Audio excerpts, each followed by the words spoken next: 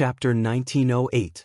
Seniority in Jianghu, ranking in Jianghu, and ranking in Jianghu were all recorded in the minds of well-informed Jianghu people. For example, there were more than 50 people who were familiar with Jianghu faces in Jianghu in the Great Snow Plateau of Mount Hui. They were all famous big shots who were either immortals or grandmasters. Don't even think about them. The next group of people were mainly people who were qualified to enter the yamen of the Ministry of Justice in the capital city. These gray people were even more untouchable in Jianghu. In addition to the dozen or so behemoths that were evaluated by the old and the new, those sects and factions that could dominate the martial arts world in a province also needed to be paid attention to. From the sect masters, to the guest elders, and then to the personal disciples, all of them had to be paid attention to. The last group of people, such as Feng Zongxi, who was famous for his righteousness and generosity, and Liao Dong's red sandalwood monk, who was also a wandering immortal, usually wandered Jianghu alone. They had to remember their names and appearances clearly to avoid offending them. Otherwise, they would feel that 2 fists were no match for 4 hands. They deserved to drown in the big river instead of capsizing in the gutter. Su Fengnian's face was full of disdain as he said, "It's a small Taoist temple near Shaoyu Peak." He was only able to stay there because his grandfather was a big pilgrim there. Otherwise, with his little ability, he would have been forced to pack up and leave long ago. The lean man said with a smile, "Little brother, may I ask which Jianghu you are from? What grudges do you have with that person?" Su Fengnian smiled, "Brother, you're breaking the rules. Money in the world doesn't have a surname." The lean man, who knew he was in the wrong, laughed and said, "Money is all surnamed Zhao." Su Fengnian smiled and pointed at the blue stone. "Here, it has to be surnamed Su." Just when Su Fengnian was about to follow the vine and, casually, talk about the nursery rhyme, an uninvited guest interrupted their conversation.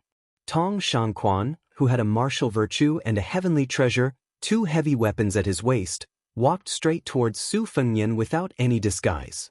Su Fengnian was not annoyed by this. He believed that the spies of the Whispering Water Chamber on Mount Wudong had already known about this matter. Even if they did not attach as much importance to this matter as he did, he would go back and greet them personally.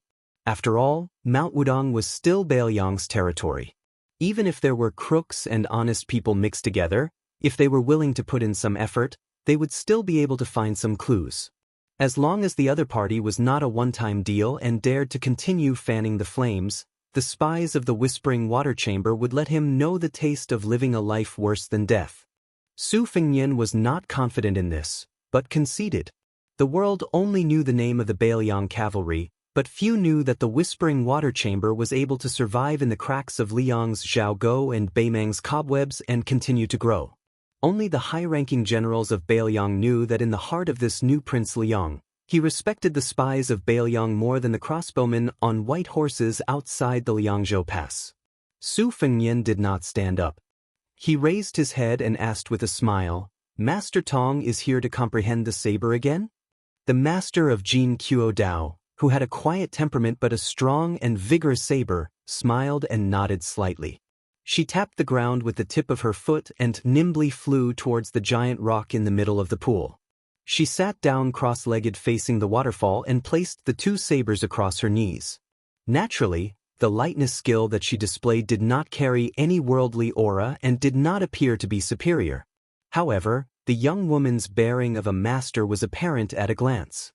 The lean man muttered to himself, "Why does she look so similar to the legendary young master of Jin Qiu Dao Manor? She also has 2 sabers at her waist and is also a national beauty? Or perhaps she is a heroine of the Central Plains who admires Tong Shanquan." Su Fengnian joked, "Brother, do you think that I would know such an unattainable master of martial arts? In the Jianghu of the ordinary heroes of Jianghu, let alone the Great Snow Plateau, even the high and mighty Holy Land of Jianghu such as Jin Qiu Dao Manor had a plaque hanging at its front door. The beautiful peony, green waist, in the manor, the young master of the manor, Tong Shanquan's 2 sabers were heavenly treasures of martial virtue, and the quality of the 2 sabers embroidered with winter and spring thunder on someone's waist. Whether or not Tong Shanquan and Chen Tianyuan of the Taibai sword sect, who was also from the southwest of Liang, were an immortal couple, whether or not they had a short-lived marriage, and even whether or not she was secretly pregnant with that young banished immortal. These were all topics of conversation in the Jianghu of the Central Plains, enough to drink a few cups of wine. The fish and shrimps that lived in this Jianghu naturally carried the smell of dirt. If they did not speak the words of the heavens that were related to the heaven, earth, mountains, and rivers, they would not be able to achieve the magnificent feat of freezing the 30 provinces of the Central Plains with one sword. They went to the martial emperor city to pay homage to the high wall that was once filled with divine weapons, went to the great snow plateau of Mount Hui to see the goose feather snow, went to the Dongyue sword pool to see the words, high mountains, deep waters, long sword, carved in cursive script, went to Yuyen Mountain Villa to see the Dragon Rock Sword Furnace forging swords, went to Baoyang's Lingzhou restaurant to drink green ant wine, went to the Quick Snow Mountain Villa to admire the scenery of the Spring God Lake. These were the blessings that they had been dreaming of. A young swordsman carrying a box on his back who was passing by the elephant washing pool unintentionally saw Su Fengyan, and his face was full of surprise. He was the young master of the Yuyen Mountain Villa, Zhang Chunlin. Yesterday, when Xianyuan Qingfeng of Mount Hui was drawing lots, he had already recognized Su Fengyan, who was squatting at the stall next door and eating pancakes.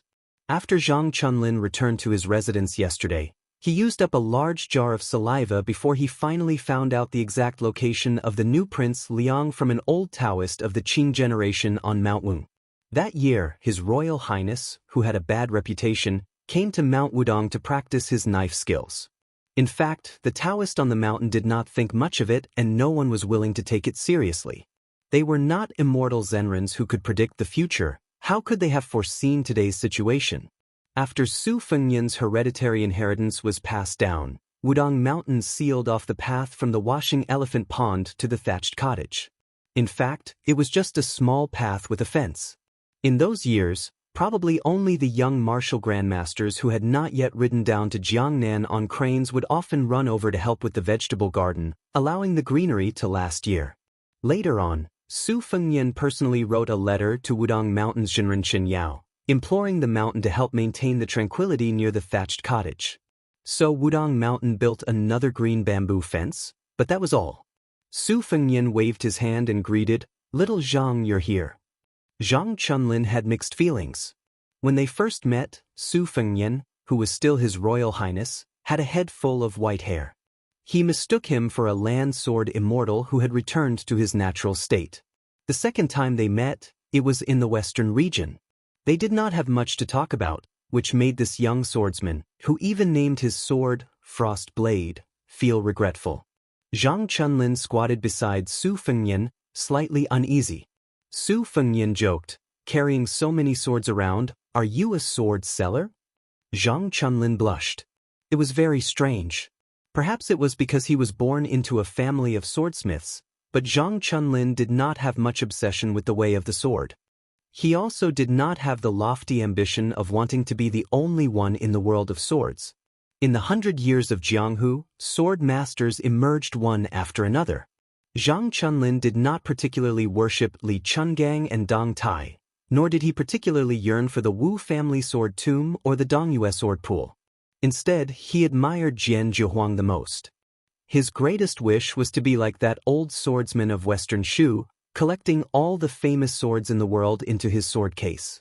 Just carrying them around in Jianghu was enough. Su Fengyan smiled and asked, "Little Zhang, have you given yourself a nickname?" Zhang Chunlin blushed and shook his head vigorously. Chapter 1909. Su Fengyan, as an experienced person, earnestly instructed, "Then you must give yourself a prestigious name as soon as possible. Otherwise, if you inexplicably give others a silly Jianghu nickname, it will be too late for you to cry." There are many examples of this in Jianghu. For example, in Gangnam-do, there is a sword master with white hair and long arms like an ape.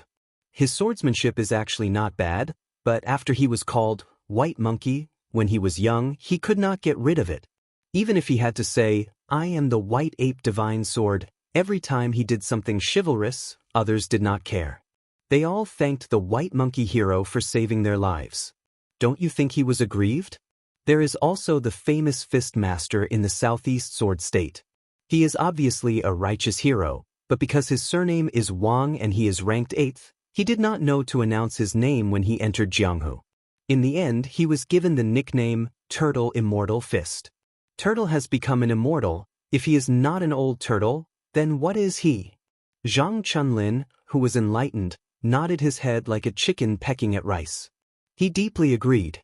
The lean man was about to interrupt the young master's nagging, but his companion pulled his sleeve. He turned his head and got the meaning from his companion's eyes. This guy was unreliable. Even if this business was true, and it was not ambiguous about the money, but such an unreliable guy could not keep his mouth shut. The lean man thought about it and agreed. He sighed, still feeling a little regretful, and coughed heavily, attracting the young man's attention. The lean man patted him on the shoulder. "Little brother, unfortunately, we suddenly remembered that we have an urgent matter to attend to. I'm afraid that we can't help you with your trouble. However, even if we can't make a deal, we still have feelings for each other. Let me give you a piece of advice. If you want to make a name for yourself in the future, you must be down to earth." Su Fengyan smiled and nodded. "Brother, you are right." The young master of Yuyan Mountain Villa was stunned. After the 5 people left, Su Fengyan accompanied Zhang Chunlin and chatted for a while by the elephant cleansing pool. As more and more Jianghu people came here to comprehend martial arts, Su Fengyan was the first to stand up and leave. Although Zhang Chunlin was still somewhat unsatisfied, he could be considered to have come in high spirits and returned in high spirits. However, the young man did not understand why his benefactor ended up talking about the female head of the Jin Kuo saber manor, so he casually spoke his thoughts. He heard that the woman surnamed Tong was extremely talented and practiced the saber very hard, but her temperament was old-fashioned. Therefore, even if Zhang Chunlin met her, they would not hit it off.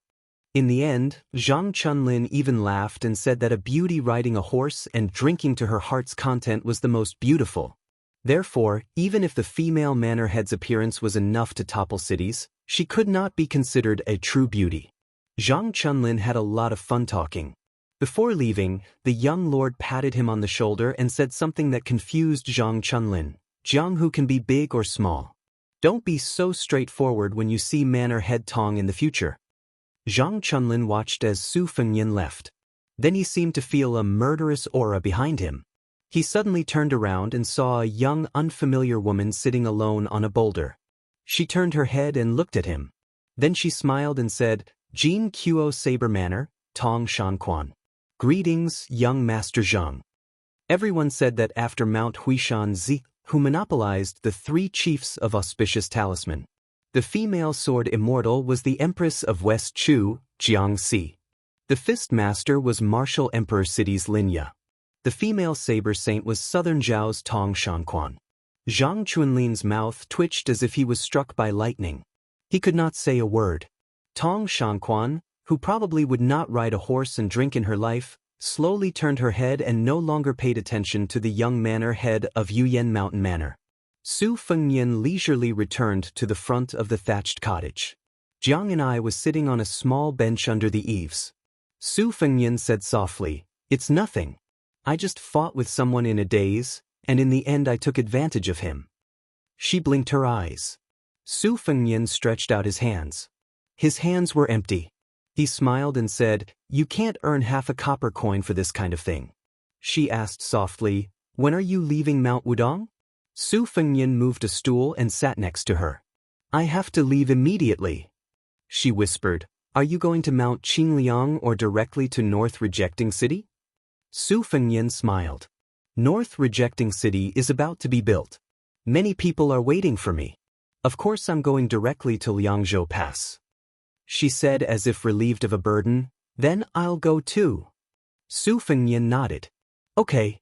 Su Fengyan then asked curiously, "Today, Wudong Mountain's Great Lotus Peak and Purple Sun Palace will be discussing the Tao and martial arts. There will be a lot of elusive grandmasters appearing. Aren't you going to take a look?" Jiang and I said unhappily, "What does their quarreling have to do with me?"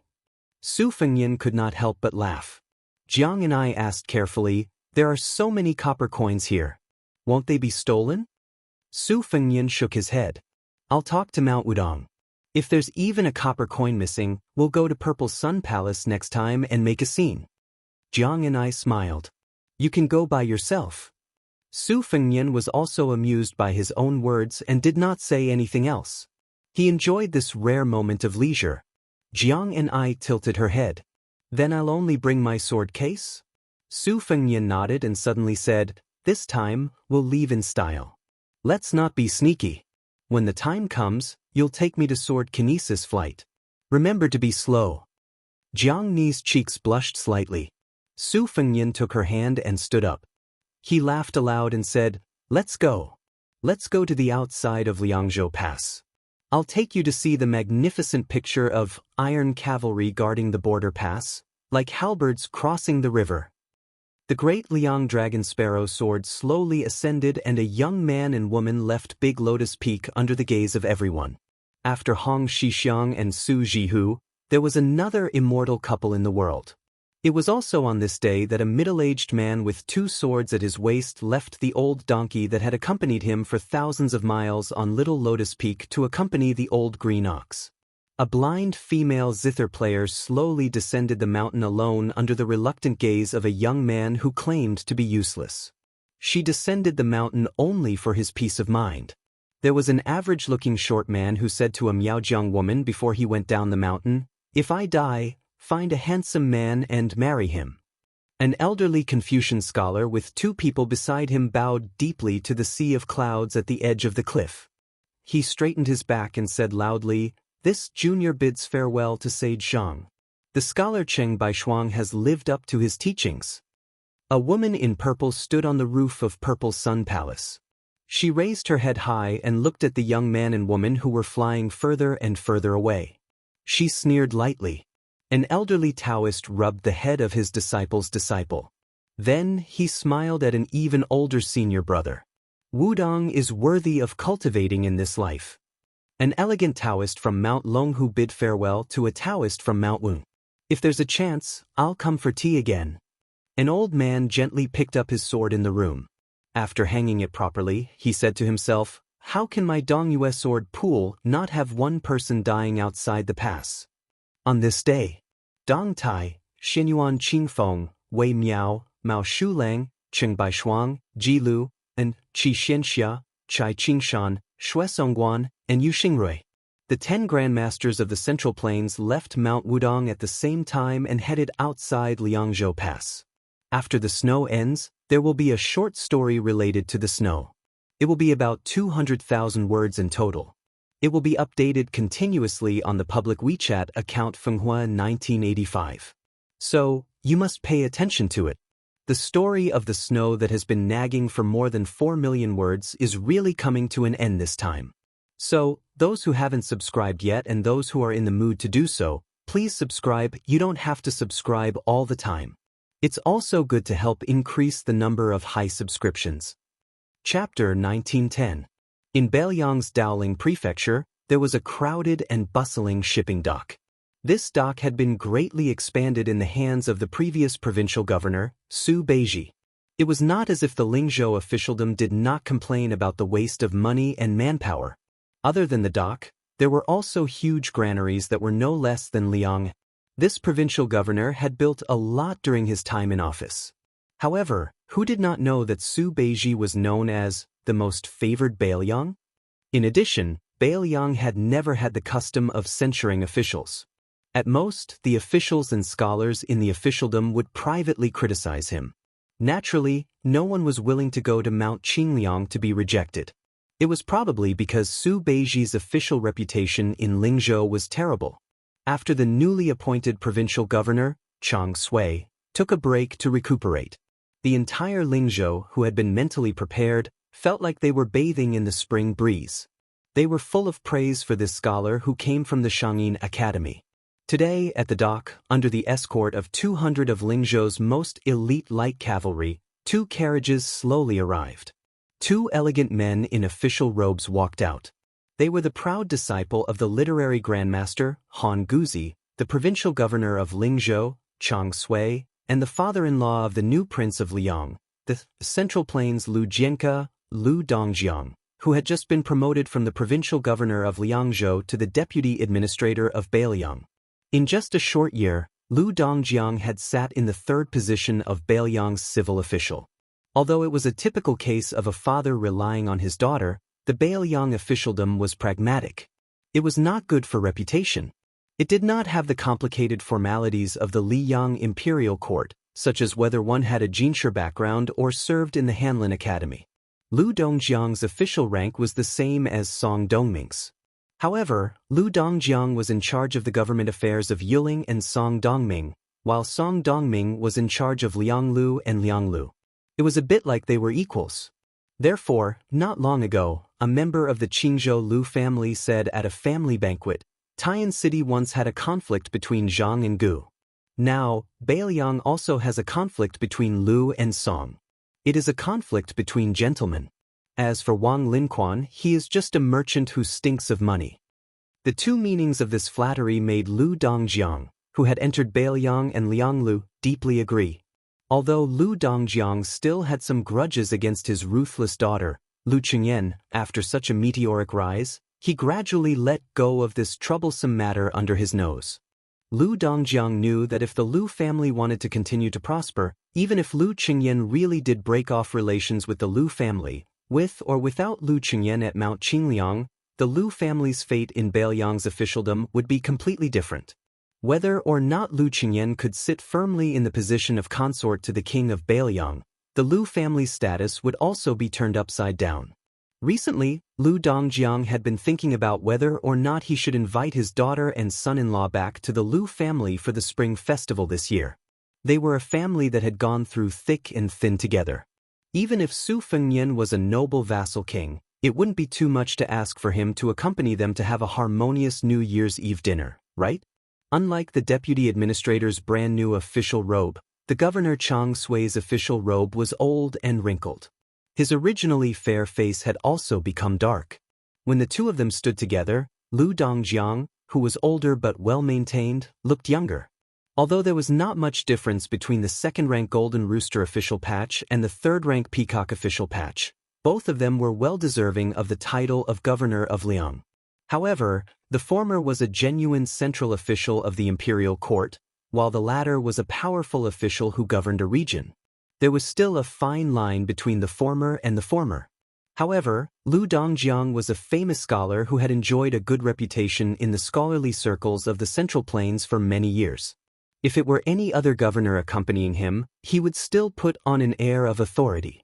However, in front of Chang Sui, who was a brilliant disciple of the literary grandmaster Han Guzi, a well-known teacher Ji Shang of the Shangyin Academy, and also Su Weisheng's senior martial brother, Lu Dongjiang naturally regarded him as a kindred spirit. He spoke warmly and warmly. As the deputy administrator who was in charge of Lingzhou and Yuzhou, Lu Dongjiang had naturally heard about the Liang transport. He knew that the imperial court had originally promised to guarantee that 1 million dan of grain would enter Bailiang before autumn. However, until now, not even half of the grain had reached 500,000 dan. There were 3 batches in succession, scattered and hidden, and only 400,000 dan of grain. The Liang transport had 2 lines, horizontal and vertical. The horizontal line had the Guangling River as the main stem. Xianxia City in Qingzhou, which was regarded as the waste of the Central Plains, was an important transit point for grain. However, no one had expected that the young vassal Zhao Sun would rebel with the Yan King Zhao Bing and the Shu King Chen Jibao. It was said that he was going to be elected as the new emperor. As a result, the Zhao imperial court lost half of the Jinggan Road's jurisdiction, and the grain transport was delayed again and again. Lu Dongjiang could only lament that this was an unlucky year. Chang Sui accompanied Lu Dongjiang to the shore of the ferry. The boats on the river were piled up like they were walking on flat land. The 2 sides of the pier were bustling with activity, which surprised Lu Dongjiang. Chang Sui's words broke the mystery. The Liang imperial court announced to the outside world that they would provide 500,000 dan of grain to the Bailiang Road before autumn. In reality, our prince and minister Qi Yanglong had agreed on 1 million dan. In reality, this autumn, under the supervision of Qi Yanglong and Huanwen, close to 800,000 dan of grain had been shipped into our Lingzhou granary. However, out of consideration for Liang's reputation, we only said to the outside world that we had received 400,000 dan. Since the weather was good and the political matters were clear, Lu Dongjiang was pleasantly surprised. However, he immediately realized that the Lingzhou provincial governor beside him, who had suddenly taken a high position, did not seem to be in a good mood. Chang Sui said calmly, "Sir Lu has just taken office, so there are some things that you might not be clear about. Apart from promising 1 million dan of grain before autumn, the Liang imperial court also promised to ship in 2 million dan. However, looking at the current situation, that seems to be far away." Lu Dongjiang was confused. The Central Plains is in chaos, and the Jinggan Road is also under the jurisdiction of the rebel vassal king Zhao Sun. It is reasonable that the imperial court is unable to control the grain transport, right? Chapter 1911. The spring snow building of the Guangling Wang Fu had changed owners. In reality, half of Liyang had changed owners that night. Naylan Yusi, who had planned all of this, sat at the mouth of the Rouge Well at the peak of the mountain by the river. There were a dozen rainflower stones produced by the Guangling path in one hand. He picked them up one by one and then threw them into the well. Beside Naylan Yusi stood sword immortal Tang Shi Lu Baijie, who had been reduced to a prisoner. Unlike the administrator Wang Xiongui, who had been locked in prison, as the Guangling path Jidushi, Lu Baijie was not restrained as long as she did not leave the Wang Fu. Lu Baijie asked, "Mr. Naylan, what business do you have with me?" Naylan Yusi lowered his head and bent down to look at the black well. He said with a gentle smile, "While the Yanqi Wang Fu has some spies and death warriors who have been rooted in Great Peace City for many years, and some of them have high positions, they cannot compare to Mr. Tang Shi, who has been in the center for a long time. I want to know how many of the important officials of Liyang in Great Peace City who are qualified to attend the small court meeting of the Divine Cultivation Hall are loyal officials, how many of them will waver in times of danger, and how many of them are not loyal to the young emperor. If Mr. Tang Shi is willing to speak frankly, we will be able to act accordingly. In the future, there will be fewer ghosts in Great Peace City." Even if he was speaking extremely vicious words, this strategist's voice was soothing and his smile was shallow. He was truly a romantic figure that was hard to dislike. Lu Baijie shook her head and said, "Mr. Naylan is thinking too much." Naylan Yusi had an expression that said he knew it. He waved his sleeve and stood up. He said with a smile, "Let's go, I'll take you to a room. I spent 3,000 dan of rice to gather a study for Mr. Tang Shi." Lu Baijie was confused. A study as a gift? And what was with the 3,000 dan of rice? Not to mention Great Peace City, where every inch of land was worth its weight in gold. Even in her hometown, Gangnam-do, 3,000 dan of rice could be converted to silver to buy some good study supplies? Naylan Yusi said confidently, "Mr. Tang Shi, please wait and see. You will not be disappointed." Lu Baijie followed Naylan Yusi to a secluded courtyard in the Wangfu. After passing through the corridors and buildings, Naylan Yusi pushed open the door and extended his hand, indicating Lu Baijie to enter the room first. The first thing that came into view was a table made of yellow rosewood with black lines. Because it was a short table, it was naturally not a desk that was used to place expensive and elegant items. However, the waist of the table was made of banana leaves, undulating like water ripples, flowing elegantly. On the side, there were branches of flowers and birds, giving it a sense of fancy. The lower part of the table was carved with dragon horns and teeth. When one looked back, it was full of vigor. The study table further away was a long table with dragon patterns. The 4 treasures of the study on the table were all treasures that any scholarly family in Gangnam-do would want to worship. Naylan Yusi walked to the side of the table, 2 fingers holding the lid of an ancient and cute purple clay teapot. He raised it up high, but the body of the teapot did not fall. He said with a smile, "This is the heaven and earth tea teapot that has been lost in the old Dongyu." When this teapot was popular in the north and south of the Yangtze River, the matter of drinking tea had already taken a back seat. It became a peerless item for people to enjoy. Now, it is even more difficult to buy with money. There is no way around it. Most of the people of Dongyu like to bury a heaven and earth tea teapot with them when they die. Mr. Tang, she is a divine hand in the way of tea and should know better than me. This teapot is not ordinary. Lu Baijie just glanced at the teapot and looked around. She asked with a heavy face, all the items in this room only cost 3,000 dawn of rice? Nailan Yusi laughed and said, don't worry, it is definitely not because of the war in Guangling Path that caused the noble families to sell their treasures cheaply. To put it bluntly, since the fall of Dechu 20 years ago, the officialdom of Guangling Path was full of villains who suddenly became rich and powerful. There were not many valuable family names. Otherwise, they are just fence-sitters. This time, the owner of the Spring Snow building changed. Most of them changed their rudder very quickly. There is no need to take out these good things to exchange for gold, silver, and rice. Nailan Yusi suddenly squatted down and went under the dragon pattern table. Then he stuck his head out and waved at Lu Baijie. Lu Baijie was confused by this strategist. After hesitating for a moment, she followed his example and went under the table. Nailan Yusi rubbed the bottom of the table with his fingers and said with a smile, it is not easy to light a candle in broad daylight.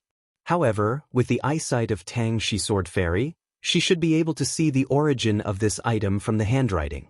It is here. Lu Baijie followed Nailan Yusi's finger and looked up. She saw that there seemed to be 6 words carved with a dagger. It was crooked. Except for some childishness, it did not have the demeanor of a master. However, Lu Baijie was shocked on the spot.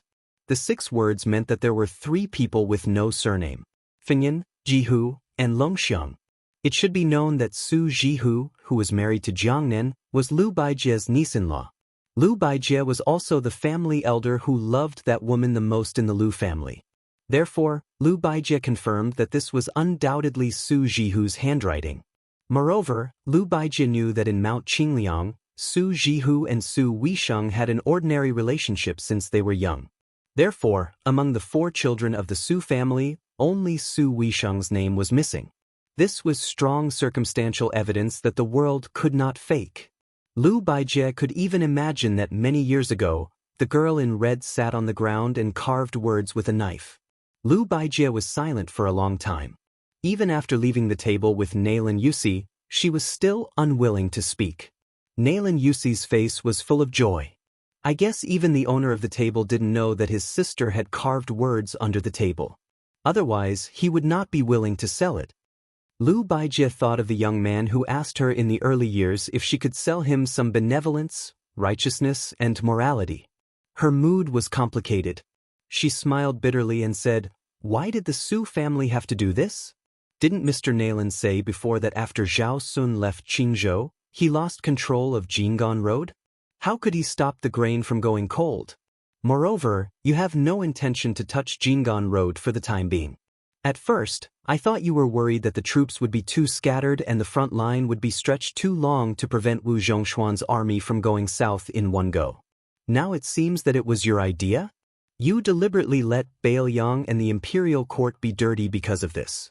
Were you afraid that once the Bailiang frontier army unexpectedly won the second battle of Liangmeng, the Su family's cavalry would still have the strength to go to the central plains to quell the rebellion? Nailan Yusi leaned against the window and said playfully, otherwise, do you think an old assistant minister of the Ministry of Appointments, Wen Tai, could return to Qingzhou so smoothly to be the administrator? It is one of the laws of Liang that officials of the imperial court are not allowed to be officials of their hometown. Nailan Yusi's smile deepened. He clicked his tongue and said, no matter how old Wen Tai is in the capital, no matter how strong his official connections are in Graydon City, he should be promoted to a civil official leader somewhere else. In order to let this guy be the administrator of Jing'an Road, I used a lot of favors in Graydon City. However, I never thought that the Liang Imperial Court would give me a big surprise and let Ma Fulu's son go to Jing'an Road to take charge of the military. This way, on the issue of grain going cold, the civil and military officials of the border would work together to secretly support those pests of the country. Only then could they resist the pressure of Qi Yanglong and Huan Wen. Otherwise, if it was someone else, it would be hard to say. After all, when the 2 provincial officials are angry, they are not to be trifled with. The remaining 2 million dan of grain might really have to be sent to Bailiang's Lingzhou.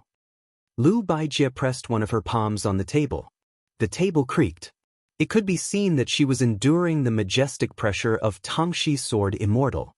Nalan Yusi, who was in a very good mood, said with a smile, "In this world, as long as there is a war, there will be a need for grain. The Bailiang Frontier Army is not a divine army. Of course, it is no exception. Even if the young provincial governor, Su Beiji, had the foresight to become the provincial governor of Baimi, but with the power of Lingzhou, which is known as the south of the Great Wall, it is obviously not enough to let the Bailiang Frontier Army that is about to welcome the Second Great War of Liangmang have no worries. Then what about Su Beiji, the transport commissioner of Bailiang?" Nalan Yusi asked and answered his own question. Even the cleverest housewife cannot cook without rice. Even the common people who have never read books understand this principle, let alone the number one civil official of Bailiang that the Zhao clan of Liang wanted to rope in the most. Therefore, Su Beiji ran to Mount Qingliang and told the vassal king surnamed Su that although your family has a lot of money, it is still not enough. You should sell your family's belongings. I will help you deal with this matter. You, Su Fengnian, don't worry about it. Out of sight, out of mind, you can be a hands-off shopkeeper. It just so happens that outside the Liangzhou Pass, there is a need to build that laborious and costly Beijua city. Excluding the families who serve in the military, the wages of the common people with household registration will be paid from there. As for the grain for the border army, it will be earned from the people who come to our Lingzhou to buy your Su family's belongings. As long as they have the ability to dig out the grain from the hands of the big and small transport officials along the Guangling River through their personal relations or various channels, no matter what method they use to deliver the grain to Bailiang, the transaction will be valid. Chapter 1912. Nalan Yusi pointed at a folding fan beside Lu Baijie's hand. The fan made by the old Western Shu dynasty is the painstaking work of Ma Xiaoguan in his later years. There are only two left in the world. One is in the imperial study of Emperor Lung. Probably because of the hot summer, he just wants to look at it and is reluctant to waste it to invite the cool breeze. The other one is in the hands of you, Mr. Tang Shi. Do you know how much rice was used to buy this fan? 600. It sounds like a small amount, right? Even if you have to pay for the cost of the relationship with the buyer, you still earn a lot, don't you think? But let's not wrong the king of Bailiang. He doesn't know how expensive the rice is. The calculation in his mind is not the same as ours. It's a pity that you, Mr. Tang Shi, know the calculation. Even Qi Yanglong and Huan Wen, the two pillars of the country, know it, but it's still useless. Nalan Yusi came to the half table with yellow rosewood and black patterns. He suddenly tiptoed and sat on the table in an ungraceful manner. He looked at Lu Baijie, who was standing, and stretched out his hands.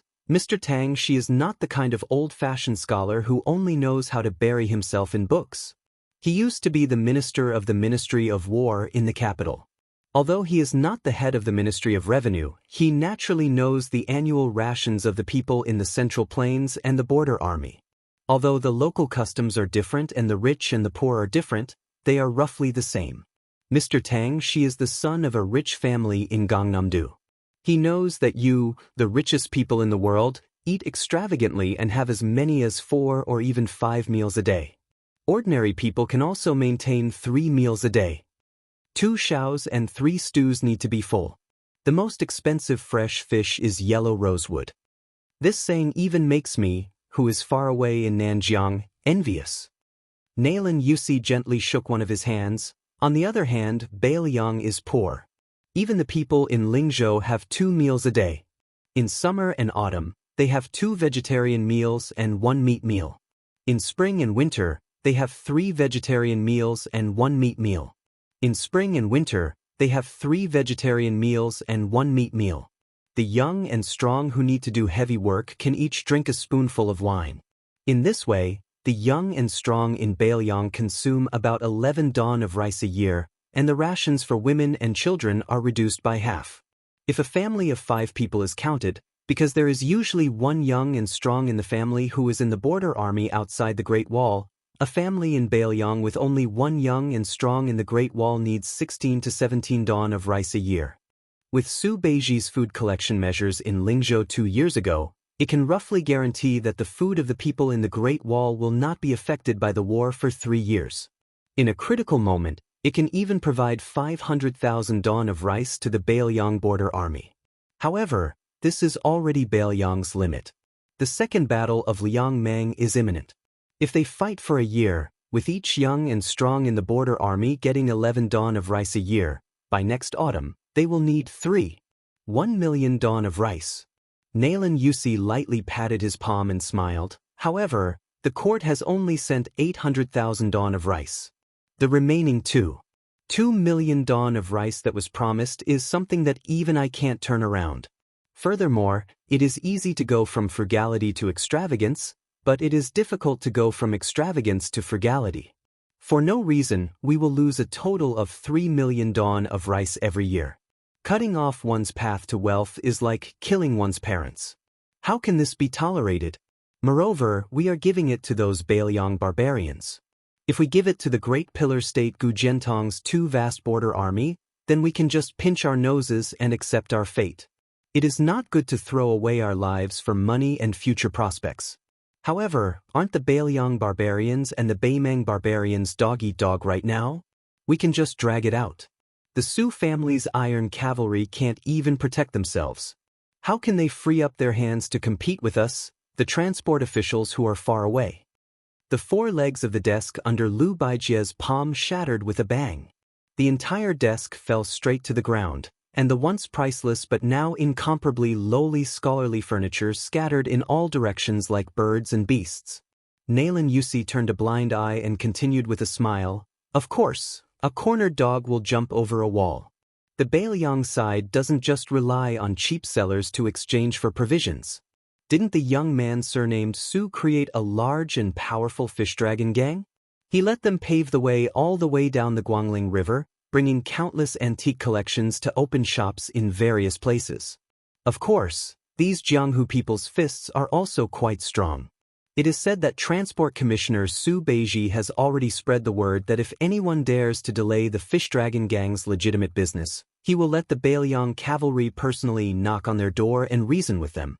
In fact, the yamen on both sides of the river and the local garrisons that were previously scared out of their wits by the 10,000 Great Snow Dragon cavalry were really shocked by this move. Therefore, at this time, they need me, Nalan Yusi, to muddy the waters again." Nalan Yusi stretched out a finger and pointed at his own nose, smiling brightly. Lu Baijie clenched his fists and stared at the only remaining figure of those strategists. Zhao Chongling, Huang Longshi, Yuan Benshi, and Li Shan had all died one after the other. It seemed that only this Nalan Yusi had lived to the end, and seemed to have had the last laugh. Lu Baijie asked, "You, Nalan Yusi, just want to help Zhao Bing usurp the throne. Why do you have to do this?" Nalan Yusi's smile faded, his hands supporting the delicate yellow rosewood table. "My efforts in Bailiang have never been less than in Great Peace City." Lu Baijie, who had always been gentle and elegant, asked angrily for the first time, "Are you really not afraid that the Bailiang of Liyang will fight, and only Baimang will benefit?" "Nalan Yusi, what do you want to do?" Nalan Yusi did not care about Lu Baijie's murderous intent at all. He said lazily, "Those who know me know my worries, those who do not know me ask what I want." Then Nalan Yusi turned and smiled at the door. "Move back, Mr. Tang, she is just joking." Lu Baijie laughed in anger. "I am joking with you, Nalan Yusi?" Nalan Yusi asked in response, "Otherwise, can you really kill me?" This sword immortal Tang, she immediately became dejected. Lu Baijie had never been so disheartened. Lu Baijie had never felt so helpless, whether it was when he was willing to be silent in a family full of heroes for a woman, or when he was exiled from Great Peace City by the Emperor of Liyang, or when he became a prisoner in the Spring Snow Building. Nalan Yusi jumped off the table and sneered softly. "The entire Central Plains will be as helpless as you. You, Lu Baijie, are the first person to experience this." Lu Baijie silently crouched down and flipped over the table. He looked dazedly at the words the woman had carved in her early years. After Nalan Yusi finished speaking, he slowly walked out of the room and did not forget to close the door for Mr. Tangshi.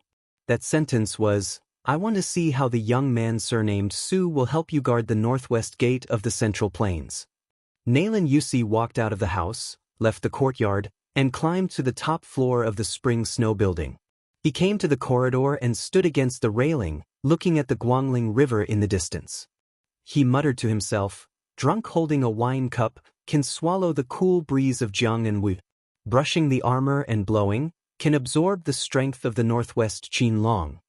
But now I am living in Jiangnan. You, who said such bold words, have long died in the northwest." Nayland Yusi raised his head and asked softly, "Li Yishan, if you are still alive, will you persuade your student not to guard the northwest gate?" At this moment, a voice sounded behind Nayland Yusi. "Li Yishan will never say this." Nayland Yusi did not turn his head. He quickly returned to normal and asked with a smile, "Why does King of Shu also have the leisure to climb high and look into the distance?" It was Qin Jibao's uninvited guest. He said indifferently, "Wu Zhongshuan is nothing.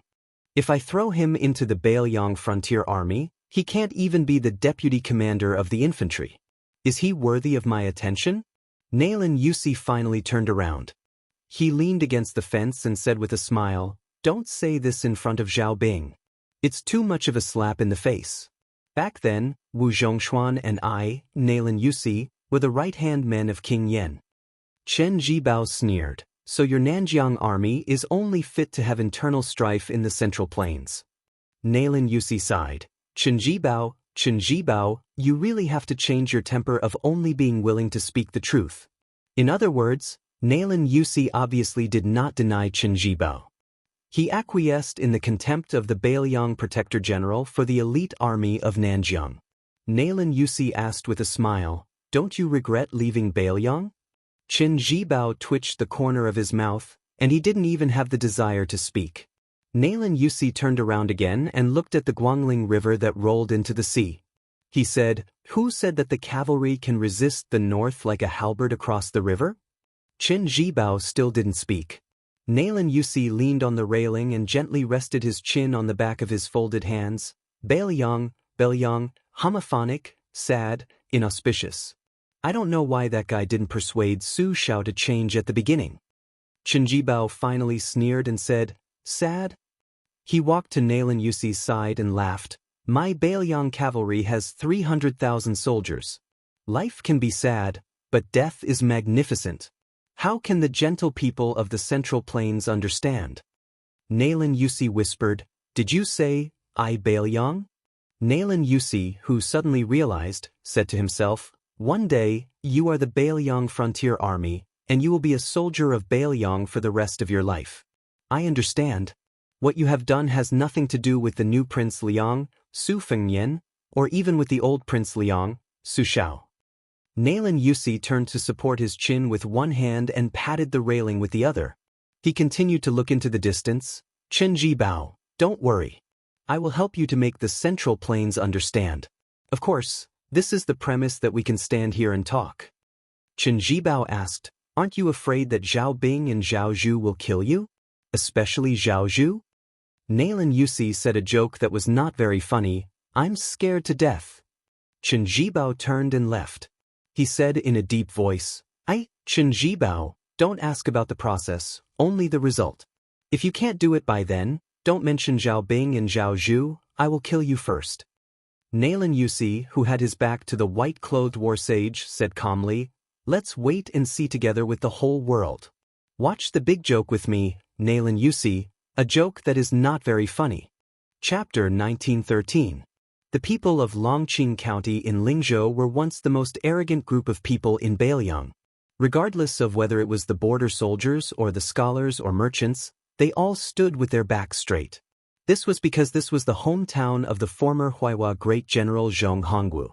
Zhong Hongwu had been the commander of the Bailiang cavalry for over a dozen years.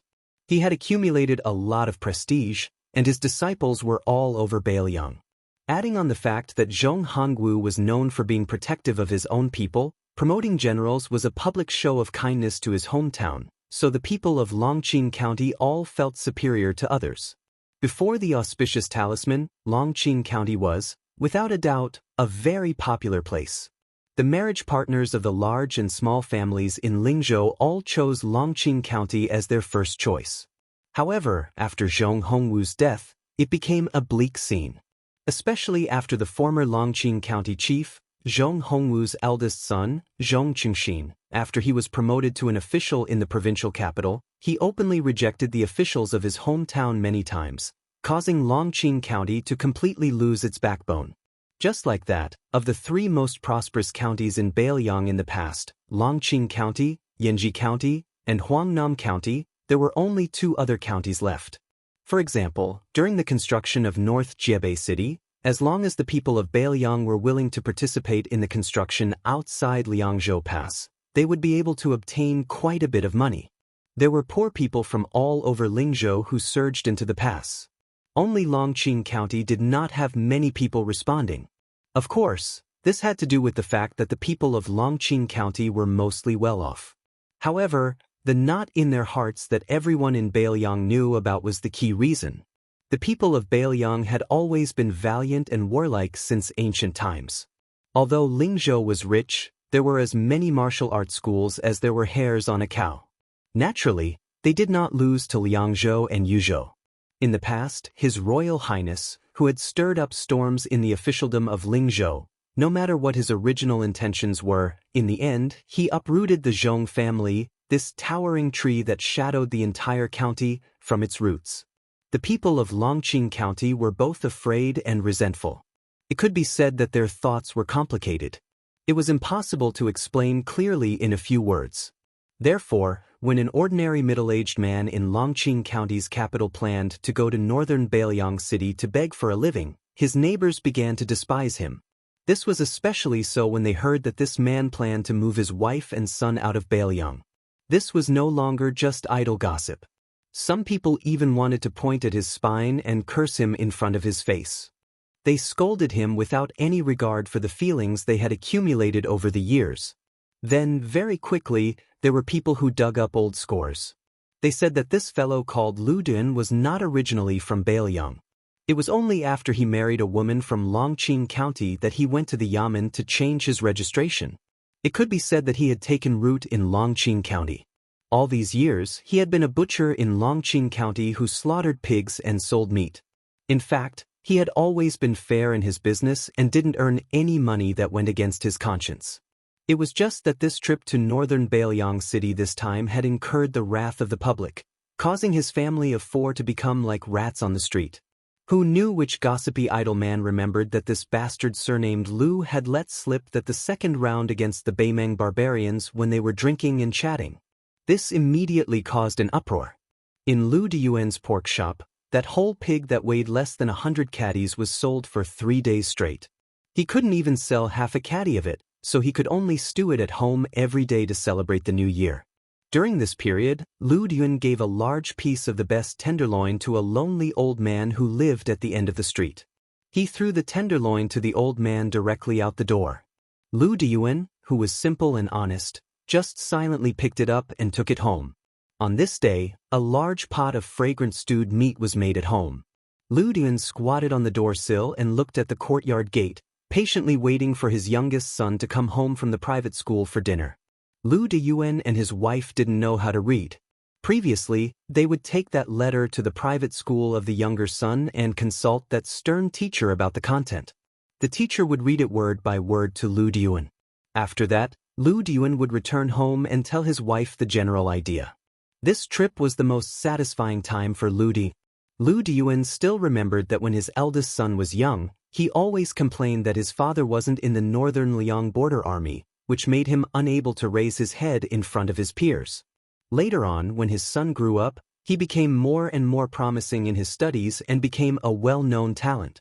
Therefore, his son's smile and laughter at home became more and more frequent. Although his younger son had similar complaints, with such an honest elder brother who could support him, he was not as depressed as his elder brother was when he was young. He was always a cheerful kid who liked to grin and laugh. Occasionally, when he heard his schoolmates talking about their relatives who had made military exploits outside the northern Liang Pass and was promoted, he would squat in the courtyard and sigh or pick up the wooden short saber that his father made for him and run all over the courtyard crazily. When he ran out of strength, he would eat and read. Generally speaking, the life of the family of four was getting better and better. As for the Jingguan Taoist temple in the gourd mouth of Yuzhou province, the fierce battle in Huda City in Liangzhou province, the hundreds of thousands of nameless steals in Qingliang Mountain and the young lord regaining the title of Pillar of the State, it had nothing to do with their family.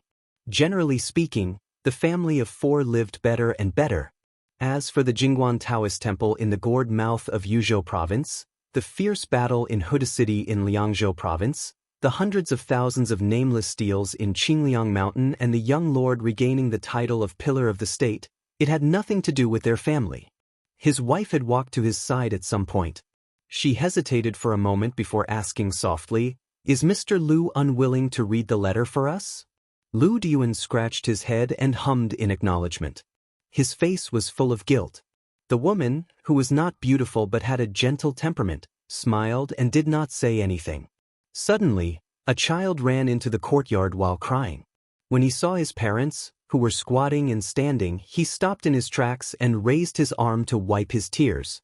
He sobbed sadly, "I don't have a father like you. You're a good-for-nothing, and you don't have a backbone. I don't want to leave Bailiang with my mother." Lu Diyuan was stunned.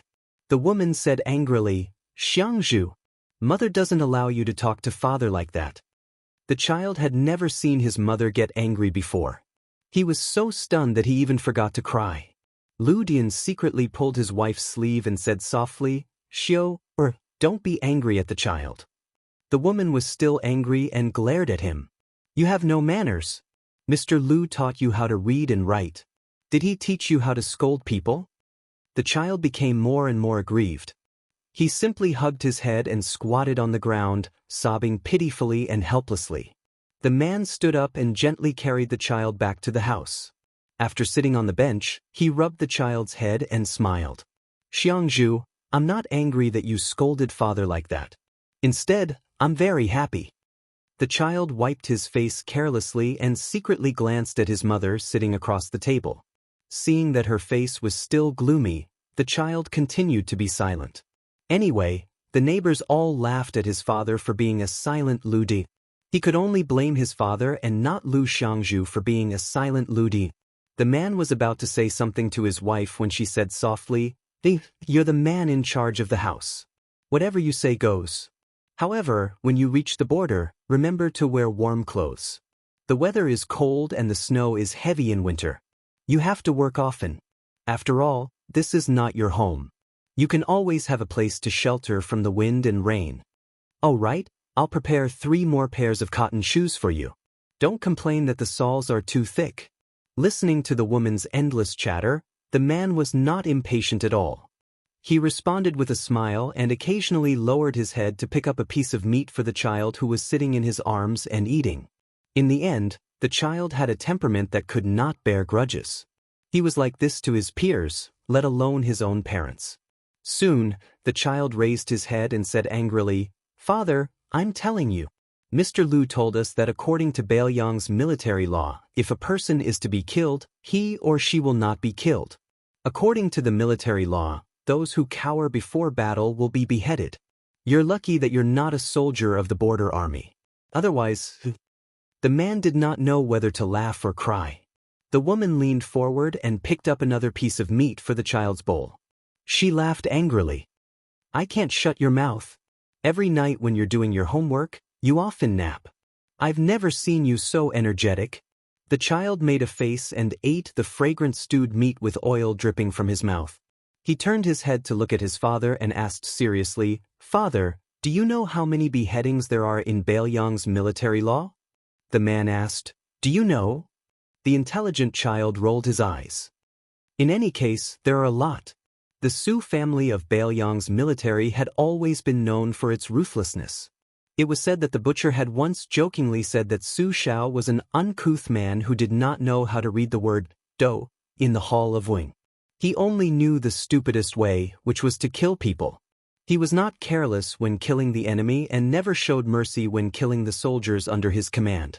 That was why he had the military force he had today. Those who retreated before the battle were killed. Those who were greedy for merit and killed innocent people were killed. Those who ambushed early were killed. Those who abandoned their weapons and horses without reason were killed. If the sergeant died in battle and the entire troop survived, the entire troop was beheaded.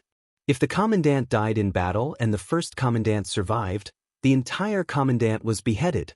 Of course, in addition to these bloody and ironclad rules in the Bailiang border army, there were also subordinates who did not reward them for meritorious service. Regardless of whether it was the commanding officer or sergeant, the entire camp was beheaded.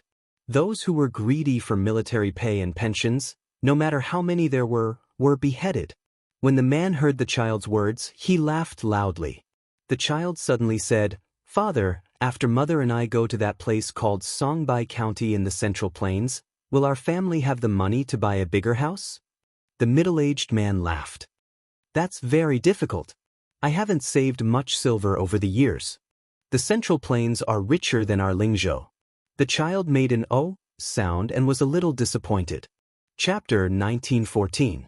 The man continued with a smile, "But don't worry, I won't forget to send you money in the future when I reach North Rejecting City." The child shook his head like an old man. As the saying goes, riches and honor cannot be corrupted, poverty cannot be shaken, might cannot be subdued. That's what a real man is. The man asked curiously, "What do you mean by that? Can you explain it to me?" The child chuckled. "It means Mr. Lu said that the sage of the Zhang family said it. You don't even know this, Dad, you're really ignorant." The man was gratified. "It's okay if I'm ignorant as long as you and your brother are." At the mention of his brother, the child immediately said proudly, "I'm far from my brother. Even Mr. Lu said that my brother is amazing." The man laughed heartily. "Aren't you both my son?" The woman looked at the father and son with a gentle smile.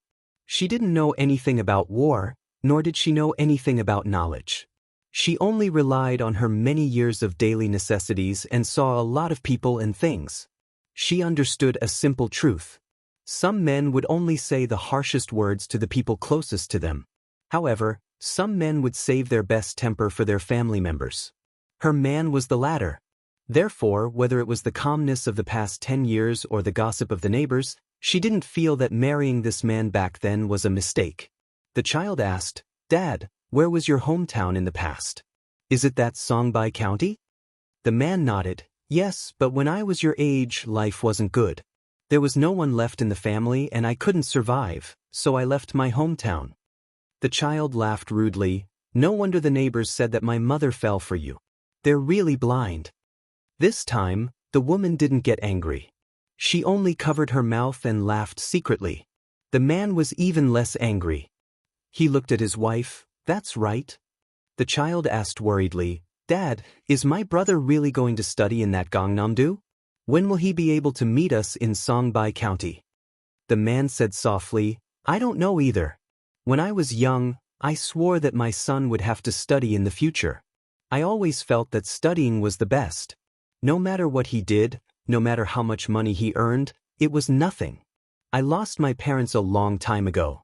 I only know that more than 10 generations before me were farmers. Therefore, when I came to Bailiang, I met your mother, Xianxia. I was really lucky. Otherwise, if you and your brother were like me, you wouldn't be able to study." The child muttered, "Then why don't you treat Mother better?" The man said helplessly, "That's all I can do. There's nothing I can do." The woman's eyes curved into crescents. The man said that he was very lucky, but she felt that she was very happy. On the day the mother and daughter left Longqing County City with their luggage, this man slowly returned to the city along the post road. When he returned to this small and shabby alley, he thought for a moment. Carrying the only 2 pig legs left in his house, he went to 2 places one after the other. One was secretly placed in front of the old man's house at the end of the street, and the other was delivered to Mr. Lu's house. During this process, the man didn't know how many people rolled their eyes at him and spat at him. In the end, the man returned home and took out the wooden box covered in dust from under his bed. He never opened this box, and his wife was also considerate and never asked about it. This man, who had lived in this small street for more than 10 years and had always been silent, carried the heavy wooden box to the courtyard.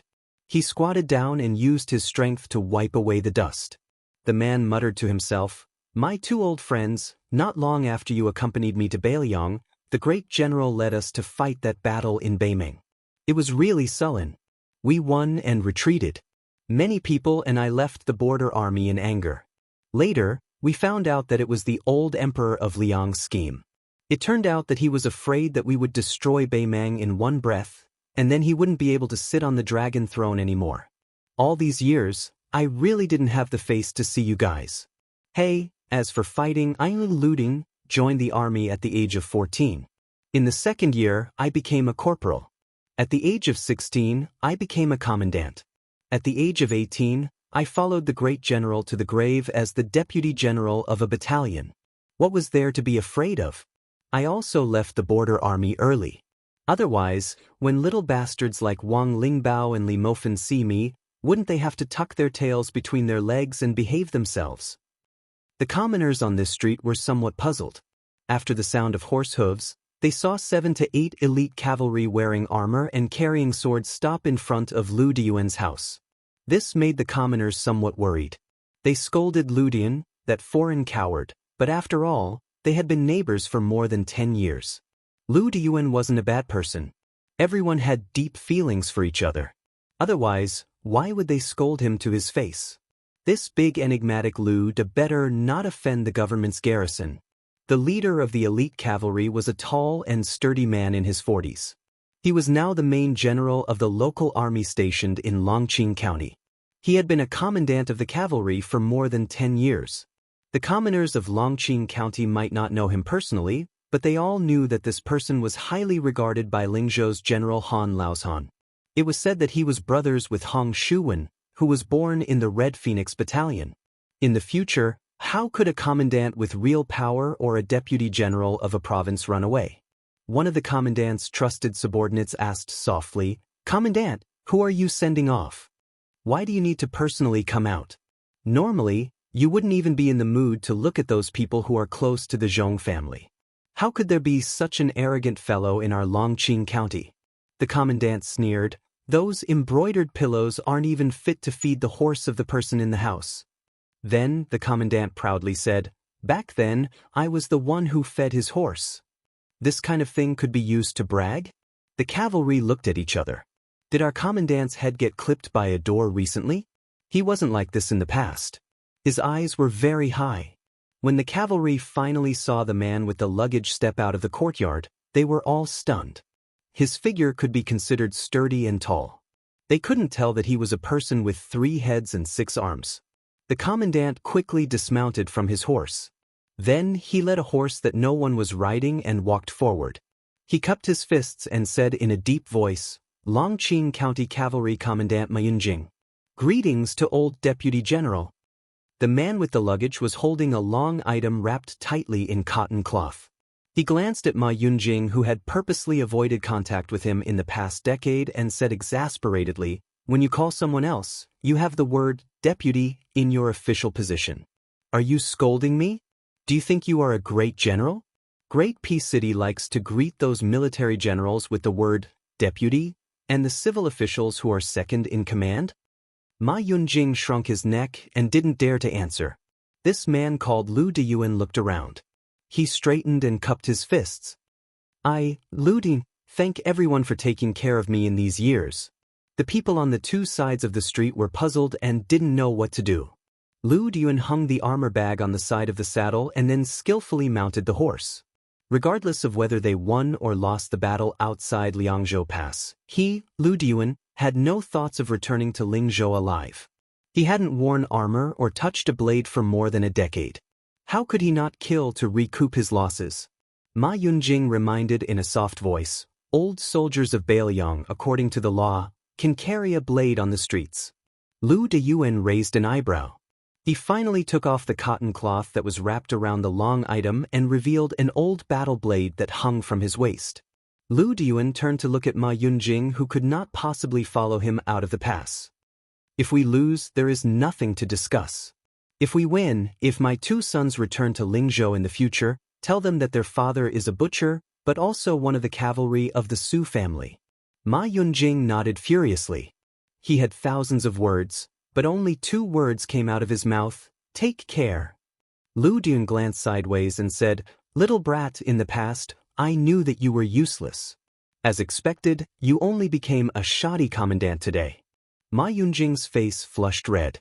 Lu Dun suddenly took down the battle blade and threw it to Ma Yunjing. He laughed and said, Fine, I'm going to use the new cold blade to kill the enemy. Since you fed the horse for so long in the past, I'll give you this one. Ma Yunjing felt as if he had received a treasure. Such a man actually had tears in his eyes. This battle blade was the first generation of the Su family's blade. It symbolized the rise of the Su family's cavalry in the land of spring and autumn. It symbolized the invincibility of the Su family's cavalry in the Central Plains. It was also because of the Su family's old cavalry camp that the current Bailiang cavalry was the best in the world. And this man was from one of the Su family's old cavalry camps, the Manjia camp. First-class cavalry, Lu Dun. The people on this street naturally did not know that after General Su Shao grew old, he had many times lamented to the civil and military officials in the meeting hall of Mount Qingliang. In the past, that kid called Lu Dun was the fiercest in battle. He was comparable to Lu Qiu. He was really not a coward. Chu Lushan would always complain that he was wronged, but that guy surnamed Lu always charged forward with all his might. He never paid attention to the art of war, so he was definitely not as good as me. Yuan Zhuozong would tear him down, but he never lost even once. Butcher would nod and say, Yes, he's like me. And then a certain young man would mock him with his Royal Highness. Around the beginning of autumn this year, many of the Su family's old soldiers like Lu Dun began to rush out of the pass. And they were the backbone of the Bailiang cavalry. At this time, Lu Dun and Ma Yunjing urged their horses out of the city together, mumbling something. The young elite cavalry could only hear the faint sound, but it was not very clear. After Ma Yunjing sent Lu Dun to the road outside the city, he watched him leave, speechless for a long time. Finally, when he turned his horse around, Ma Yunjing also mumbled, My Su family's Manjia camp. The scouts roam everywhere, that is to scatter. The camp does not move, it is to support the beam. Chapter 1915. For the common people of the marketplace, building a house was a top priority, and erecting a beam to signify the completion of a new house was also a top priority. Thus, on the day a country, prefecture, frontier fortress, city, or military town was completed, the meaning behind the hanging of a plaque was equivalent to the raising of a beam for the common people.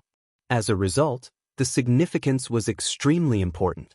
Today, the day for the hanging of the plaque for the city outside Liangzhou Pass had arrived. They did not deliberately choose an auspicious day. Instead, when the last main wall was completely completed, they unanimously passed a resolution that the hanging of the plaque on that day could not be delayed. It was not that the large group of Bailiang bosses supervising the construction of the city did not care. It was truly that the situation was urgent, and they could not afford to care about such things as adding flowers to the brocade. Otherwise, the group of civil officials led by Bailiang's Taoist administrator Li Gongda had spent almost an entire year in this godforsaken place. Practically everyone had to eat the yellow earth and drink the wind and sand with the soldiers and laborers every day. After investing so much effort, how could they not want to find an auspicious day to hang up the plaque? This kind of deep affection was perhaps no less than when a daughter was married off. The construction of this city could be said to be unprecedented. Not only was it larger than the first border city in the northwest, Hutu City, it also took less time. Apart from the 10,000 great snow dragon cavalry and the 9,000 or so heavy cavalry of the Wei Xiong and the Jihu, almost all of the Liangzhou border army took turns participating in the construction of the city. Of course, all of the young and strong soldiers and craftsmen in the Pass, Liangling, and Serene provinces were conscripted. In addition to the endless stream of Bailiang commoners who went to Liangzhou Pass on their own, the number of people building the city was always maintained at around 100,000. In history, the so-called using the entire nation's power to build a majestic city or a huge town, oftentimes the emphasis was on conserving the people's labor and not delaying the farming time. Most of the time, in 30 days, quickly build a wall, and then intermittently take several years to complete the construction. But this time in Bailiang, the Su family on Mount Qingliang had nearly exhausted all of their wealth to build the city's main wall, It was simply a magnificent feat of cutting off the cauldrons and sinking the boats. Just the loess used to build the main wall had already hollowed out 2 small hills south of the city, Longsho and Hue. At dawn, Li Gongda and his neighbor, Song Changshui, the Mahis school's deputy supervisor, got up early together. After ascending the city wall and strolling on the wide horse path, the administrator, who had lost 20 pounds at some point, subconsciously stamped his feet out of habit. The old man with white hair smiled proudly. With me, the miser Li Gongda, keeping an eye on them all day long, who would cut corners? Besides, no one would dare to slack off. This was not a matter of money. Instead, it was the most obvious principle in front of everyone. If this city exists in Liangzhou, it will exist. If this city dies, it will perish. He was the leader of Beiliang's civil officials, who had lived a smooth life in the officialdom. Although he had lost a lot of weight, his body looked much more robust. If the officials of Lingzhou could come here, they would be shocked to see official Li. They might not even recognize him. The slipperiness that Li Gongda had accumulated for most of his life in the officialdom had completely disappeared. Instead, it was an invisible heroic spirit that could only be possessed by someone who came from a family of generals. The old man was a scholar after all. He reached out his hand and touched the inner wall. He chuckled and said, "In the past, in the conference hall of Qingliang Mountain, where there were more martial arts than literature, I could never understand what the general was talking about with those rough men. Something about a horse path or a parapet. It was only when I came here that I realized. Just like this parapet, I had actually read about it in books a long time ago. Many frontier poems have sung about it. It's called Disdainful Gaze. Parapet, it's still better to call it that way. Every time I walk around the city, I will think about that little girl at home who makes people worry. In the past, it was that fellow from Hanlin Academy that made us feel helpless. Now that I think about it, it was the general who had foresight. He said that in the world, when a father and a daughter raise a child, it would be easier to raise a son and more troublesome to raise a daughter." Song Changshui said in a deep voice, "Old Li, you also know that I am not the kind of person who likes to praise people. Your Hanlin Academy is really not bad. The battle on the Longyan Plains was beautifully fought. Beimang, Dongzhu's elite scouts, including Crow Palanzi, were all wiped out. This battle was really satisfying." Li Gongda, whose lips were chapped, twirled his beard and smiled. "That's right. This kind of thing only feels comfortable when an outsider praises it. As a father, no matter how much I say, it always feels wrong. To tell the truth, old Song, you really can keep your composure. I've been waiting for you to say these words for quite some time. It's been so stifling that I'm about to suffer internal injuries." Song Changshui said helplessly, "Before this, I was so busy that my head was in a mess. How could I have the slightest bit of energy to chat with you?" Li Gongda sighed with emotion. "That's true. I boast that I have quite a lot of experience as an official in this life. In short, I ponder and ponder all day long about other people. Although it can't be said that I don't do anything at all, to personally attend to everything like this is unimaginable. It feels like in just one short year, I have repaid all the practical experience that I, Li Gongda, owe in officialdom for a lifetime." Song Changshui smiled knowingly.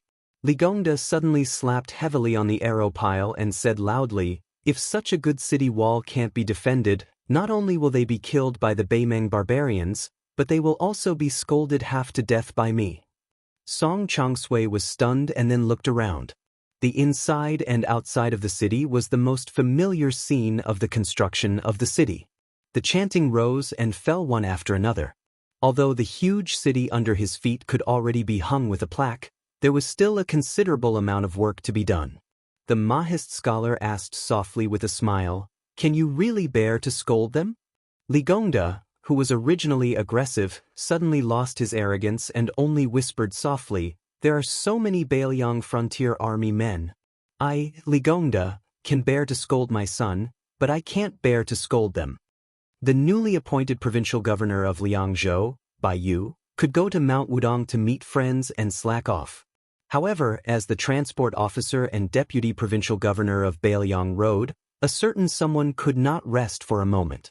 He traveled nonstop from Qingsong City in Liuzhou to Qingyuan Army Town at the western gate of Liangzhou until he lifted the curtain of the carriage and could see the outline of the magnificent city outside the pass. It seemed that ever since Su Beiji left Mount Qingliang for Lingzhou, he had been constantly on the move.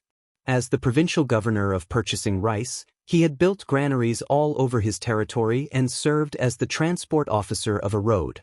He was in charge of strategizing about the transport of grain.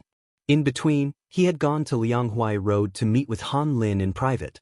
Not long ago, he went to Mount Lantua in the western region to bring 20,000 monk soldiers to the defense line of Qingsong City in Liuzhou. This time, after attending the plaque hanging ceremony, he immediately went to Lingzhou and personally watched the grain cooling before he could be at ease. In these years, he did not have a fixed residence. It seemed that if he was not on horseback, he was in the carriage. In any case, it was always bumpy. Outside this carriage, there was not a single elite cavalry of the Beiliang Frontier Army escorting it. Logically speaking, with Su Beiji's high rank and his great importance to the upcoming battle of Liangmang, even if they sent him 1,000 Beiliang cavalry as a retainer, it would not be an exaggeration. However, it was precisely because of this that the position of this young strategist in the Su family's Mount Qingliang and in the hearts of the young kings was even more unparalleled. This was because there were only 80 people escorting the carriage. 80 riders, all carrying swords. 80 people of the Wu family's sword tomb. The current generation's sword crown Wu Luding, the swordsman Suhua who carried the ancient sword Su of Gozhouzian on his back, the demon Zhu Huang who was notorious even in the sword tomb, Helian who had a deep understanding of the way of the sword maniac Zhang Wantai, Gong Sun Xiushui, Nailan Huayu. If this could not be considered as extravagant, then there was probably no retainer in the world that could be considered as elite. Although Su Beiji, whose face was full of exhaustion, was extremely sleepy, he still could not fall asleep. Several times, he closed his eyes but did not open them for a long time. He simply sat cross-legged, took out Li Yishan's old handbook from his bosom, and gently flipped through it.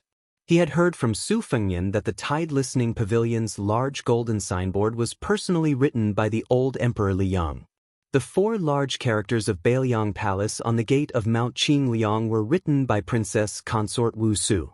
After that, when the first city outside Beiliang's pass needed to be built, Su Zhao's original intention was for a boor like him to not make a fool of himself, so he wanted Li Yishan to do it for him. However, Li Yishan did not agree, so Ren Tu could only go to Wutangan to seek advice on writing from His Royal Highness. In the end, who knew how many baskets of waste rice paper were filled with it? Only then did the 3 words, Huda City, appear. Su Xiao had once joked that he, Ren Tu, had even finished writing the words for his next life. Later on, for example, the signboard in the Liuzhou provincial governor's mansion within Qingsong City was the words chosen by the young vassal king from his master Li Yishan's writings.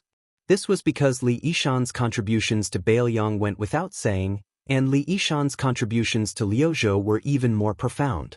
Before the Tide Listening Pavilion and Wutangan's treasured antiques were scattered all over the central plains. Su Beiji and Su Fengyan once had a very relaxed and leisurely conversation. You don't feel sorry for them? Who do you think I, Su Fengyan, am?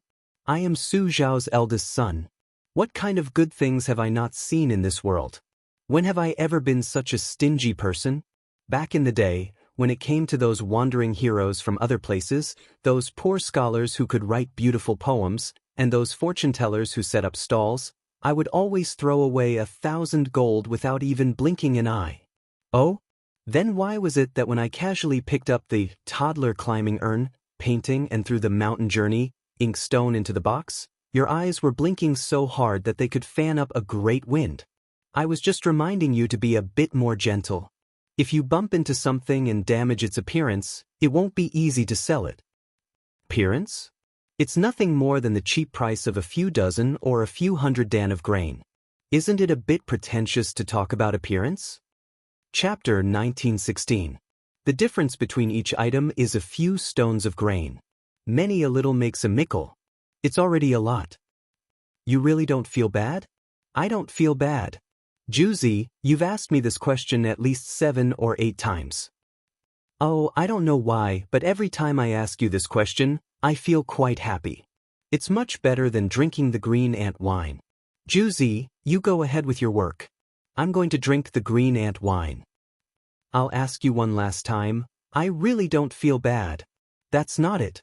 I just want to ask, all your belongings have been ruined by me. What about the betrothal gifts for your wife? Same old rules.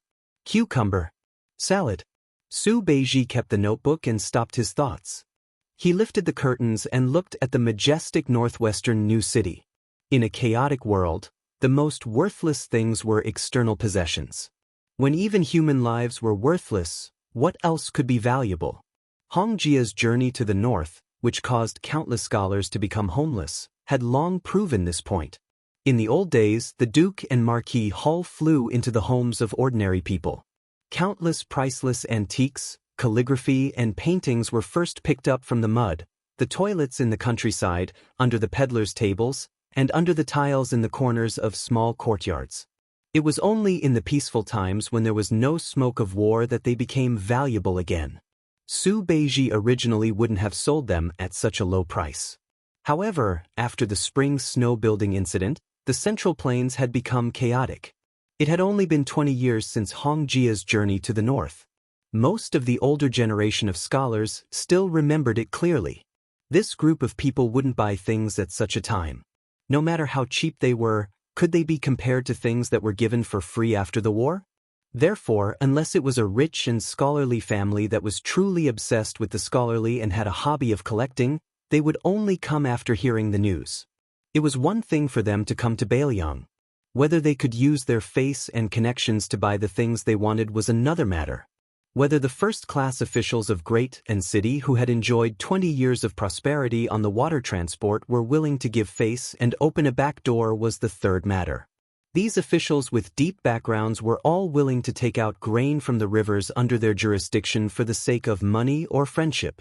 However, after weighing the thighs of their families, whether it was enough to compete with Wen Taiyi, the deputy administrator of the Jinggan Road, and Ma Zhongxian, the deputy Jidushi of the Jinggan Road. Whether they dared to be unafraid that these two influential border officials would hold a grudge against them was the fourth matter. However, the most important matter was not that the cultural relics were sold cheaply or that the grain was cooled. It was that Bailiang could use this to follow the Guangling Road and infiltrate the Fish Dragon Gang and the Whispering Room into Qingzhou's Xiangfan City. Once Hexabai City was lost, Liangzhou and Liuzhou were destined to disappear. Then, the remaining troops of Bailiang's border army would not be too helpless. Even if Chen Zhibao had already left a backup plan in Shishu to deal with the Su family, Bailiang's cavalry would still have a way to enter the hinterland of the Central Plains. Since this was the case, how could Su Beiji not be a prodigal? However, when Su Beiji proposed this idea directly, the young king agreed without a second thought.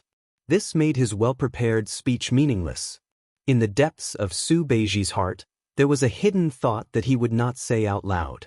That was, as long as Bailiang won the second battle of Liangmang. Then, how could Bailiang not participate in the Battle of the Central Plains? Su Beiji sighed and was about to put down the curtain. A rider who was close to the carriage rode closer and asked with a smile, "Deputy Provincial Governor, why are you so anxious to enter the city?" The person who asked was Nailan Huayu, a female swordsman of the Sword Tomb who was shrewish but meticulous. After all, she was a woman who had won the Rouge Award twice in a row. Although she was not young, she was still charming, especially when she was riding a horse with a sword on her back. It was indeed a beautiful scene. Su Beiji asked with a smile, "Nailan Huayu, if I sold your sword for 3 or 4 taels of silver, would you feel sad?" Nailan Huayu was confused, then she smiled sweetly and said, "Let's not talk about whether I feel sad or not, but I will definitely beat you up until your parents can't recognize you." Su Beiji smiled and said, "You haven't answered the question yet." Nailan Huayu laughed and said, "I don't feel sad. I don't know your relationship with the prince. If you dare to sell my things like this, I dare to go to Tide Listening Pavilion to get better things. My sword has a history of 100 years, and the material is ordinary. It's not worth 100 taels of silver. Why would I feel sad?" Su Beiji smiled and sighed inexplicably, "I feel sad." Nailan Huayu, who had always been unscrupulous, couldn't help but tease, "Sir Su, did your brain get damaged by the carriage?" Su Beiji suddenly smiled and said, "Nailan Huayu, do you want to know what someone said about you?" Nailan Huayu narrowed her eyes, like a cat whose tail had been stepped on. Of course, as one of the top swordsmen of the Wu family, she was more powerful than a tigress. Su Beiji lowered his voice and said, "It looks like you want to know. That person said that Nailan Huayu must be very tired." Nailan Huayu frowned and didn't say a word. Su Beiji glanced at her and quickly put down the curtain. Nailan Huayu followed his line of sight and lowered her head slightly. It seemed to be her own chest. Nailan Huayu suddenly realized and didn't get angry. She laughed and scolded the carriage loudly, "You don't have the heart, he doesn't have the guts. Neither of you are good people." Su Beiji, who was lying in the carriage, smiled and slowly closed his eyes. In fact, Su Fengyan didn't say that annoying comment. However, Su Beiji felt that guy was someone who would say such things, so he said it for him. However, Nailan Huayu didn't have the guts to say it. It was very chewy. Su Beiji thought about it and felt it was very interesting. Su Beiji, who was resting with his eyes closed, said to himself, "So many people have died at my Yangku in the western region. People have also started to die in Qingsong City in Liuzhou. Next will be outside Liangzhou Pass. So I hope that one day in the future, Nailan Huayu, you can tell him what's in your heart. So you have to live. You also have to live." Between the last two sentences, Su Beiji paused for a long time. The White Horse Bazaar outside the new city was called a bazaar, but it was no different from the slightly larger town in Lingzhou. And this bustling bazaar was definitely the most chaotic place in the world.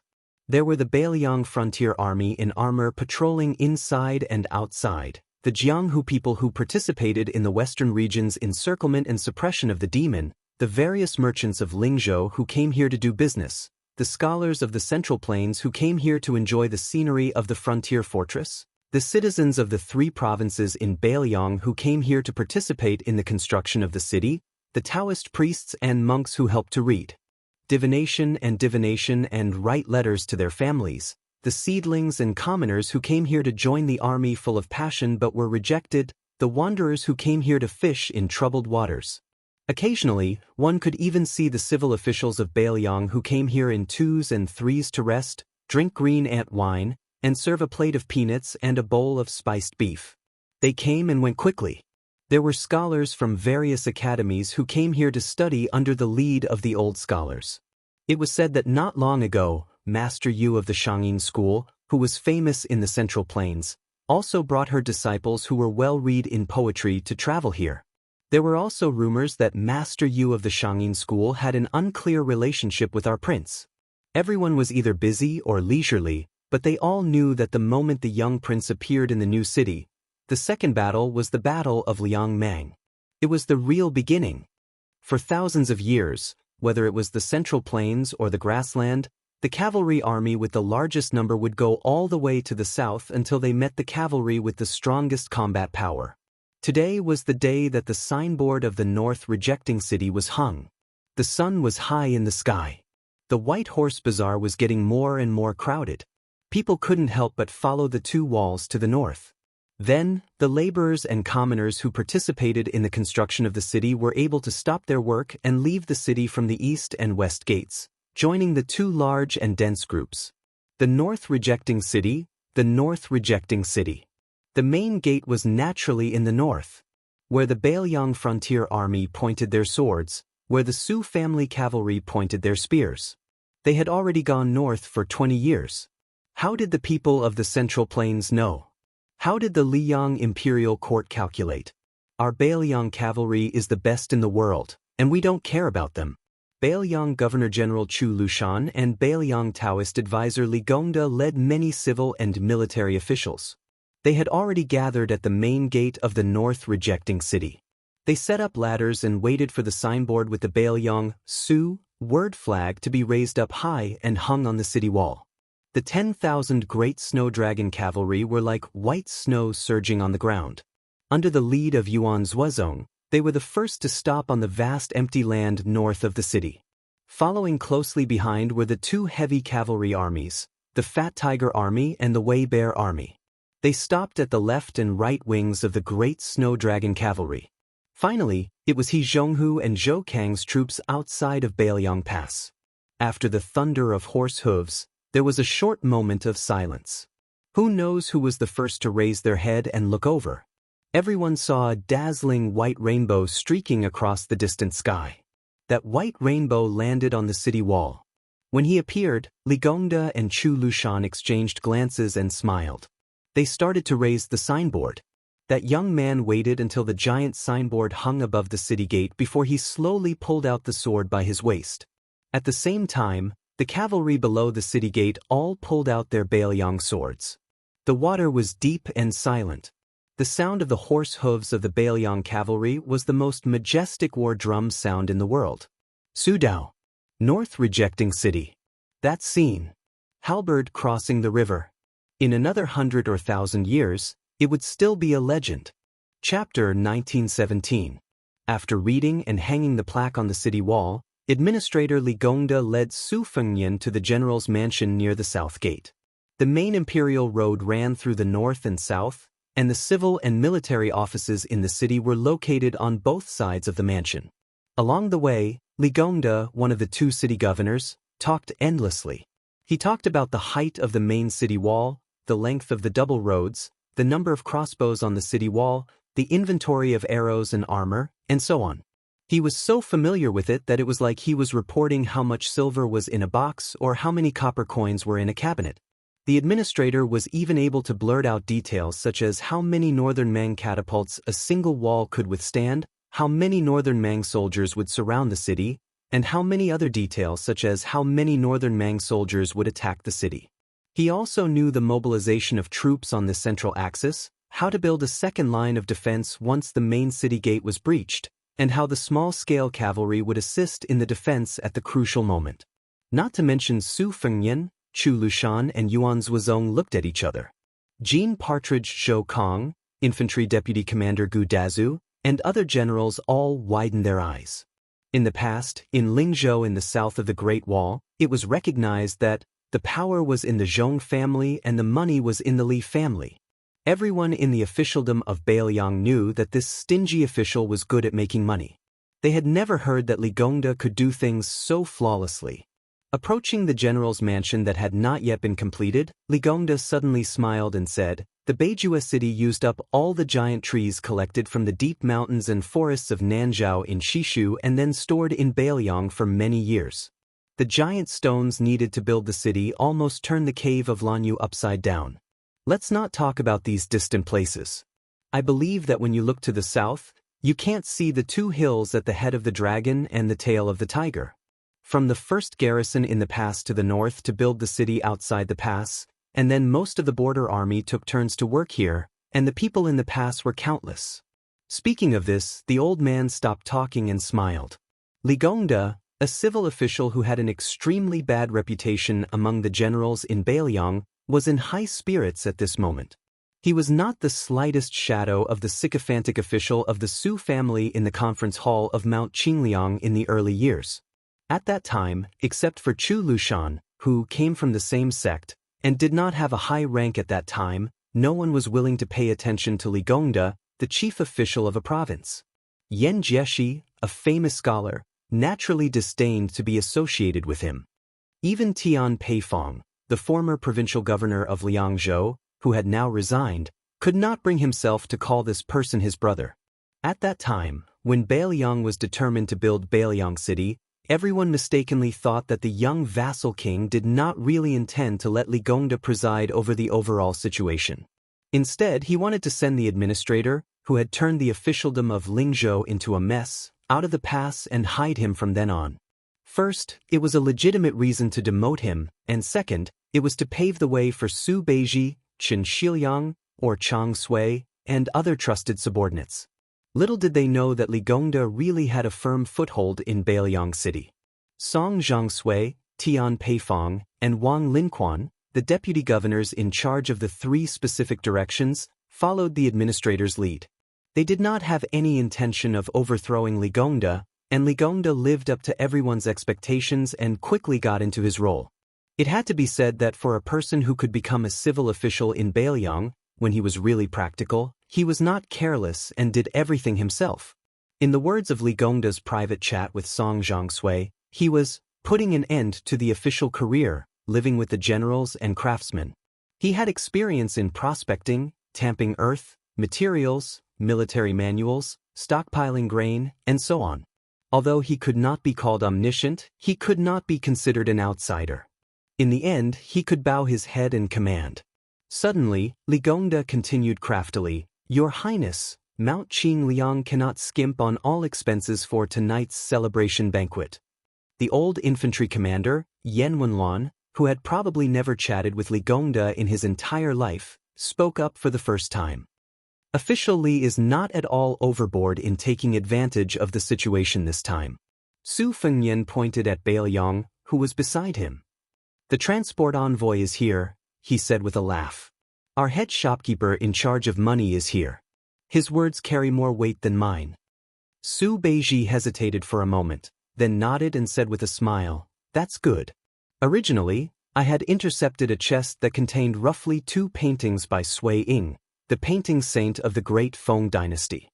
One was a green Buddha's hand inkstone made by the emperor of the southern Tang dynasty, and the other was a jade seal of the emperor of the great Qin dynasty. There were 15 or 16 pieces scattered about. It wouldn't be difficult to sell them for 5,000 or 6,000 taels of silver. After the celebration banquet, you can go to Mount Qingliang and Mount Qingliang to move some out. After I sell this chest of items, I should be able to quickly fill this hole. Moreover, I will have some spare money. When the time comes, I will hand it over to official Li." As soon as Su Beiji's words came out, everyone tacitly turned to look at the young king. Su Fengnian rolled his eyes. The audience burst into laughter. Perhaps Su Beiji was the only one who dared to openly stab the new King Liang. After the celebration banquet, there were 3 parties. The generals were divided into 2 groups. Yan Wenluan, Qin Yunshui, He Zhonghu, Lu Yuanji and Lin Dofang were the veterans who had experienced the Spring and Autumn War. The youngest one, Yuan Zuozong, also participated. For the Su family of Mount Qingliang and the Beiliang Frontier Army, this Yuan Baixiong was indispensable. After all, in terms of military affairs, Yuan Zuozong was the only one who could be compared with the white-clothed war Saint Chen Jibao. Although there were many famous generals in Beiliang, the one who could really make Chen Jibao sincerely admire was probably only Yuan Zuozong. Chen Jibao had said many times that Yuan Zuozong was the most underrated general in the Spring and Autumn War. The governor of Beiliang, Chu Lushan, personally led the other group, which included Wang Ji, Chao Xiaojiao, Hong Xinjia and Hong Yu. The deputy provincial governor of Beiliang, Yang Shenxing, also attended the banquet. The third party was a scholar banquet hosted by Li Gongda, Huang Shang and Tian Peifong. Most of the guests were scholars, and many Lu family disciples were also mixed in. Chapter 1918. Su Fengnian drank 1 cup after another. Although he drank a cup of green ant wine in 1 gulp, he only drank 2 small pots of wine after 3 rounds. The main reason was that no one urged him to drink to his death. This wasn't strange. When Su Shao was still alive, he once said that the worst people in the world were those who relied on their high alcohol tolerance to urge others to drink. When it came to alcohol, one had to drink until they were drunk to their heart's content. Otherwise, they would only suffer. Of course, although Su Shao said this, he didn't hesitate at all when he caught someone with a lower alcohol tolerance than him.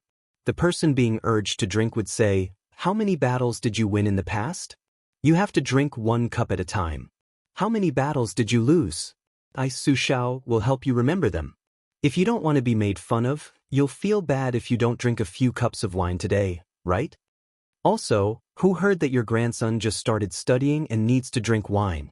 Or that your son got beaten black and blue because he fought over a woman? As a father, how sullen are you? You need to drink to relieve your worries." However, although Su Zhao's ability to urge others to drink was unparalleled, as long as he drank with others on Mount Qingliang, no matter how many people he drank with, he would always get drunk. It could even be said that he would vomit whenever he drank. In this way, his alcohol tolerance could be considered mediocre. Don't think that martial artists who were accustomed to life and death drinking were more unbridled. In fact, when scholars drank, that was what was called heroic and uninhibited. Su Fengnian almost couldn't get away from the banquet. For example, the mountain chieftain of Green Deer Cave Academy, Huang Chang, insisted that they both drink 3 cups of wine. Afterwards, Tian Peifong, who had resigned from her position, also began to hit him while he was down, saying that 3 cups was too much and that he only needed to drink 2 cups with the prince. If it weren't for Su Beiji helping to hold him back, Su Fengnian would probably have to obediently lie down even if he could drink 7 or 8 caddies of green ant wine. In the end, Su Fengnian and Su Beiji, reeking of alcohol, walked out of the general's residence and slowly headed north on the main road. Su Beiji said softly, "Before Li Gongda got drunk, he bought something from me." Su Fengnian was a little surprised and joked, "Did the sun rise from the west? Our administrator has always been interested in collecting gold and silver, and he has always scoffed at antiques." Su Beiji brushed it off with a laugh. "It's just a small private seal. Since it's from the Tide Listening Pavilion's treasury, the material must be extraordinary. In my opinion, it's been passed down through the generations. Due to its frequent use, the color of the ink is excellent. But that's secondary. Do you know what a seal is?" Su Fengnian couldn't help but laugh. "How could I have guessed that?" Su Beiji waved his sleeves, either to get rid of the smell of alcohol or to get rid of his melancholy. "It's the phrase, 'The heart of an official is like water,' which means to be incorruptible and self-disciplined, and to be as pure as water. I wouldn't have found it strange if Yan Jieshi hadn't left Baoyang all those years ago and had come to buy this small seal, or even if it was Tian Peifong, whose reputation can be considered decent. But Li Gongda coming to buy these words, isn't that a bit comical?" Su Fengnian frowned.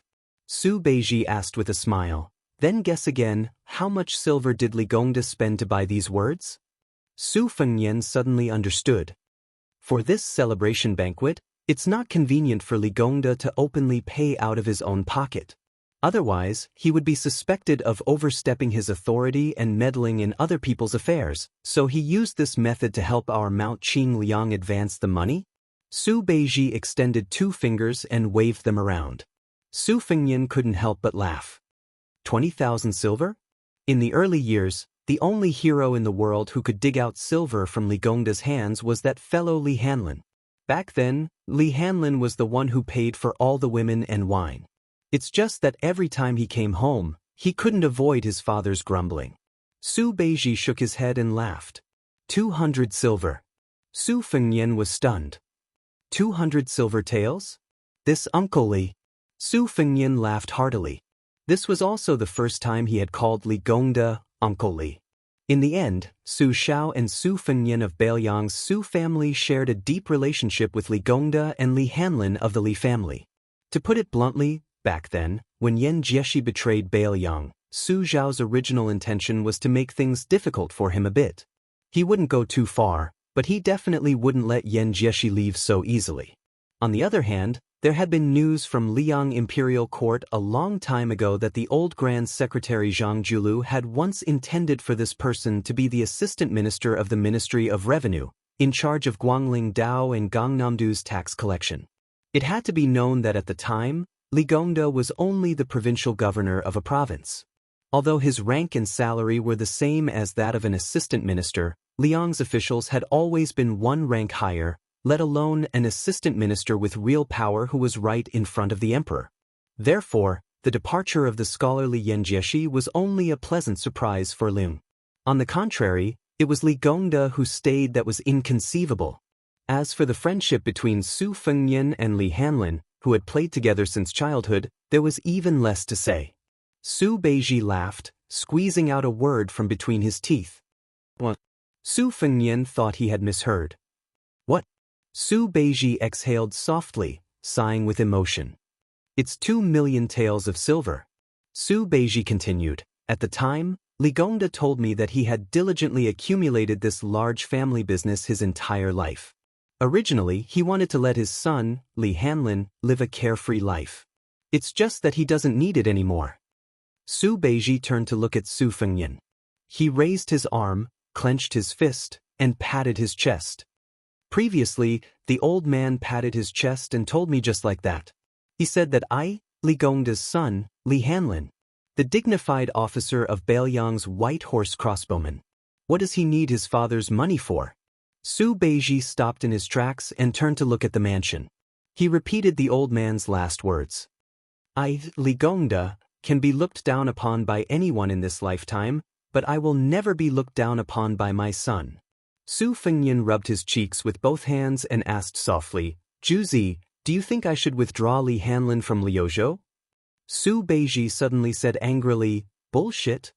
Su Fengnian laughed, raising his head to look in the direction of Liuzhou to the west. Li Hanlin will definitely say the same thing. To the north of Qingsong City in Liuzhou, Ko Jianghuai and Su Longxiang had already begun their second frontal assault against Huang Songpu's army. Of the 1,200 Liangzhou's white horse crossbowmen who had rushed to Liuzhou, only half remained. Officer Li Hanlin only had 600 soldiers remaining. Chapter 1919. Autumn was high, the horses were fat, and the water plants were lush. However, the further south one went from Beimang to Gusai Prefecture, the scenery became desolate and boring. It was full of yellow sand. No wonder it was Bailiang. It was so cold and barren that even the wild horses, which were considered the closest to camels, were not used to it. However, it was rumored that the ranches in the Liangzhou Pass's Tulong region were a treasured land that produced the world's #1 horses. Because it just happened to have the word long in it, all of the civil and military officials of the northern Mang and the southern dynasties coveted it, viewing it as an exclusive property that was already in their pockets. The few great figures who could speak loudly in the western capital's imperial court had already eagerly announced that they were willing to use the heads of Yang Guangdou, Qin Shiliang, Ko Jianghuai, and the others that were worth more than the nobles' heads in exchange for the ownership of several ranches over there, such as the world-shaking Xinli ranches and Tianjing ranches. However, this expedition to the south was not going well. Not long ago, Shijing heard a piece of good news. It was said that the eldest grandson of the Zhong family, who had been promoted to Xianxia because of his military exploits, had successfully convinced the bald donkeys in Mount Lantuo to submit to Beimang. However, when the army had just stepped into the desolate Liuzhou border, bad news immediately came. First, a group of Bailiang light cavalry appeared out of nowhere and drove straight into Liuzhou from the border of Liuzhou.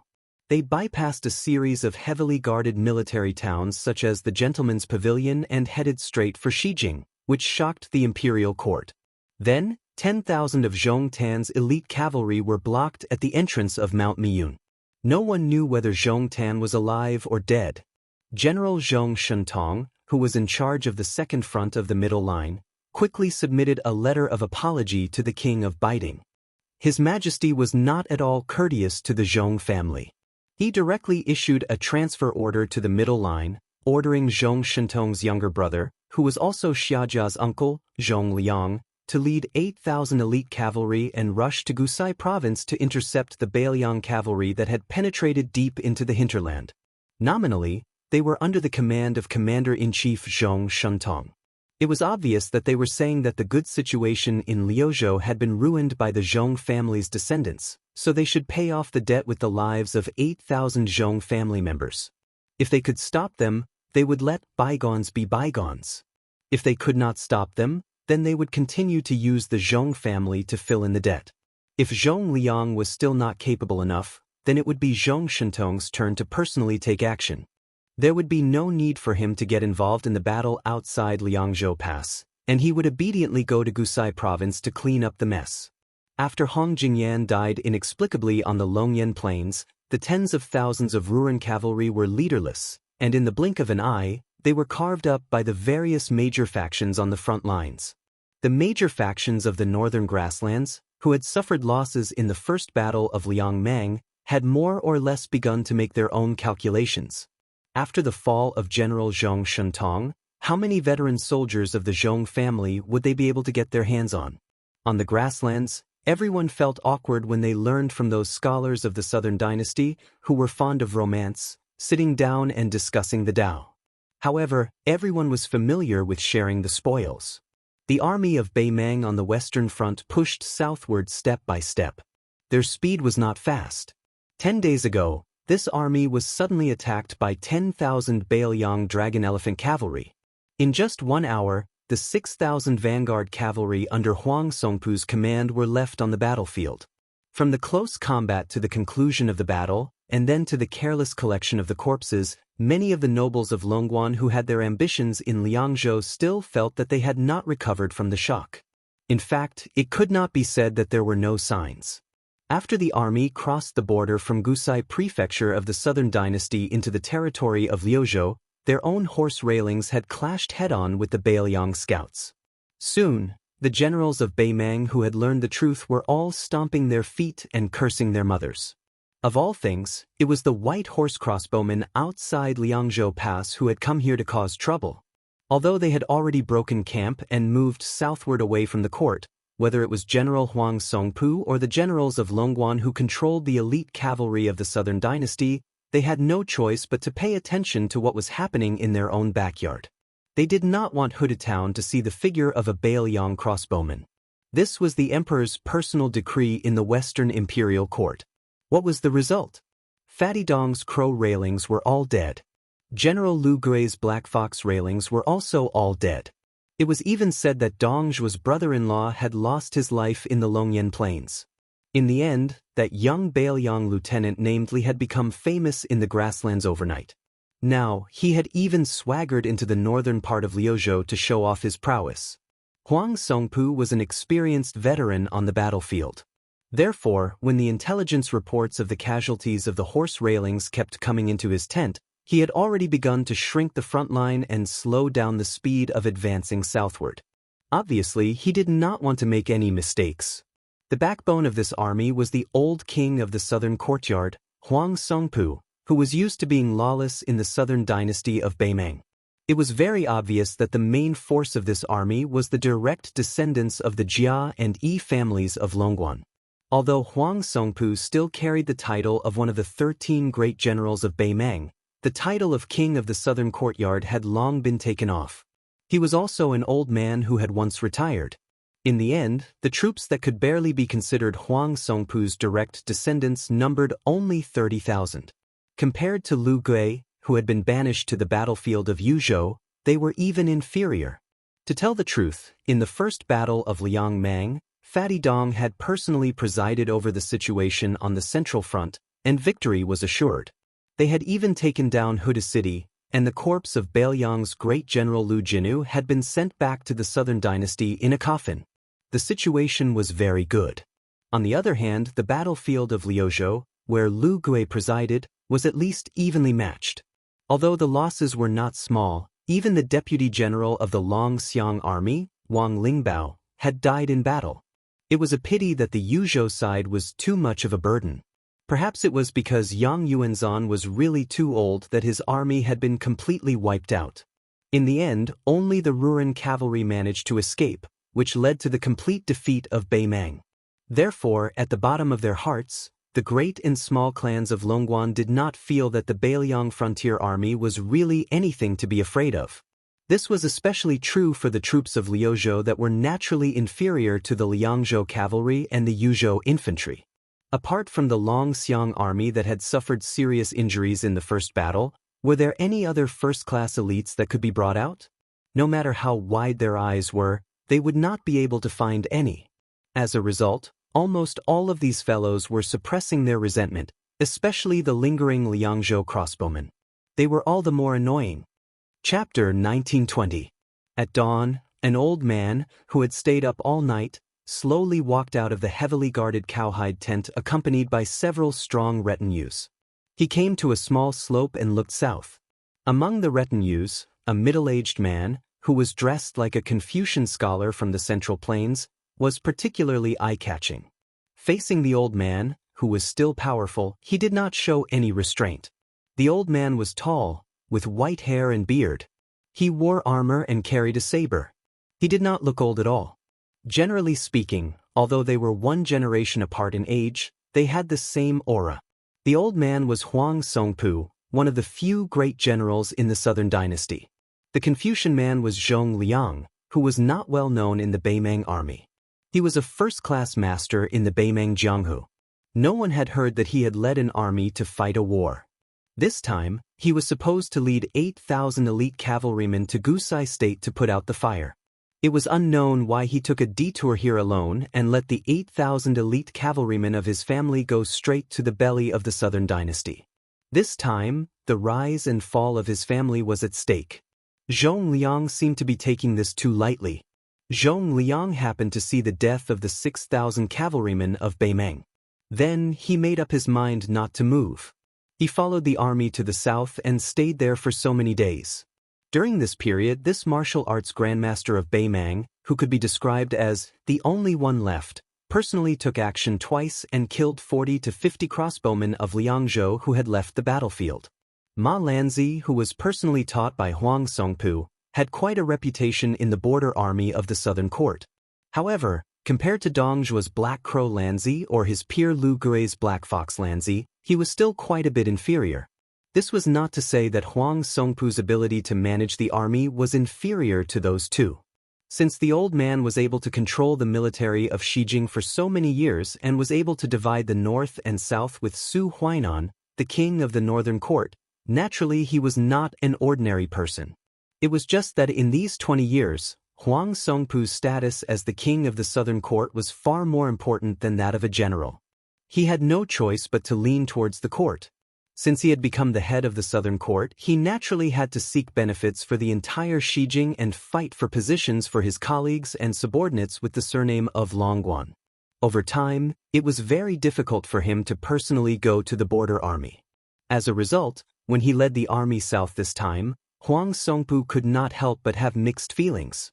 He had not been in battle for a long time.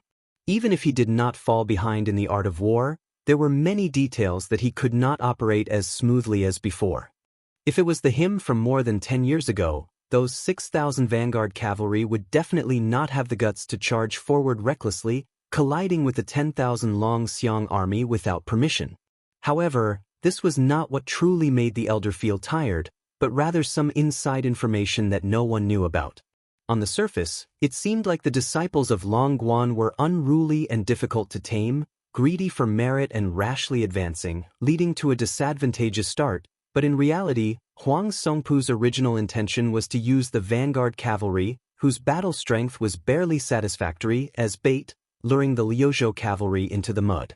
The elder had long prepared 10,000 personal elite cavalry, accumulating power, waiting for the battle to enter a stalemate. At the crucial moment, they would be able to reinforce the battlefield, ultimately making the final decision, swallowing the 10,000 Long Xiang army in one gulp.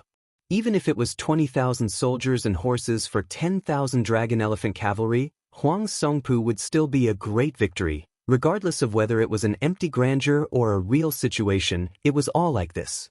However, compared to those soul-stirring cavalry battles with the main forces in the field, in this small-scale battle that could only be called a fleeting moment, Huang Songpu discovered that his strength was somewhat lacking. The first was that he overestimated the strength of the Long Guan vanguard cavalry, underestimating the strength of the Long Xiang army's charge. It was to the extent that when the 10,000 personal troops entered the battlefield, the original mantis stalking the cicada turned into a pure rescue mission. What was even more fatal was that in the following battle situation, Huang Songpu believed that the commander of the Liuzhou cavalry who launched this surprise attack also had the intention of luring the enemy deep into the enemy's territory. Therefore, the prudent Huang Songpu, after a bit of hesitation, even though he had the 10,000 personal elite troops launch a decisive pursuit, he strictly ordered the cavalry generals to not be 50 li away from the main force. This also meant that the amount of military merit was not great, only 50 li away. In the end, that cavalry general brought the elder a truth that made him not know whether to laugh or cry. After chasing for 50 li and hearing the order to stop, the remaining 3,000 or so enemy cavalry swaggered off. Apart from the dozens of white horse crossbowmen roaming far away from the battlefield, this Long Xiang army that had eaten a bear's heart and a leopard's guts did not have any reinforcements. How could there be a war like this? The Beiliang border generals who had dealt with Huang Songpu before, be it Huda City's Lu Jinu, the former Huaihua great general Zhong Hongwu, or He Zhonghu, none of them had lost their minds like this. Huang Songpu was deeply worried. He raised his eyes and gazed into the distance, frowning without saying anything. The Beimang Great Demon General Zhong Liang, dressed in a scholarly robe, glanced at the old general's expression and laughed. Old General Huang, as long as we put aside the vast western regions where the two military towns of Linyao and Fengxiang are located, Liuzhou is actually only so big. No matter how strange Beiliang's military strategy is, it's just a Taoist field in a snail's shell. Even if the Battle of Miyun Pass added another 20,000 Lantua mountain monk soldiers to Beiliang, it's still just a drop in the bucket. Huang Songpu shook his head. Qingyuan military town in Liuzhou's Qingcang city has several elite troops of the Su family's border army coordinating with each other from afar. They also have Yulandao's Yuzhou light cavalry helping to tear apart the battle lines. Whether it's strategic depth or military strength, we're not as disadvantaged as we imagined. Besides, Zhong Liang continued the conversation, his smile growing wider. What? Old General, are you also worried about West Chu's twin jade pillars, Xie Shibian and Ko Jianghuai? Are the two of them really planning and strategizing for Beiliang on the Liuzhou battlefield? The old man calmly said, I believe that no general in the present age can underestimate the combined might of these two, right? Zhong Liang, whose graceful bearing was like that of a mountain immortal in a painting, laughed. As long as Liuzhou's military strength doesn't converge in one place, I believe that they won't be old general's match. Right now, the 30,000 Long Xiang army, compared to the first battle, although their numbers haven't decreased, and they're all elite cavalry transferred from the left and right cavalry of Liuzhou, their combat strength is still a little lacking. As for Ko Jianghuai's Liuzhou youths, they're all pieced together and won't be able to fight a tough battle. The remaining soldiers of Xie Shibian aren't even worth mentioning. Otherwise, Mount Qingliang and the Governor-General Manor wouldn't have given him 20,000 Lantua mountain monk soldiers. Taking everything into account, Liuzhou only has 70,000 troops, while Old General has 150,000 under you. Moreover, you can receive reinforcements from the Southern Dynasty at any time, as long as you don't collapse in one battle. At this point, Zhong Liang gave a self-deprecating laugh and didn't continue. Firstly, these words were somewhat inauspicious, and secondly, this view was too absurd. Liuzhou wasn't the gourd mouth of Yuzhou, and Huang Songpu wasn't Yang Yuanzan. Furthermore, the Liuzhou border army couldn't even take care of itself, so they couldn't send so many troops into the Liuzhou battlefield. The old man dismissed it with a smile, saying, just Xie Shibian and Ko Jianghuai, these two young people, were able to make Yan Jinchuan and Yang Xinxing, these old generals, suffer a great loss. Now that there are even more young people in Lu province, how can an old man like me endure this? Zhong Liang thought about that secret matter and sighed. The older the ginger, the spicier it is. Zhong Liang turned his gaze and looked toward the west of Qingcang City. Northern Mang and Southern Dynasty's elite infantry troops were temporarily transferred from the various military towns. A total of over 30,000 people were sent directly to the western regions. At this moment, they had probably already attacked Fengxiang and Linyao. Beimang's Chao Wei and Yulandao cavalry had no way out. Only, let alone the northern Mang southern court and this army on the western front. In reality, even the protectorates of Mount Qingliang and Huayang Pass did not expect that the newly appointed Lu Province Deputy General Xie Shibian, who was supposed to lead 20,000 monk soldiers to Azure City, would instead split his forces and quietly enter Fengxiang Town and Linyao Town, biding his time. As for Lu Province General Ko Jianghuai, at this moment, he was leading 10,000 light cavalry of various brands, charging north with the speed of lightning. Then he suddenly stopped at the maximum distance that the Huangsongpu horse fence could possibly appear. The cavalry that continued to charge forward after a slight rest was the 30,000 elite cavalry under Su Longxiang. The main force of the Liuzhou border army was out in full force. Chapter 1921. The autumn wind was austere. Liuzhou General Ko Jianghuai sat high up on his horse, narrowing his eyes as he gazed towards the north. He and Su Longxiang had previously made a military order to the Governor-General House. That was, before Huang Songpu's army reached Qingcang City, they had to stop Beimang's Western Front army at least 3 times. In the 10,000 cavalry attack 10 days ago, in terms of both sides' losses, the Longxiang army that seemed to have achieved great results did not gain much. Beimang's 6,000 vanguard cavalry might be considered the elite of the southern court's border army, but Liuzhou was different from Beimang's Western Front army. Bailiang definitely could not transfer troops from elsewhere to reinforce them. In other words, on the gambling table of Liuzhou, Ko Jianghuai only had so much silver on the table, a single copper coin less was also a small amount. However, Beimang's Huang Songpu could continuously bring out silver from his home. With enough capital, he could completely gamble a little for fun. As long as he won once, everything would be complete.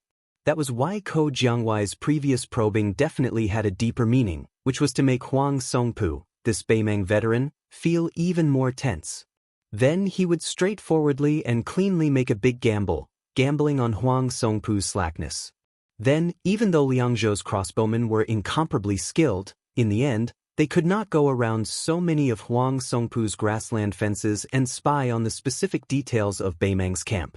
Ko Jianghuai could only use the Longxiang army's lives to obtain this military intelligence. He had already mentally prepared himself for Su Longxiang and Li Mofen's harsh rejection. However, he did not expect that neither Su Longxiang nor Li Mofen would raise any objections. Li Mofen, who was extremely skilled in military affairs, even personally led 10,000 dragon elephant cavalry to charge into the enemy formation. Afterwards, Ko Jianghuai spoke bluntly, saying that the 3,000 Longxiang army officers and soldiers who had set up camp like Huang Songpu's and Longguan's soldiers were not worth it. At that time, Su Longxiang was squatting next to that massive black tiger, only drawing back his lips, not saying anything.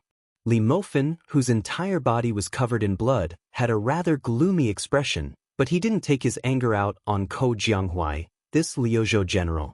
Ko Jianghuai closed his eyes, his mind quickly spreading out the layout of Beimang's Western army. The army of 150,000 was divided into 5 large camps. Commander Huang Songpu's 30,000 personal troops were set up in the center, their cavalry and footsteps mixed together. A certain Jia family's direct descendant troops set up their own camp. Even though there were only 20,000 cavalry, their fighting strength was not ordinary, all of them Beimang's typical lousy troops. Almost every one of them was dressed in armor, to the extent where there were several hundred strong cavalry who were even fully armored, taking on the embryonic form of a heavy cavalry army. The key was that regardless of whether it was maintenance or supplies, they were all responsible for themselves, undoubtedly a sharp weapon that could pierce through enemy lines. Then there were the 40,000 cavalry gathered by the 3 families.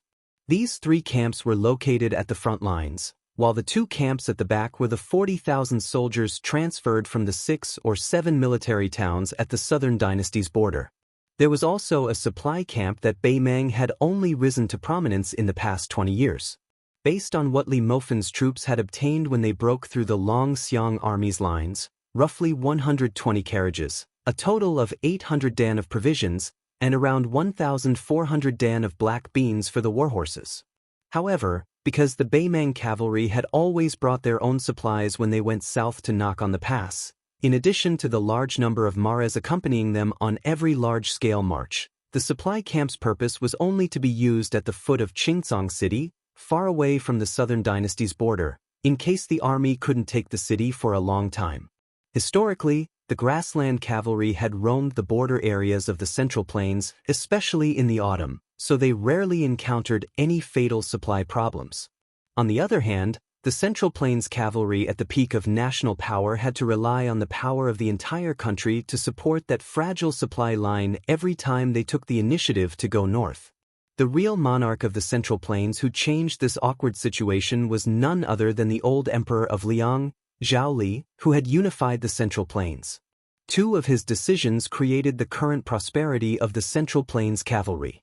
One was to use the reason that the monarch should guard the country's gate to reject a large group of civil officials' suggestion to move the capital to Guangling Road and continue to use Old Tai in city as the country's capital. At the same time, he formulated a very bold national policy, sparing no effort in supporting the 2 Liliao border armies. He didn't hesitate to use the huge tax revenue from Guangling Road and Gangnam-do to invest in the northern border of Liang. The second decision was to allow Su Shao, whose meritorious service shocked the emperor, to lead the troops out of the capital, to be granted the title of Prince of Liang's vassal in the northwest, which was rich in horses, and let him directly face Beimang. Located in the north of Liang's vast territory, the two border crossings on the east and west were heavily guarded by the country's most elite cavalry. In addition, in the middle of Liang's vast territory, Ji province was a natural stronghold. The old general Yang Xianxia had once cultivated the Ji province infantry, who was known as the unparalleled in the world. How could it be as simple as just competing with Beiliang's Yanwenwan? The reason was simple. The border of Ji province didn't need a large number of cavalry, so even if Yang Xianxia had a soft spot for cavalry, he could only go with the flow. Ko Jianghuai, who was resting with his eyes closed, subconsciously pressed his palm against the cold saber hilt at his waist and slowly twisted it. According to the spy report, Beimang's barracks were extremely shoddy. They hastily dug 3 trenches around the barracks, and the thin fence behind them could be said to be blown down by the wind.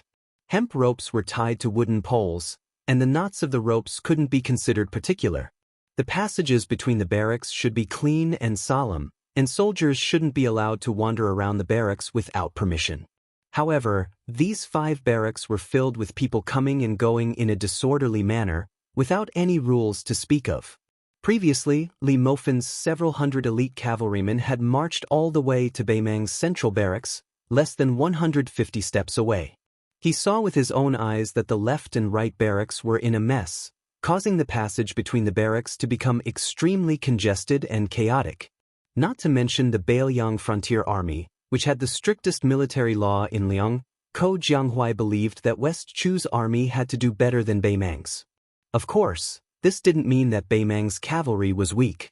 On the contrary, it was precisely because Beimang's grasslands were used to the cavalry's lightning-fast speed that it was difficult for them to engrave this kind of cumbersome Central Plains military habit into their bones like the generals of the Central Plains. If it were any other army from the Central Plains facing off against Beimang's hundreds of thousands of iron hooves, who would have the time to investigate the flaws in the Beimang's setting up camp? They could only rely on the dangerous passes or defend the big city to the death. Even if they dared to go out of the city to fight, they could only rely on heavily armored infantry to form a formation to stop the horses and rely on concentrated crossbows to kill the enemy cavalry. Chapter 1922. Ko Jianghuai had spent so much effort on a single premise. Even if the Beiliang cavalry faced the Beimang cavalry, they dared to fight, and could win. Ko Jianghuai opened his eyes abruptly and sneered. Ever since Dafeng began its decline, your grassland cavalry has been knocking on the northern pass and bullying the Central Plains for more than 400 years. You see the big city passes as nothing and come and go as the wind. The 10,000 cavalry behind Ko Jianghuai started to push forwards, not too fast nor too slow. These 10,000 cavalry were really weird, and their aura was really majestic. Within Northern Mang's Central Army's commander tent, Huang Songpu stood in his armor with his hand on his blade, his expression calm and composed. He looked towards the dozen or so captains of great ages within the tent. There were trusted subordinates that he personally fostered, as well as those who spoke for Southern Dynasty's Longguan influential families, as well as young and robust generals who relied on their simple backgrounds to climb up to their current high positions. Huang Songpu said solemnly, "This time the 30,000 Long Xiang army has appeared. They probably know that they can't defend Qingcang City, but they aren't willing to expose Qingyuan Army Town at the west gate of Liangzhou to us. Hence, they want to go all in, saving a lot of trouble. All of you have been through hundreds of battles, so there's no need for me to nag about such small matters. Just remember that we have an absolute advantage in numbers, so we have to make use of it. Apart from the supply camp at the back, the other 4 camps must not stretch too far. We have to support one another and we must not take risks. For this trip to Liuzhou, the peace decree gave us 4 words. A small loss is a victory." Huang Songpu looked at the people and then cupped his fists towards the north. "Everyone. I, Huang Songpu, am close to 70 years old. Back then, even the king of the South Courtyard left. If it weren't for the war going badly, I wouldn't be here today. I have nothing more to ask for in my life. However, out of all of you, the oldest one is not more than 50, and the highest official rank is only primary grade 3. After taking down Liu Zhou, no matter how you reward me, I, Huang Songpu, will give you the title of Great General." Everyone in the tent was instantly pumped up. In the Central Plains, an emergency mobilization of more than 100,000 soldiers was definitely not something that could be deployed in a short period of time. However, the Beimang cavalry was different. When the generals hurriedly returned to their camps, loud bugles sounded from all 4 camps. However, because the appearance of the 30,000 Lu province elite cavalry was too unimaginable, and the speed of their advance was too fast, the 3 battalions at the front were still slightly behind, and to a certain extent, they had lost the initiative. When the cavalry charged, the enormous penetrative force brought about by the weight and speed of the warhorses, as well as the terrifying penetrative force brought about by the sabers and iron spears in the hands of the cavalry, all required a considerable distance to charge up. Furthermore, when both sides had enough time to launch a charge, if one side could coincidentally launch a collision at the peak of their momentum, and the other side only needed to use too much force to show signs of exhaustion, the latter would suffer a great loss. The difference in strength between the battalions could be seen at a glance. Huang Songpu's personal elite cavalry was the fastest to finish organizing, spreading out layer after layer of vanguard lines at the front of the middle road. Long Pass's Jia clan's direct line of soldiers followed closely behind, but the hundreds of elite cavalry equipped with heavy cavalry did not show themselves. The cavalry gathered by the Yi clan of the Southern Dynasty were all in a mess. Although they were not afraid of battle, with the great battle imminent, this kind of chaotic mental state could easily affect the pace of the warhorses. The reason why a cavalry was a cavalry. The warhorses were extremely important. The previous Bailiang Protector General Chen Jibao had always ridiculed the Beimang cavalry with their lax military discipline as infantry on horseback. And in Bailiang, every warhorse, every saber, every spear seemed to be infused with the old rules that the butcher Su Shao had accumulated his entire life on the battlefield. On the battlefield, no matter how many merits a general had, no matter how deep his seniority was, no one was allowed to use a halberd or horse lance, no one was allowed to wear gold or silver armor, and no one was allowed to stand alone in front of the vanguard. The vast land of yellow sand that stretched as far as the eye could see. The Bailiang cavalry was like a huge wave of the Guangling River, surging forward. Huang Songpu, who had already mounted his horse, looked into the distance. He gripped the iron spear in his hand tightly and let out a sigh of relief. Luckily, there were still 400 grass barricades scattered around the perimeter. Otherwise, if the Liuzhou cavalry were to silently advance another 3 li, they would not have the chance to get out of the camp so easily. Perhaps there would be thousands of casualties. Huang Songpu turned his head and glanced. The current situation was still acceptable, although it was still a little rushed, especially since his right-wing cavalry could not keep up with the center and left wing. However, the Bailiang cavalry had always had a tradition. 30,000 cavalry formed an army. On the battlefield, the 3 generals led 30,000 cavalry to form a main force in the field. It was enough to deal with all kinds of emergencies. Whether to fight or to retreat, how to fight and how to retreat, who to lure the enemy, who to disturb the formation, who to cut through the formation, or who to cover the rear, as well as how the heavy and light cavalry should cover each other, they could all be said to know by heart. If the Northern Liang Cavaliers were like private tutors with strict rules, then the Central Plains Cavaliers were naturally clever and unruly people in the marketplace. In Huang Songpu's eyes, both sides had already reached the peak of their combat ability, and there was no difference between them on the battlefield. The only thing that mattered was the reaction speed of their commanders. Huang Songpu raised his iron spear high and squeezed his horse's belly. He roared, "Boys, follow me to break through Liuzhou and slaughter our way into Liangzhou." General Huang Songpu took the lead. All the generals, kiliarchs, and centurions of Beimang's Western army were the same. Not fearing death was definitely not unique to Bailiang. In the eyes of Beimang, the Central Plains and Liang troops that seemed so far away were nothing. Only the Bailiang frontier army that was right in front of them was worthy of fighting with the Beimang cavalry. The first battle of Liangmang was mostly a siege battle. Beimang had indeed broken through Liangzhou's Huda city, Youzhou's Wugong city, and Luanhe city. The main forces of both sides of Liangmang would probably feel that it was not enough to fight to their heart's content. Then the second battle of Liangmang. Starting from the Miyun Pass in the west, to the current Liuzhou, to the hinterland of the Southern Dynasty, and then to the future Liangzhou Pass. The cavalry battle did not stop. Both sides, the enemy and us, died on horseback. Chapter 1923.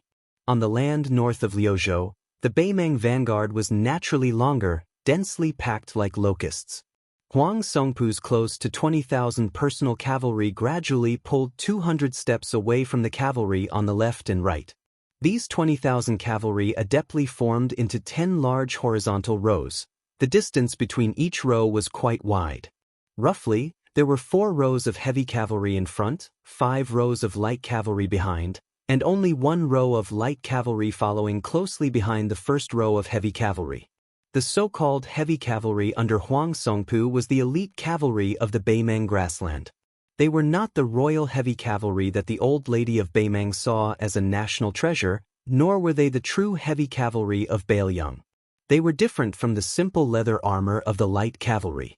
The armor they wore was mostly made of leather with a layer of scales on the inside. It was an imitation of the cavalry of the great Feng dynasty, who boasted that their armor and horses were unparalleled. The plates of the armor were like fish scales, heavier than chainmail, and normal horse bows could not pierce through the armor.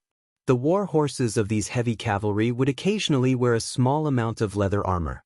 The cavalry held a spear, a war blade by their waist, and there would also be people who would place a mace on the saddle. The Battle of Liangmang's cavalry had already been going on for more than 20 years.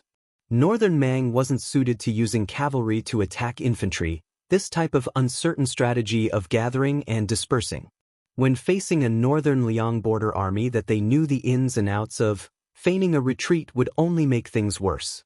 Just as the front row of light cavalry under Huang Songpu was about to speed up and charge through the gaps between the heavy cavalry, a strange scene occurred.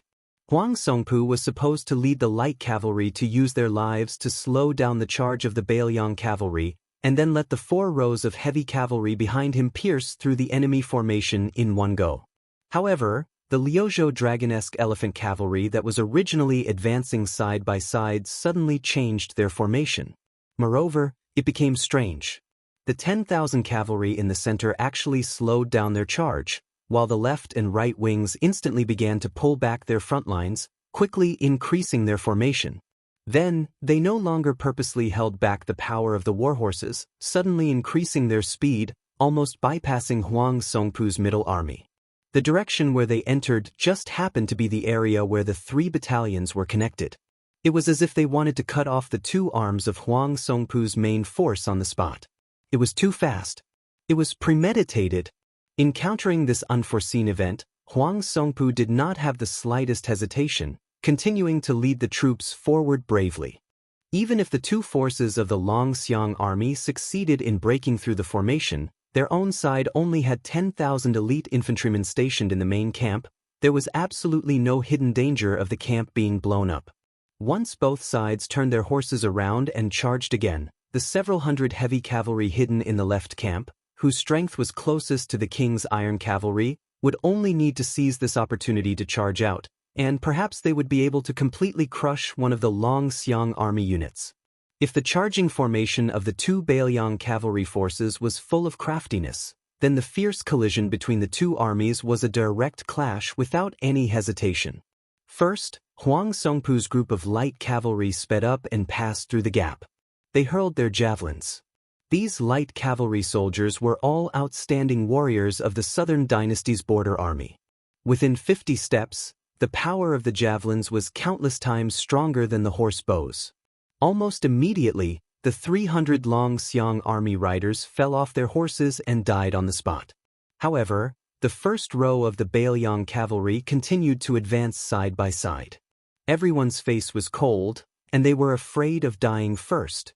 No matter what the other armies in the world were like, this principle had been passed down by the Su family soldiers from the spring and autumn period of the Central Plains all the way to the northwest frontier fortress. It had been passed down for a full 40 years. After throwing the javelins, the Beimang light cavalry either pulled out their blades or threw their lassos. Facing the row of spears, they were similarly fearless. Fighting for life and death with the Beiliang frontier army, how to survive? The Beimang Southern Dynasty border army had also experienced a full 20 years. With just a brush of the shoulder, close to 1,000 Beimang light cavalry soldiers were killed on the backs of their horses with a single spear strike. Those light cavalry soldiers still had to face the iron spears of the Long Xiang army behind them. It was destined to be a tragic ending with less than 1 in 10 surviving. This was the true meaning of cavalry clashing. There were no horse bows shooting at each other and no fancy moves. Because of the resolute sacrifice of this row of light cavalry, the first clash of spears between the Liang Mang side gave Huang Songpu's heavy cavalry an innate advantage.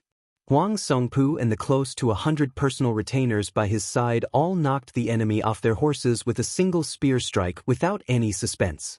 When cavalry clashed, those who fell off their horses would undoubtedly die. This was the iron law of the border pass. When cavalry charged, the iron spear formation was extremely taboo to pierce through the enemy's body. Even if one could quickly pull it out, it would still delay the opportunity. On the line of life and death, there was no room for any carelessness. Moreover, the two armies chiseled at each other, not just one row of vanguards. Otherwise, where did the word chisel come from? At the same time, one needed to gather as much energy as possible to ensure one's survival in the end. The cavalry army under Great General Huang Songpu's direct command was, after all, one of the top elites in the Southern Dynasty border army. Apart from the first row of light cavalry suffering heavy casualties, the following 3 rows of heavy cavalry were only at a slight disadvantage in the exchange of casualties with the Liuzhou Long Xiang army. Without a sound, the last row of heavy cavalry was at the very back. The 4 rows of light cavalry passed by the vanguard and quickly advanced. Because Huang Songpu knew that on the battlefield, the last breath could not be lost. Among the 10,000 dragon elephant army on the left wing, a middle-aged general with a scholarly appearance acted as the leader and brazenly opened the formation. The cavalry at the front of this kind of formation were all vanguard battalion daredevils, and would die the earliest and fastest. The Beimang West Front Army was not unfamiliar with this person. After the battle 10 days ago, they hated him even more. Probably in the entire Beiliang Frontier Army, only this person could be so unique. He held an iron spear in his hand, a sword hanging from his waist, and halberd pouches hanging from both sides of the saddle. It was the valiant and good at fighting in the Beiliang Frontier Army, the Deputy General of the Long Xiang Army, Li Mofan. Chapter 1924. The breakthrough point of these 10,000 riders was precisely Huang Songpu's Central Army and Long Guan's Jian noble family's direct line of command cavalry. Probably because nobody expected that the northern Liang border cavalry would avoid direct battle, the 10,000 riders cutting through the formation appeared to be like a hot knife cutting through bamboo, like a knife cutting through tofu, with ease and ease. The other group of dragon elephant light cavalry penetrated in even more easily. A few groups of cavalry gathered from the southern dynasties' families rushed out of the camp, so there was a gap between them and the central army formation. In an instant, the 10,000 cavalry sliced through a large portion of them from the flank, actually killing over 1,000 cavalry. If it was said that a frontal clash of 10,000 people from both sides killing over 1,000 enemies wasn't that surprising. Even on Liang Mang's battlefield, which was used to fighting to the death, it couldn't be considered tragic. However, in this kind of pure charging formation, the side with the advantage in numbers losing over 1,000 people was a little preposterous. It was enough to see that the Beimang Southern Dynasty Border Army's second-class elites met the Long Xiang Army that was once hailed as the #1 light cavalry in Liangzhou's border army. Even if the Beimang cavalry had a strong desire to fight and didn't show any signs of fear, they were still powerless. If it was said that the Long Xiang army's left and right-wing cavalry avoiding the important and dwelling on the trivial was already inconceivable, then the Long Xiang army's following actions made the Beimang's western main force feel even more confused. After breaking through each other's formation, they should have turned their horses around and launched a second charge. This was the true meaning of the 20 years of Liang Mang Cavalry War. However, a scene that made the Beimang's left and right-wing cavalry flabbergasted happened. Under the leadership of Li Mofan and another Long Xiang army deputy general, 20,000 cavalry actually charged straight for Beimang's main camp. Bailiang's iron hooves easily broke through the Beimang camp's simple and crude horse barricade. After entering the main camp, they were extremely familiar with the path, as if they were strolling in their own backyard. The light cavalry charged straight in without any hesitation. The two currents gradually merged together and charged towards the weak supply camp at the back. In comparison, the Long Xiang army that clashed with Huang Songpu's central army suffered the most losses, and their speed was also the slowest. Both sides left over 2,000 bodies on the battlefield. The Long Xiang army had slightly over 2,000, while the Beimang had close to 3,000. This exchange was already enough to be called heroic. Huang Songpu, whose armor was covered in blood, had already stopped his horse and stood at the end, shaking off the blood on his lance. The old general turned his horse around and stared with his eyes wide open. He instantly understood the Long Xiang army's true intentions and roared, "Wanyan Yinjiang. Don't bother about the enemy's left and right wings. Do your best to tie down the central army and don't let them escape into the camp." The two cavalry camps of Beimang were already sullen. Originally, after passing by the two groups of generals and elephants, they were going to continue forward and meet up with Huang Songpu's army. However, after hearing the old general's roar, from Wanyan Yinjiang, who was born in Longguan, to the generals under him, they all realized that today's battle was destined to be different from the past. As a result, they didn't care about their formation and quickly turned around. The cavalry at the back that hadn't missed the Long Xiang army by a hair's breadth started to move diagonally forward, attempting to cut the middle Long Xiang army inch by inch like chopping a snake. Once a cavalry army lost their formation, they would also lose their speed to a large extent. After falling into a quagmire, they could only wait helplessly for death. There was no doubt that the Long Xiang army was brave and skilled in battle. However, they weren't immortals that were invincible and couldn't remain invincible under such circumstances. Facing such a predicament, the Long Xiang army in the middle didn't hesitate to cut their wrists. The 1,000-plus cavalry on the two wings spread out at the first moment, creating a large distance between them and the cavalry in the middle. This was to delay the charge of the Beimang cavalry on the two sides. The 1,000 Long Xiang army cavalry that changed their formation were using their lives in exchange for the stability of the main force's formation. The 1,000 cavalry on the two sides that kept moving away from the main force ran with all their might. Under the urging of the Long Xiang army's cavalry, the warhorses didn't care about stamina at all. It was like moths flying into a flame. There were Dragon Elephant Army light cavalry who were continuously stabbed off the backs of their horses by the Northern Mang cavalry spears. Then, with a light swipe of the war blades of the Northern Mang barbarians behind them, they would be beheaded. Some were pulled off the backs of their horses by the Beimang cavalry and dragged along the way. Their bodies were badly mutilated. The 1,000 Long Xiang army cavalry that didn't form a system and fought on their own were doomed to die in the face of the endless Beimang enemy. One of the cavalry was stabbed in the shoulder by a Beimang spear. While he was on the verge of falling, he still managed to stab the neck of the enemy cavalry in front of him. However, he was quickly knocked off his horse by the next Beimang barbarian. In the end, before his body landed on the ground, a third Beimang cavalry with superb equestrian skills bent down and chopped his head off. They couldn't stop them. Huang Songpu, who was leading the main force to turn around and fight again, sighed heavily. The old general didn't think that the Long Xiang army's true goal this time was actually the supply camp, which was an important source of food. He also didn't think that they would be so familiar with the internal arrangements of his own camp. Therefore, everything happened too quickly. The two flanks of the Long Xiang army's formation, the main force's formation in the middle, and the sacrifice of the 1,000 Long Xiang army cavalry were all like this. This Beimang old general who had outstanding military achievements was caught off guard. Huang Songpu suddenly turned his head to look. The sound of horse hooves and dust flew everywhere. Huang Songpu said to a retainer beside him in a deep voice, "Pass down the order." All the infantry in the camp are to leave the camp and get into formation in the south of the camp. Order the left camp to chase after the Long Xiang army with us in the middle. Go around the camp and delay the enemy as soon as possible. Don't be greedy. If the Long Xiang army tries to split up and retreat to Qingcang City, kill one of the cavalry units nearby. Also, let Wanyan Yinjiang lead the troops to intercept the 10,000 cavalry behind us. They should be the cavalry of Liuzhou's general Ko Jianghuai. They are mostly young and strong, with some of Liangzhou's border troops mixed in. Their combat strength isn't worth mentioning. Huang Songpu suddenly added, "Oh right, tell Wanyan Yinjiang to be careful.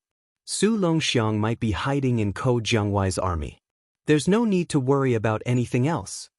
At the same time, a middle-aged man beside Huang Songpu smiled and said, "If the general is still worried, I'll go to Wanyan Yinjiang's side and ask for advice from that enemy of 10,000 people, Su Longxiang." Huang Songpu glanced at the second head of the Zhong family and nodded. Chapter 1925. After Zhong Liang left, Huang Songpu, this veteran general who had been through hundreds of battles, didn't feel discouraged at all. He didn't feel any heartache over the loss of a supply camp that didn't affect the overall situation. The Southern Dynasty's strong foundation could withstand such losses. As long as the Central Army and left camp cavalry successfully intercepted a portion of the Long Xiang army, even if they only needed 5,000 to 6,000 cavalry, it would be a small victory for their side. A small victory in the truest sense of the word, and not a small victory as described by the peace decree. In order to ensure that they could catch up to the Long Xiang army that was slaughtering their way through the supply camp, Huang Songpu and the Long Xiang army's elite cavalry went around the camp to the north.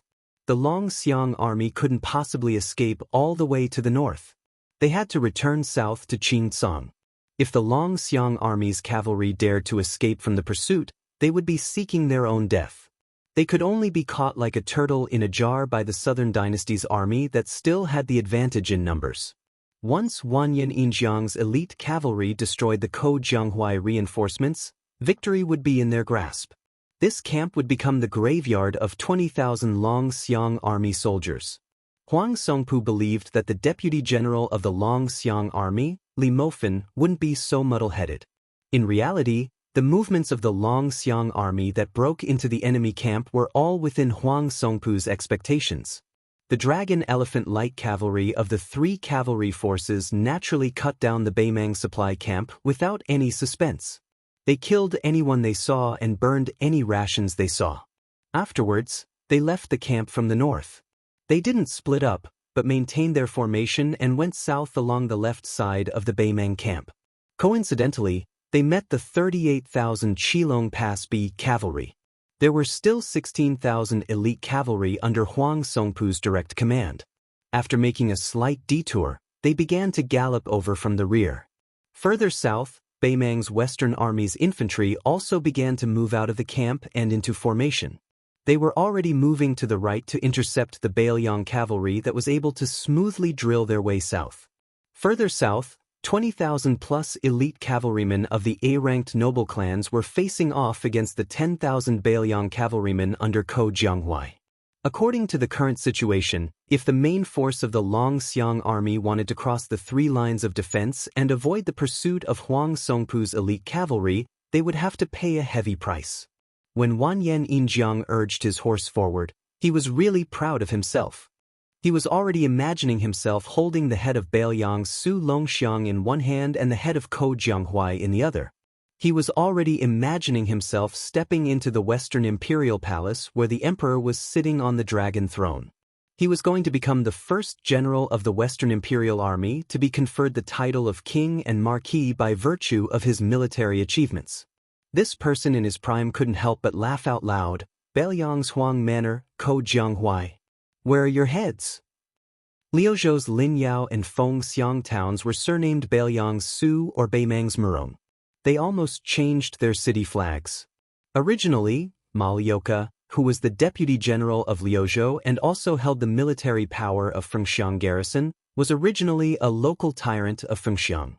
He was forced to rely on Mount Qingliang because of the circumstances. Afterwards, he was capricious and had many connections with the spider web.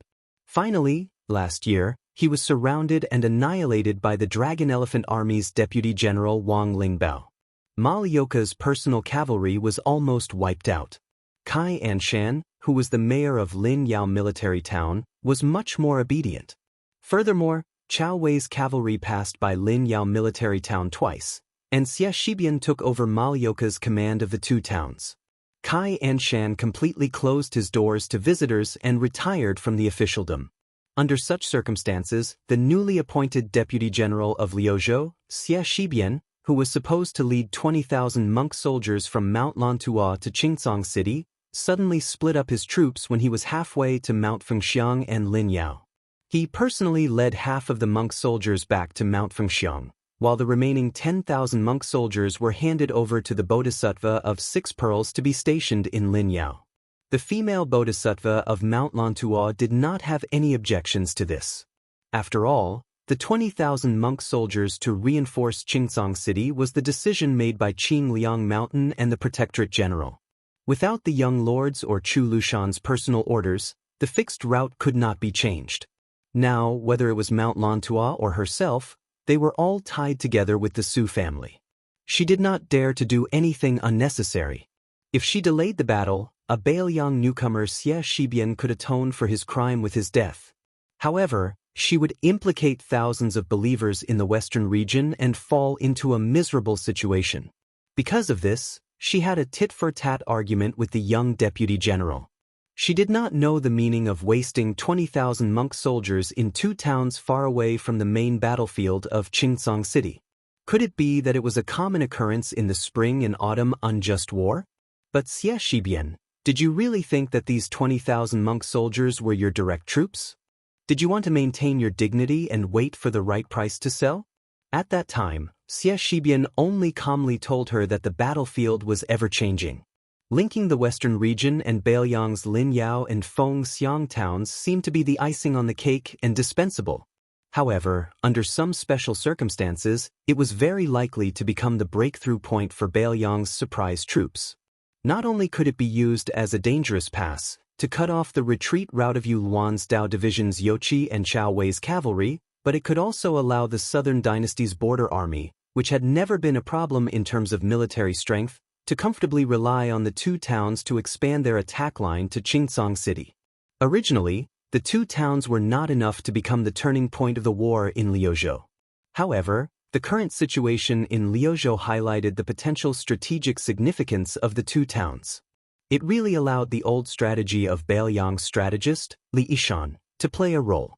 Chapter 1926.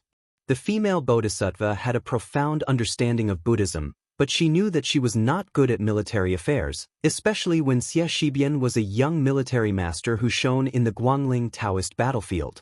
She admitted that she could not convince him, but she did not dare to put the safety of Buddhism in the western region in the hands of that young man. Faced with Xie Shibian's insistence, she could only propose a compromise, which was for them to bring 20,000 monk soldiers to the military town of Lin Yao. At the same time, a middle-aged monk with a hidden identity who had the Vajra divine ability of Buddhism would rush to the provincial governor's mansion in Qingcang City as a scout to report this matter. What she meant was that even if Mount Qingliang and the Protectorate General's office could not respond in time, as long as the provincial governor's mansion agreed, she would agree to Xie Shibian's plan. However, Xie Shibian told her bluntly that in Qingcang City of Liuzhou, provincial governor Yang Guangdou, and even Chen Shiliang did not dare to make a decision on this matter. Moreover, they might not be able to make it in time. Thus, the 2 of them fell into a stalemate. In the end, it was a handsome gerfalcon that pierced through the clouds and stopped on Xie Shibian's arm. The Battle of Liuzhou had already begun, and the Battle of Liangzhou was about to begin. However, under these circumstances, this gerfalcon, which was personally cultivated by Chu Lushan and had followed the young king all these years, actually used the young Xie Shibian, who was far away from the 2 battlefields, as its only contact. At that moment, she had mixed feelings and was speechless. Xie Shibian told her in a low voice, "I will take responsibility for this matter." The young man added, "The king of Baoyang also believes that the deputy general of Liuzhou, Xie Shibian, can take responsibility for this matter." Only then did she tacitly agree to his deployment of troops. The 20,000 strong and fearless monk soldiers of Mount Lantuo split up and entered the two towns of Fengxiang and Linyao. At this moment, the female bodhisattva, who was dressed in a white kasaya but had a head full of black hair, stood on the city wall of Linyao. She looked at the 10,000 elite soldiers of Beimang outside the city, escorted by thousands of cavalrymen, and felt relieved. She had made the right bet. Beimang did intend to ambush the two towns. Even someone like her who didn't know much about military affairs knew that the weak military strength that was continuously transferred out from the two towns was not enough to defend the two towns. She had some general understanding of some of the main elites of Liang Mang's border armies, for example, the Great Snow Dragon Cavalry and White Horse Crossbowmen outside Liangzhou Pass, Yan Wenwan's infantry within Yuzhou, and the Long Xiang army in Liuzhou. She had heard of the northern Mang Southern Dynasty's Dongzhuo's infantry that was said to be able to wrestle with Yozhou's infantry, as well as that Fatty Dong's Crow Cage, the Chang cavalry that had already been wiped out in Lu province, the Ruan cavalry that had now been disbanded, and so on. Apart from these, there were also some troops that she was not unfamiliar with. Among them, there were the infantry brigade of Beimang's Southern Dynasty border army. Everyone knew that the grassland cavalry had been harming the Central Plains for nearly 800 years, but they had never heard that there were troops and horses that were good at attacking cities. They had always either bypassed those impregnable passes and high cities, or the grassland cavalry had always taken the initiative to seek out the main force of the Central Plains border army and annihilate them in one fell swoop, causing those border cities to lose their original strategic significance. However, things were different in Beimang now. Other than Dongzhuo's private army, which was mostly made up of infantry, the Southern Dynasty border army had a special kind of troop stationed in several military towns. They were the infantry brigade. They were definitely different from ordinary infantry, and their treatment was not inferior to the heavy armored infantry in the history of the Central Plains. They were the true soldiers of the Empress of Beimang. Li Yishan once described this troop as follows. The infantry brigade of the Southern Dynasty of Beimang is the result of the painstaking efforts of the king of the Southern Courtyard, Huang Songpu. They go up and down the hillsides, enter and exit the streams, and are the best at climbing high and traveling light. In the deep and dangerous valleys, they use the infantry brigade more often. Their ability to attack cities is not inferior to the top elite soldiers of the Central Plains. She gently exhaled, and her eyes instantly turned cold. She casually threw an armored corpse high out of the city. It was Kai Anshan, the Lin Yao city's Mu, who was waiting for an opportunity to make a move. Beimang obviously came prepared. They had already convinced Kai Anshan to submit to the Southern Dynasty. With them working from the inside and outside, how could Lin Yao defend the town? Before entering the city, Xie Shibian told her to keep an eye on Kai Anshan. As long as there was any movement, it was better to kill the wrong person than not kill at all. She didn't even look at the corpse that fell heavily to the ground. She muttered, "I used to think that the so-called godly use of troops in military books were just boasting by historians who used to be scholars. Now it seems that I was a frog at the bottom of the well." Not only did that youngster foresee Northern Mang's intentions to encroach on the two towns, through that gerfalcon, he gave the order to Chao Wei's cavalry that they didn't need to provide support to Yu Luan's Blade Division's Yuzhou cavalry in Southern Dynasty's hinterland, but rather quickly return the way they came, and then wipe out all of the Northern Mang border army that infiltrated Lu province's border.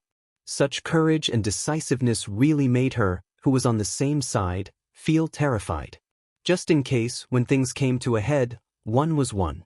However, that Lu province deputy general just happened to be able to return this chance to Northern Mang exactly as it was. She did not feel that this was a blind cat meeting a dead mouse.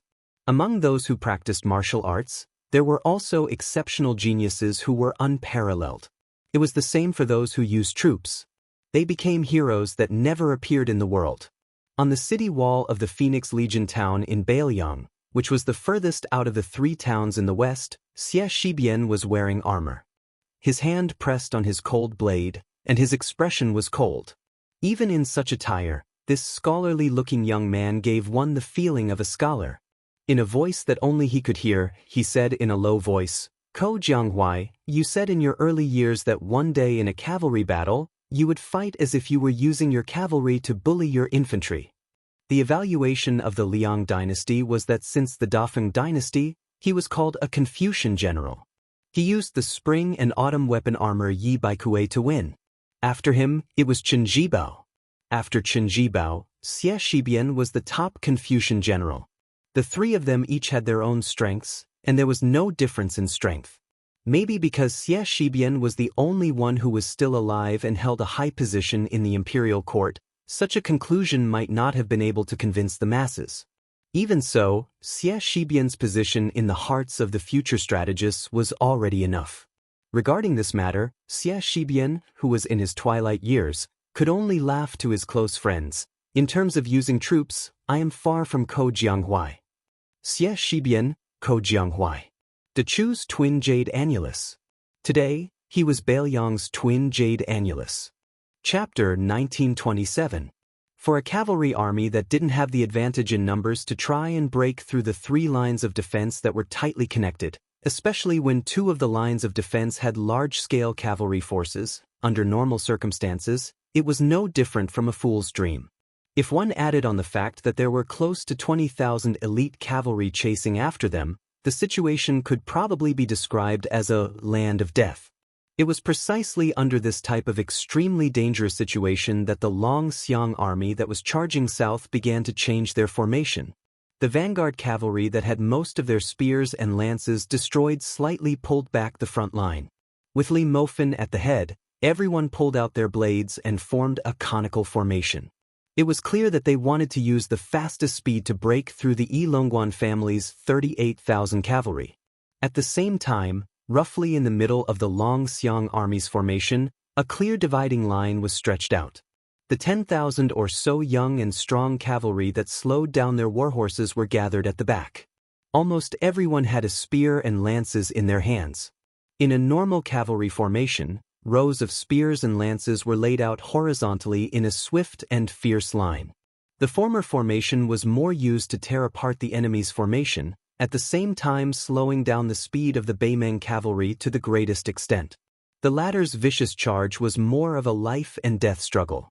Under the personal leadership of the Beimeng great general, Huang Songpu's cavalry did not charge forward with all their might. Instead, when the Long Xiang army changed their formation also quietly changed. The center of the cavalry formation was thinner and the two wings were thicker. First, they suffered the most losses. Adding on to the fact that they had circled around to the north of the main camp to cut off the path of the Long Xiang army, the cavalry and warhorses were a little tired. After a spurt of energy, they needed to use this opportunity to recover their strength. Furthermore, they worked together with the cavalry of the Yi High School of the south to form a pincer attack from the north. If they charged too quickly and met with the cavalry that passed through the Long Xiang army's formation, it would create an awkward situation where they collided with each other. Therefore, Huang Songpu's cavalry were like a flood meeting a pillar in the middle of a river. They intentionally gave up a large area in the north to allow their allies to turn around. When the time came, the two cavalry forces that naturally gathered together would be able to form a perfect formation with both wings thick and heavy. Together with the cavalry formation that was formed by the soldiers that came out of the camp, they would definitely be able to deal considerable damage to the Long Xiang army that had been defeated time and time again. However, Bailiang's Liuzhou border army was already showing signs of complete annihilation. After Ko Jianghuai's cavalry and Wanyan Yinjiang's 20,000 cavalry clashed, the situation took a turn for the worse. The 20,000 Southern Dynasty's elite troops originally thought that it would be a simple battle where they would be able to obtain great military merits. Who would have thought that after the clash, they would be completely defeated? Ko Jianghuai and a young general wearing a strange red armor were neck to neck, and their momentum was unstoppable. The two cavalry were like this, and the 10,000 cavalry behind them were even more so. If not for Zhong Liang, who was hiding beside Wanyan Yinjiang, saving him, Wanyan Yinjiang would have been pierced through the chest by the young man wearing the red armor.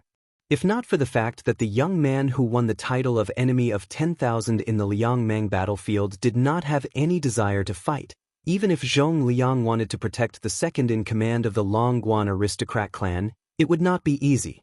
However, Zhong Liang, who was in the middle of the battlefield, was also scared witless. How could these 10,000 cavalry be Bailiang's last-ranked cavalry? They were worthy of being the main force of the Longxiang army.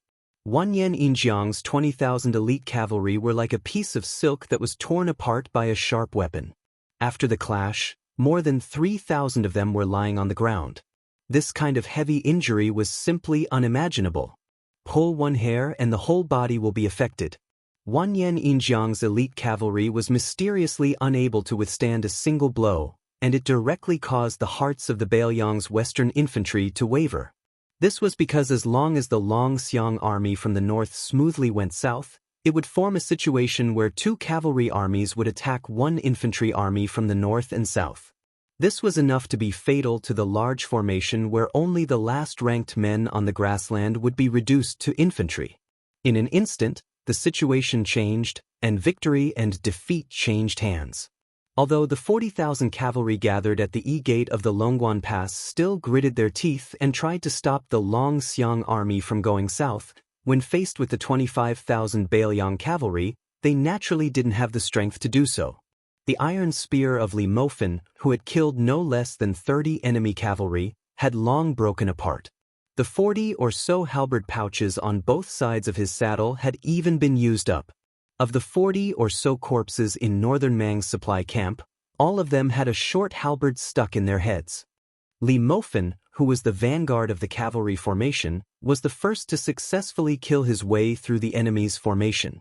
This deputy general of the Longxiang army seemed to have 25,000 Longxiang army cavalry behind him, but in reality, it was less than 15,000 cavalry. This was because there were 10,000 Ko Jianghuai's troops that were far weaker than the Dragon Elephant cavalry. Those 10,000 outstanding vagrant youths, who had been conserving their strength from start to finish, were left with the corpses of the Beimeng cavalry wherever their long spears passed. Ko Jianghuai's sneaky substitution was precisely the key to this battle that gave the Beimeng cavalry a feeling of absurdity from start to finish. In reality, these 10,000 people had been following behind the left wing's two groups of Dragon Elephant light cavalry from start to finish. From breaking through the enemy's formation to entering the camp, and then to now heading south, their losses were negligible. In the early stages of the battle, the two wings of the Longxiang army broke through the enemy's formation too easily, so the Beimeng didn't see through their identities. As a result, on the current battlefield, the Beimeng army was in an incomparably awkward and comical situation. The southernmost Wanyan Yinjiang's cavalry was beaten to the point where not a single bit of their energy was left. From the main general to the ordinary cavalry, everyone was panicking and at a loss. Then, there was the infantry formation that had yet to completely solidify. The top-notch infantry of the northern Mang and southern dynasty's border army, more than 20,000 infantry soldiers, had already been deployed to launch a surprise attack on Phoenix Town and Linyao Town. This infantry army that had hurriedly left the camp and formed the formation were mostly clad in light leather armor.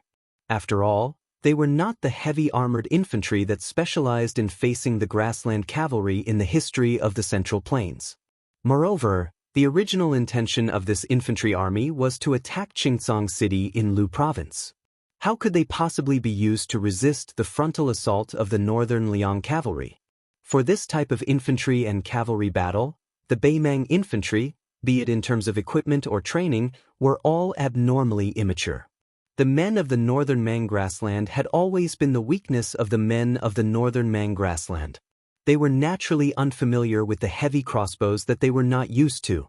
Suddenly, they had to stand still and face the charge of the northern Liang cavalry. It was easy to imagine the extreme discomfort they felt. Further north was the Yi High School cavalry that had brushed shoulders with the Longxiang army. The northernmost was the Huang Songpu cavalry that had given up their corps. The perfect defensive line that should have been united was now in tatters. Beimeng still had the advantage in numbers, but the morale of the Liangmang side was like heaven and earth. Li Mofan raised his head and looked at the Ko Jianghuai cavalry that was a Beimeng infantry formation. That was the true main force of the Longxiang army. The corner of this general's mouth twitched as he raised his cold blade and lightly spun it. The 10,000 dragon elephant light cavalry behind him didn't even bother about the infantry formation. They circled around the formation and easily went down south. When Li Mofen heard a voice, he suddenly turned his head in shock. After the frontal collision, there were still 8,000 strong refugees behind him. One of them actually charged straight at the Beimeng infantry formation, his spear pointing forward as he furiously hollered, "Liuzhou cavalry! May the dead die! Follow me to death!" Li Mofen, whose face was cold, slowed down his horse, turning his head to look towards the north. Was that fellow crazy? The start and end of today's battle was due to Ko Jiangwai's careful planning. Originally, everything was within Ko Jiangwai's calculations. However, that Liuzhou general didn't allow the refugees to die on their own accord. One must know that such bold actions would result in military merits after the battle. Based on Bailiang military law, a light punishment would be a demotion in rank, and a heavy punishment would be beheading in public.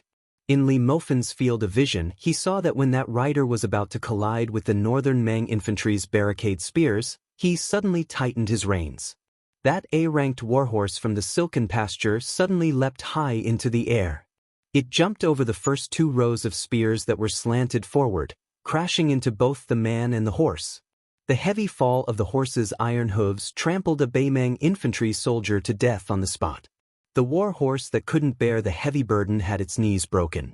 That Liuzhou cavalry viciously thrust out his spear, piercing through the chests of 3 infantry soldiers in a row. After landing, the Liuzhou cavalry held his spear with both hands and charged forward. Behind him, the vanguard of the cavalry faced the Beimeng cavalry formation that was shining with a cold light. The men and horses didn't retreat at all, charging straight ahead. Those Bailiang war horses were stabbed to death by the sharp spears. When the cavalry faced the infantry formation that was waiting for them, the vanguard cavalry would definitely die. This was the only way to break the infantry formation bit by bit. Apart from using the lives of the cavalry and war horses, there was no other shortcut. 8,000 Liuzhou cavalry, charge. In the end, not a single one of them followed the Long Xiang army back to the south. On the first row of northern Mang's infantry's barricade horse infantry formation, many of Lu province's troops were hung with corpses. Chapter 1928. Some of the spears even had 2 corpses hanging on them. Under such an endless barrage, the infantry formation had no choice but to retreat. Under the great inertia of the warhorses' charge, many of the barricade lances were snapped. Even though many of Flo province's cavalry were shot to death by heavy crossbows, many warhorses still relied on the inertia to charge into the formation. There were already northern Mang soldiers who were directly smashed to death within the formation. When had this Beimeng infantry formation seen such a cavalry charge that did not care about casualties? The originally dense and stable formation was finally on the verge of collapsing.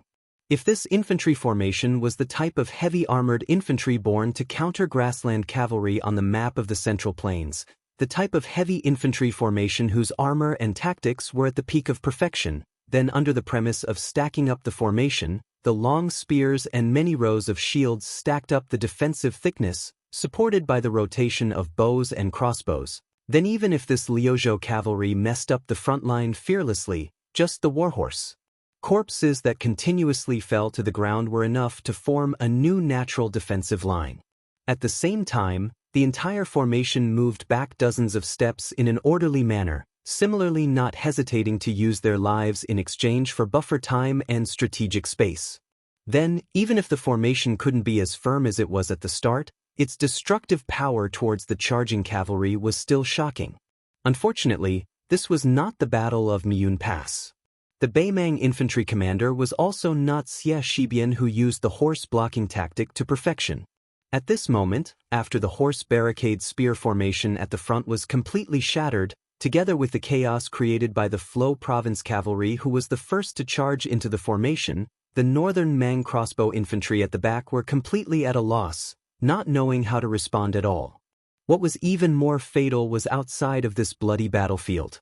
The dragon elephant cavalry under Li Mofen did not turn around to help the Liuzhou cavalry. Instead, they went down south, charging towards Wanyan Yinjiang's cavalry, who was trying to support the infantry formation. The main force of the Ko Jianghuai and Su Longxiang personally led the Dragon Elephant cavalry did not hesitate to charge towards the back of the infantry formation. Li Mofen did not turn around to look at the corpse-piled battlefield. He was not unfamiliar with that young Liuzhou cavalry general. His name was Chi Fu Longguan. It seemed like he was a lucky person that the young king personally brought from Beimang to Beiliang. At the start, he was a sergeant in the Longxiang army. Later on, he was promoted to a captain in Fuling military town. During the first battle of Liangmang, it was precisely this captain who messed up the meticulous plan of both sides of Liangmang to lure the enemy in and then wipe them out in one fell swoop. This made Beiliang Governor-General Chu Lushan and the then southern Great King Dong Zhuo not know whether to laugh or cry. That was why this young man's name immediately shook Liangzhou Pass. After the battle ended, because the Longxiang army suffered heavy casualties on the Liuzhou battlefield, at the same time, Ko Jianghuai, as the Liuzhou general in name, also needed his own troops. Chi Fu Longguan was transferred from Fuling military town to Liuzhou, becoming one of the 3 captains under Ko Jianghuai. Li Mofen could not help but think that this young man was indeed a troublemaker. He even planned that if this kid was lucky enough to survive, he would most likely not be able to become an official. Otherwise, when the time came, he would thicken his skin and plead with the young king to at least preserve this kid's life. Then he would secretly throw him under his command to become a personal commander. Under the reinforcement of the Longxiang army's main force, the originally tottering Beimang infantry formation, from the initial 20,000 people, was now reduced to less than 10%.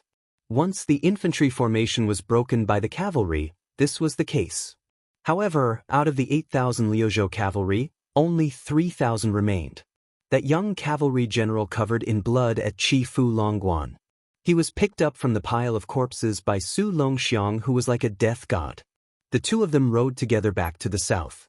The 3,000 Liuzhou cavalry that suffered heavy casualties retreated under the cover of Ko Jianghuai's main force Dragon Elephant cavalry. Under the intense charge of Li Mofen's Longxiang army, the formation of the cavalry under Wanyan Yinjiang was broken. In the end, they were unable to form an encirclement with the main force of Huang Songpu in the north.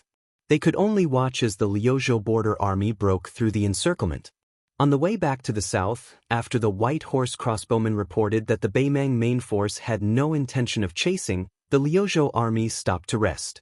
Su Longxiang, Ko Jianghuai, and Li Mofen met up, standing together to feed their own horses. Li Mofen glanced at the young cavalry gathered together. After retracting his gaze, he looked at Ko Jianghuai, who had a serious expression. This battle can be considered a huge victory, right? The expected supply camp of the northern Mang barbarians has already been wiped out by us. As for the cavalry exchange, it's roughly 1 for 2, which is still within the acceptable range. Moreover, we even managed to wipe out Old Man Huang's infantry in one go. No matter how you look at it, we've profited from this. Ko Jianghuai nodded his head expressionlessly. Li Mofen sighed. Before, you said that in this battle, the Longxiang army would die first, followed by the vagrant cavalry. Apart from stopping Huang Songpu, you could also use this to train the troops. Both sides would not be delayed, and in the final battle, those Liuzhou rookies would drag down the Longxiang army. However, after being tormented by that brat, although they died later, the number of casualties was too much. In the end, we lost 7,000 cavalry. Ko Jianghuai, what are you going to do next? You only have so few troops, can you do it? Su Longxiang suddenly said, allocate 7,000 Dragon Elephant cavalry to General Ko. Ko Jianghuai shook his head, no need. Su Longxiang said in a low voice, after the 7,000 cavalry are given to you, you don't need to return them. Ko Jianghuai laughed and said something that left everyone scratching their heads. If we were in the Guangling circuit, not to mention 7,000, I would accept 70,000 and not return them even if you beat me to death. But here, forget it. Su Longxiang could not figure it out, so he did not bother to think about it. Li Mofen smiled knowingly. This Liuzhou general narrowed his eyes. My Ko Jianghuai has the 3,000 vagrant cavalry. It's enough. Li Mofen asked, how do we deal with that brat? I reckon that if we report the truth to the Governor-General, It will be terrible. Ko Jianghuai said indifferently, paper cannot cover fire. If we really want Qi Fu Long Pass to live, we can only report the truth. Su Longxiang hesitated for a moment. Should I tell my brother? Ko Jianghuai shook his head. There's no point. Su Longxiang was silent. Among the 3,000 cavalry of Liuzhou, there was a young general sitting alone beside the hooves of a warhorse. His head was lowered, not daring to let others see his face full of tears. 8,000 Liuzhou cavalry, 8,000 were willing to die. Because of him, 5,000 of his fellow soldiers died. After the Liuzhou border army returned to their encampment, the atmosphere in the various tents was heavy. 2 urgent military orders, from the Huaiyang Pass Governor-General House and the North Jiebei City General's residence, arrived at Xianxia City. Ko Jianghuai took the 2 military orders with the words Bailiang Governor-General and King of Bailiang on them and came to the encampment of the 3,000 Liuzhou cavalry. On the drill field, Ko Jianghuai walked up the stage and said loudly, Liuzhou Cavalry Governor-General Qi Fu Long Pass, step out. The young general stepped out, his face calm. It was like he was on the battlefield, facing death with equanimity. Ko Jianghuai's face was expressionless as he opened up a military document and read it out slowly. Lu Prefecture's Lieutenant Qi Fu Long Pass was greedy for merit and rashly advanced, resulting in the death of 5,000 Lu Prefecture cavalry. Bailiang Governor-General, Chu Lushan. The 3,000 Liuzhou cavalry all revealed an unbearable expression, their faces filled with grief and anger. Ko Jianghuai did not move at all, his eyes cold as he looked down at the drill field. The young general who was sentenced to death felt relieved, his eyes red as he lowered his head and cupped his fists. Qi Fu Long Pass, yes sir. Ko Jianghuai's mouth twitched, suddenly asking with a smile, Bailiang Governor-General, in Bailiang, is that a high enough position? It is higher than the cavalry commander and infantry commander. The 2 Bailiang deputy Jidushi are far from it, right? All the cavalrymen on the drill ground who were originally refugees were confused, especially those at Qifulong Pass. Ko Jianghuai took a step forward and started to read the 2nd military order from North Jiebei City. Since the beginning of the Su family cavalry, even if the camp did not have armor, blades, or horses, it was still iron cavalry. Liangzhou cavalry has 6 old camps, and Yuzhou had a new one last year. Reading up to this point, Ko Jianghuai paused slightly. Today, Liuzhou also has an iron cavalry camp. They are allowed to raise the camp flag and fight on the battlefield. Ko Jianghuai held the military order tightly and took another step forward. After taking a deep breath, he said in a low voice, Liuzhou cavalry has a new camp, the direct collision camp. Qi Fu Long Pass, from Liuzhou cavalry captain to direct collision camp sergeant. As sergeant, you will lead this camp. King of Bailiang, Su Fengyan. Ko Jianghuai looked at the young general and shouted angrily, Qi Fu Long Pass. Sir. Qi Fu Long Pass straightened his back, his voice trembling slightly as he shouted with all his might, Qi Fu Long Pass. You dare not to accept the order? Bailiang military law, Bailiang cavalry, as long as they wore armor, even if they met a general, they would never have to kneel. Ko Jianghuai put away the 2 military orders. For some reason, he thought of the young general's unintentional words during the battle. This Liuzhou general gritted his teeth and said word by word, Liuzhou iron cavalry. May the dead follow me in death. On the drill field, 3,000 times, may the dead follow. Chapter 1929. Before the 6-pearl bodhisattva parted ways with Xie Shibian, he had asked this deputy general of Liuzhou a question. Were you not afraid that Xingsong City would be lost because the 20,000 monk soldiers did not arrive in time to reinforce Liuzhou after the 2 of us defended Linyao and Fengxiang? At that time, Xie Shibian's answer was very interesting. With Ko Jianghuai there, it would be impossible. The Bailiang frontier army had always had the habit of being xenophobic. The deputy general of the infantry, great ancestor Gu, had already won a great reputation in the spring and autumn war. However, outside Liangzhou, he had never reached the level he should have. It was obvious that he had the support of the young feudal lord, but he could not change that awkward situation. Jean Partridge Shokong once had a falling out with him in the military town of Grave Tomb. For example, as the deputy general of the infantry, if Chen Yunshui had something to discuss with the left and right cavalry of Liangzhou, or if he needed to borrow people, perhaps he did not even need to come personally. A letter would suffice. Even if he wanted to poach the cavalry, from Yuan Zhuozong to He Zhonghu and Zhou Kong, everyone would probably endure it. At most, they would laugh and scold him when they met. However, when it came to great ancestor Gu, even if he was a veteran general of the Spring and Autumn War who had a stable place in the military history and was known as the founder of the world situation theory, he would definitely not receive such treatment in the Beiliang frontier army. Not only great ancestor Gu, in fact, the younger generation Yu Luandao was also in a bad situation at the beginning. Therefore, he could only go from Liuzhou to Yuzhou, which was regarded as a cavalry general, and not directly climb up the ranks in Liangzhou. It should be known that before the Yuzhou cavalry won the series of battles outside Gourd Mouth, the Yuzhou cavalry had always been ridiculed by the arrogant Liangzhou frontier cavalry as the embroidered cavalry.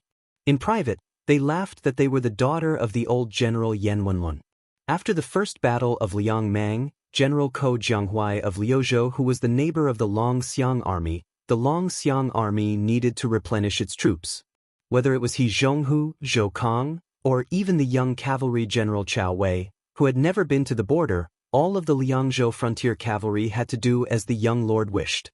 Although the entire Beiliang officialdom knew that this person was a genius in the art of war who had made great achievements in Guangling, in the end, most of the troops and horses under his command were young and strong. It was also said that after Ko Jianghuai managed to gather a cavalry of 10,000 people, neither the Xianli pasture nor the Tianjing pasture in Lianglong were willing to give them good war horses. It was only because of the young lord's strict military order from Mount Qingliang that they did not give him inferior war horses. Ko Jianghuai was like this. In fact, Xie Shibian, who was also one of the twin jade annals of Dechu, was not much better. Before he was temporarily promoted to the position of deputy general of Liuzhou, he had rushed to Miyun Pass with Chao Wei's elite cavalry. At that time, the cavalry under his command was of mixed origins. Most of them were the cavalry of Feng Xiang and Lin Yao, who were originally horse bandits of the western regions. Adding on the 2,000 to 3,000 cavalry recruited by Chai Dongdi and Han Wenbao, this kind of mixed group of soldiers and horses was something that even the Yuzhou cavalry, who were looked down upon by the Liangzhou frontier cavalry, looked down upon. Whether or not this kind of deep-rooted habit could be changed was related to the prestige of the new Liang prince. However, the relationship was not so big that it could be changed overnight. Moreover, the young lord seemed to have a confidence that bordered on arrogance. In reality, whether it was Yu Luandao, who had been promoted by He Zhonghu to be the second deputy general of the left cavalry, or Ko Jianghuai, who was not so worthy of the title of Liuzhou general, neither of them disappointed Beiliang. Xie Shibian, who had already helped Chao Wei take Miyun Pass, was even more so. Before Xie Shibian led his troops into the Feng Xiang town, there were 2,000 soldiers guarding the town. Half of them were refugees and half were Yuzhou infantry. Compared to the low walls of Qingcang City, the Defeng dynasty clearly placed more importance on the Feng Xiang town, which could be the first to reinforce the protectorate of the western regions. The city walls were definitely on the same scale as the prefectural cities of the Central Plains. Moreover, compared to the two ancient towns of Qingcang and Linyao, the Feng Xiang town, which had the same rank as the other two town officials, had more than 200 people, far more than the 120 people of Linyao and Qingcang City. Once the protectorate of the western regions further west could not control the 40 or so countries under its jurisdiction, every time there was a war, the nobles of the western regions would have to pass through the Feng Xiang town before choosing to enter the Central Plains through the old Beiliang or turn southeast to seek refuge in Shuzhou. Therefore, the history of the Feng Xiang town was like its city walls, much thicker than Qingcang and Linyao. Chapter 1930. If they didn't have the 10,000 monk soldiers from the western borders serving as their backbone, facing the 10,000 southern dynasty infantry attacking the city, as well as the 3,000 cavalry waiting outside the city for an opportunity, Phoenix Soaring Town would have only been able to lay down a few more northern Mang barbarian corpses below the city walls and above the city walls. Phoenix Soaring Town would still have been lost. Northern Liang could only hand over this strategic location that covered a small half of the western regions. Perhaps after Lu Province suffered a great defeat to Huang Song's Pu tribe's western army, Phoenix Soaring Town and Linyao's gains weren't all that significant. However, as long as both sides were in a deadlock, whoever grasped these two towns had a high chance of changing the battle situation. One side needed to provide Yu Luandao and Chao Wei with a great rear. The other side could use this opportunity to gather troops from Gusai province to assist Huang Song's Pu tribe. Especially if the Liuzhou cavalry won by a fluke and still had the strength to break through the Southern Dynasty defense line and attack Gusai prefecture, then Bailiang losing two towns could be said to be a fatal mistake. The 10,000 Southern Dynasty infantrymen besieging the city could be said to be fearless of death. However, because this was a surprise attack where victory was within their grasp, they didn't bring along large amounts of supplies and siege weapons that would slow down their advance. As a result, even though Northern Meng believed that their siege power wasn't inferior to Northern Liang's Yuzhou and Liangji's Southern Dynasty infantrymen, it was extremely strenuous for them to fight. Even though the infantrymen under the city walls didn't have any geographical advantage at all, they still displayed astonishing accuracy. Many of the refugee youths who were truly participating in a battle for the first time, even though they were warned not to stick their heads out between the 2 rounds of arrows, many of their corpses could only be dragged down the horse path. Under the premise that Xianxia did not use the monk soldiers of Mount Lantua, the groups of dare-to-die warriors with shields and blades in their mouths attacked the city several times. Then, they were forced back time and time again by the Yuzhou infantry and refugee youths. From noon to dusk, the infantry paid close to 2,000 lives. More than half of them died on the city walls and were thrown down. During this period of time, Xie Bian only let the strong and powerful monk soldiers participate in the defense twice. Twice only. Night battles were naturally not beneficial to the siege side. The infantry gave up after trying to attack the city once. They had attacked the top of the city many times, but were unable to break through. It was just like how the grandmasters of the Jianghu were only one step away from breaking through. Naturally, they would not give up just like that. The second day was destined to be an even more tragic battle. The defenders were extremely silent. Everyone looked at the monk soldiers from Mount Lantua, especially the expressionless young commander. Their eyes were filled with grief and indignation.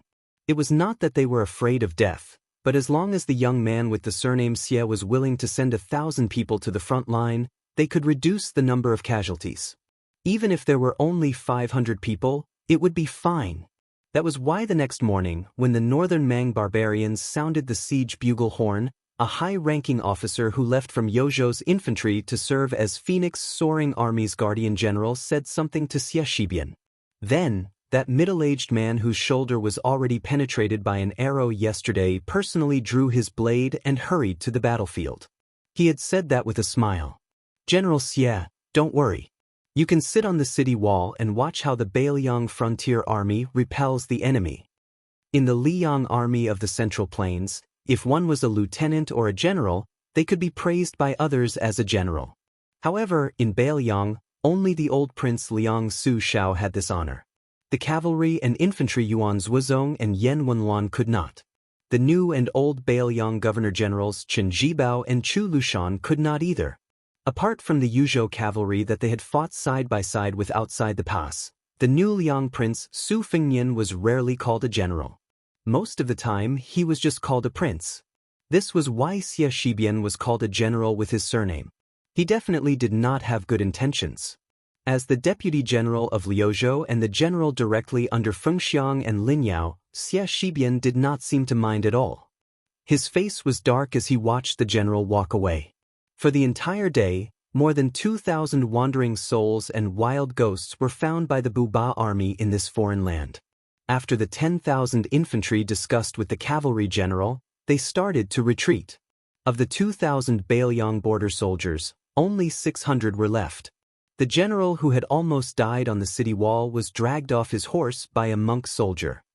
He spat out a mouthful of blood and cursed in the direction of the deputy general of Liuzhou, F***Ku Xie Bian.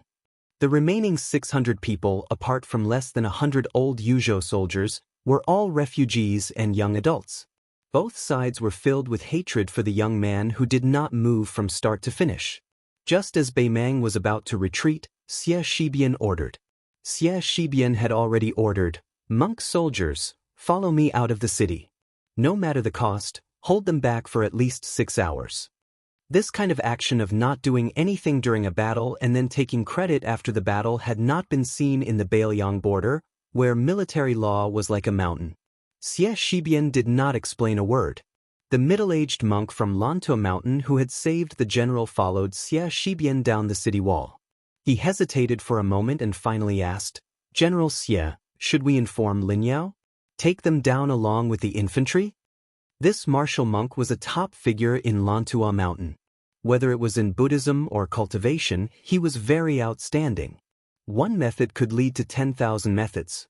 Through the female bodhisattva's secret message, he knew that the Yuluan sword cavalry would turn around and help them stop the infantry.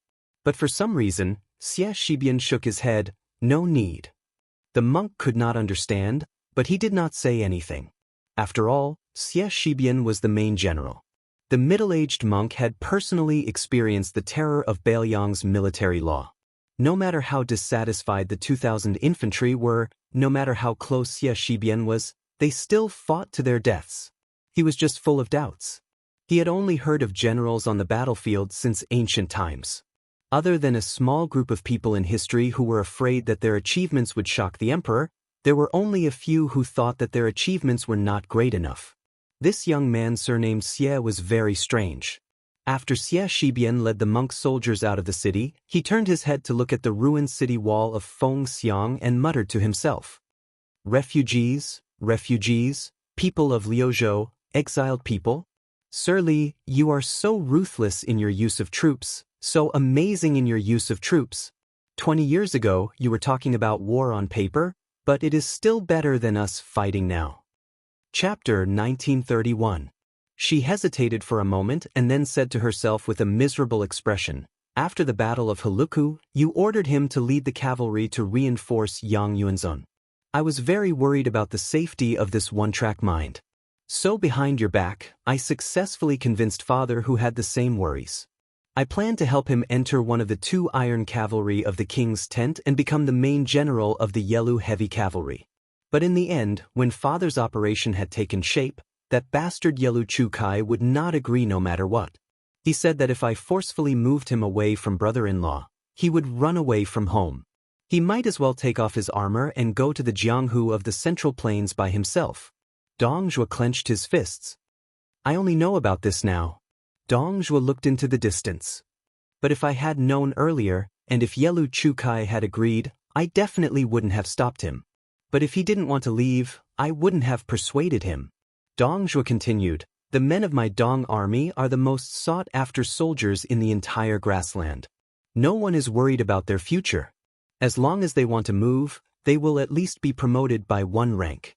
However, after so many years of bitter battles, only a few outsiders have tried to join the Dong clan's army, taking pride in being a soldier of the Dong clan's army. No one has ever chosen to leave this army." Dong Zhuo suddenly smiled and corrected himself. "I was wrong. In fact, there are a lot of people, just like my brother-in-law, who died in battle. The men of the Dong family rode on swords and spears, dying on the back of the horse. Don't cry your heart out. Don't let your children be Dong family's men." She suddenly walked towards him and hammered his chest. In the end, Dong Zhuo, who had thick skin and iron armor, didn't feel anything. Her fist was instantly red and swollen. After that, she didn't cry or make a fuss. She took a deep breath and said softly, "Don't die in Huayang Pass. Don't die in Beiju City. If you really want to die, die in the South Sea of the Central Plains, which is the furthest from the grassland. That way, I won't be upset." Dong Zhuo grinned. "But..." She turned and left. "I'm going back to Norland. You don't have to send me off." Perhaps it was the same as the little girl, Tao Manwu, who had once said at a young age, "I only regret not being a man.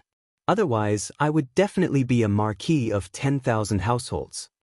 This Northern Mang commandery princess, who had made the Northern Mang empress laugh to her heart's content with these words, did not dare to cry in front of her. After she walked away alone, Diwu Fox said worriedly, "Why do you insist on gnawing on Huayang Pass, such a tough bone without any meat? Isn't it better to leave it to Murong Baoding?" His Majesty's left. If His Majesty. His. Too. After all, the men of the grassland were not aquatic plants that grew every spring. They would grow again and again after being cut. Now that the grassland has lost its vitality, if Norland continues to push its luck, I'm afraid there will be internal strife. Even the gods can't fix such a big mess. When the time comes, I, Dongjue, will be the one to suffer. The Bailiang frontier army will reap the benefits and make a great contribution. Dongjue looked to the south. He was looking at Huta City, which had been destroyed by him. Further south was Huayang Pass, which had a natural advantage. It was funny. The grassland army of millions had been fighting with the northern Liang for 20 years.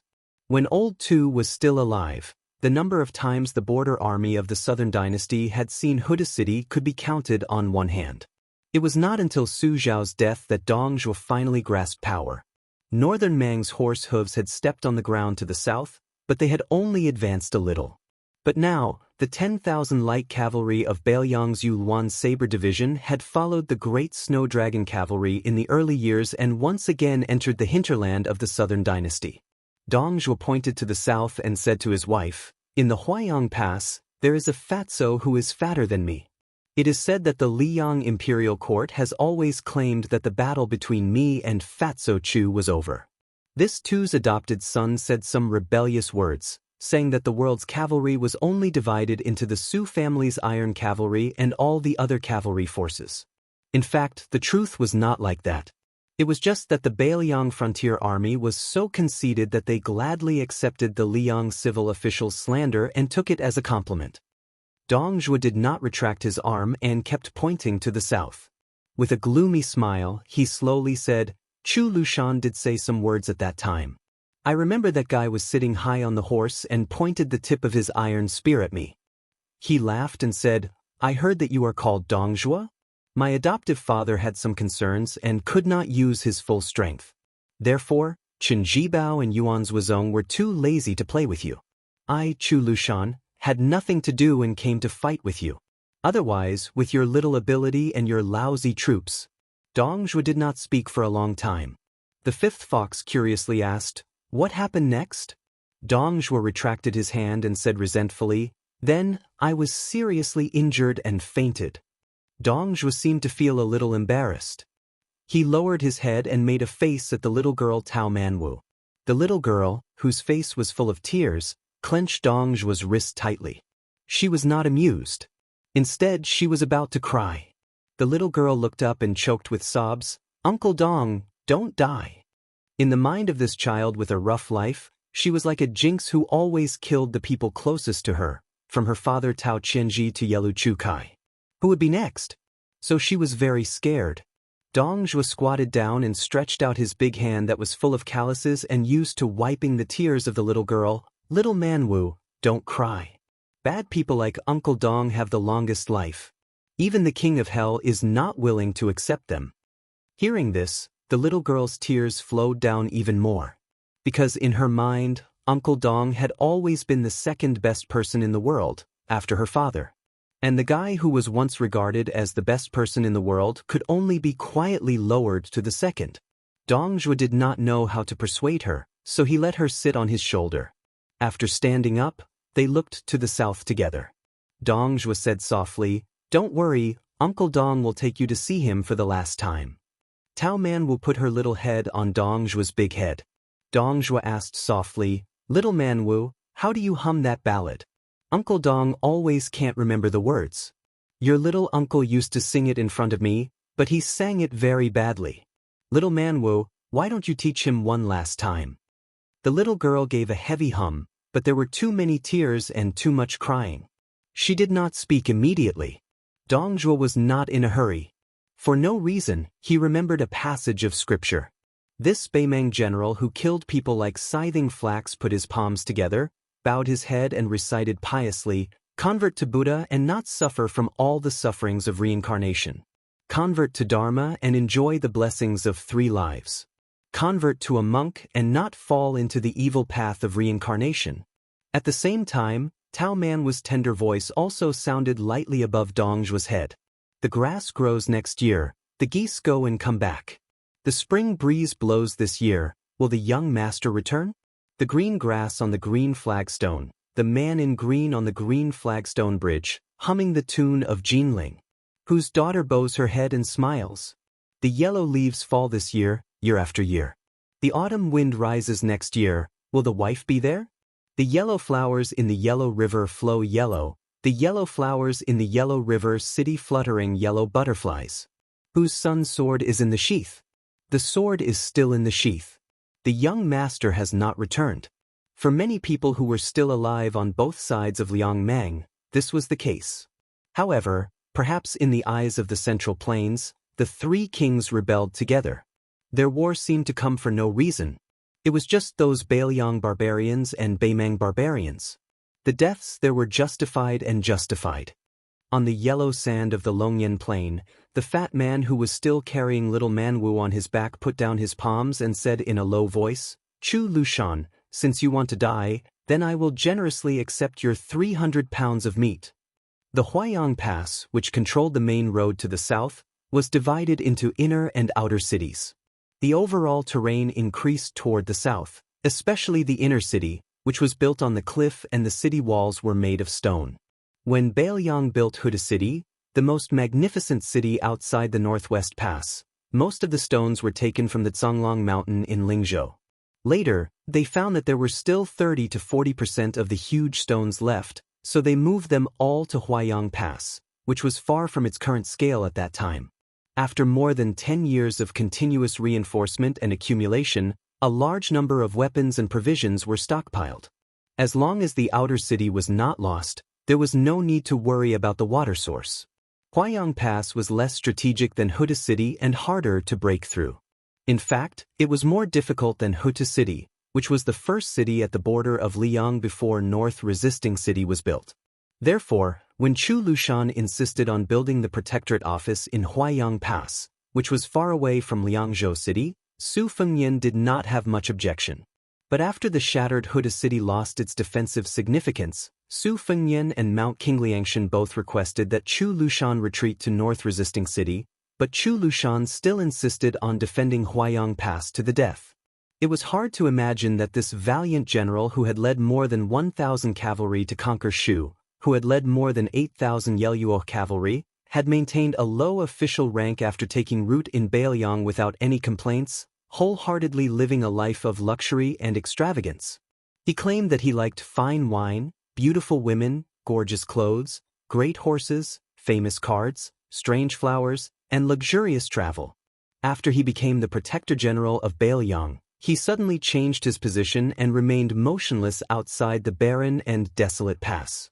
Perhaps after the death of old man Su Shao, there was no one in the world who could truly see through this treacherous and evil fatty.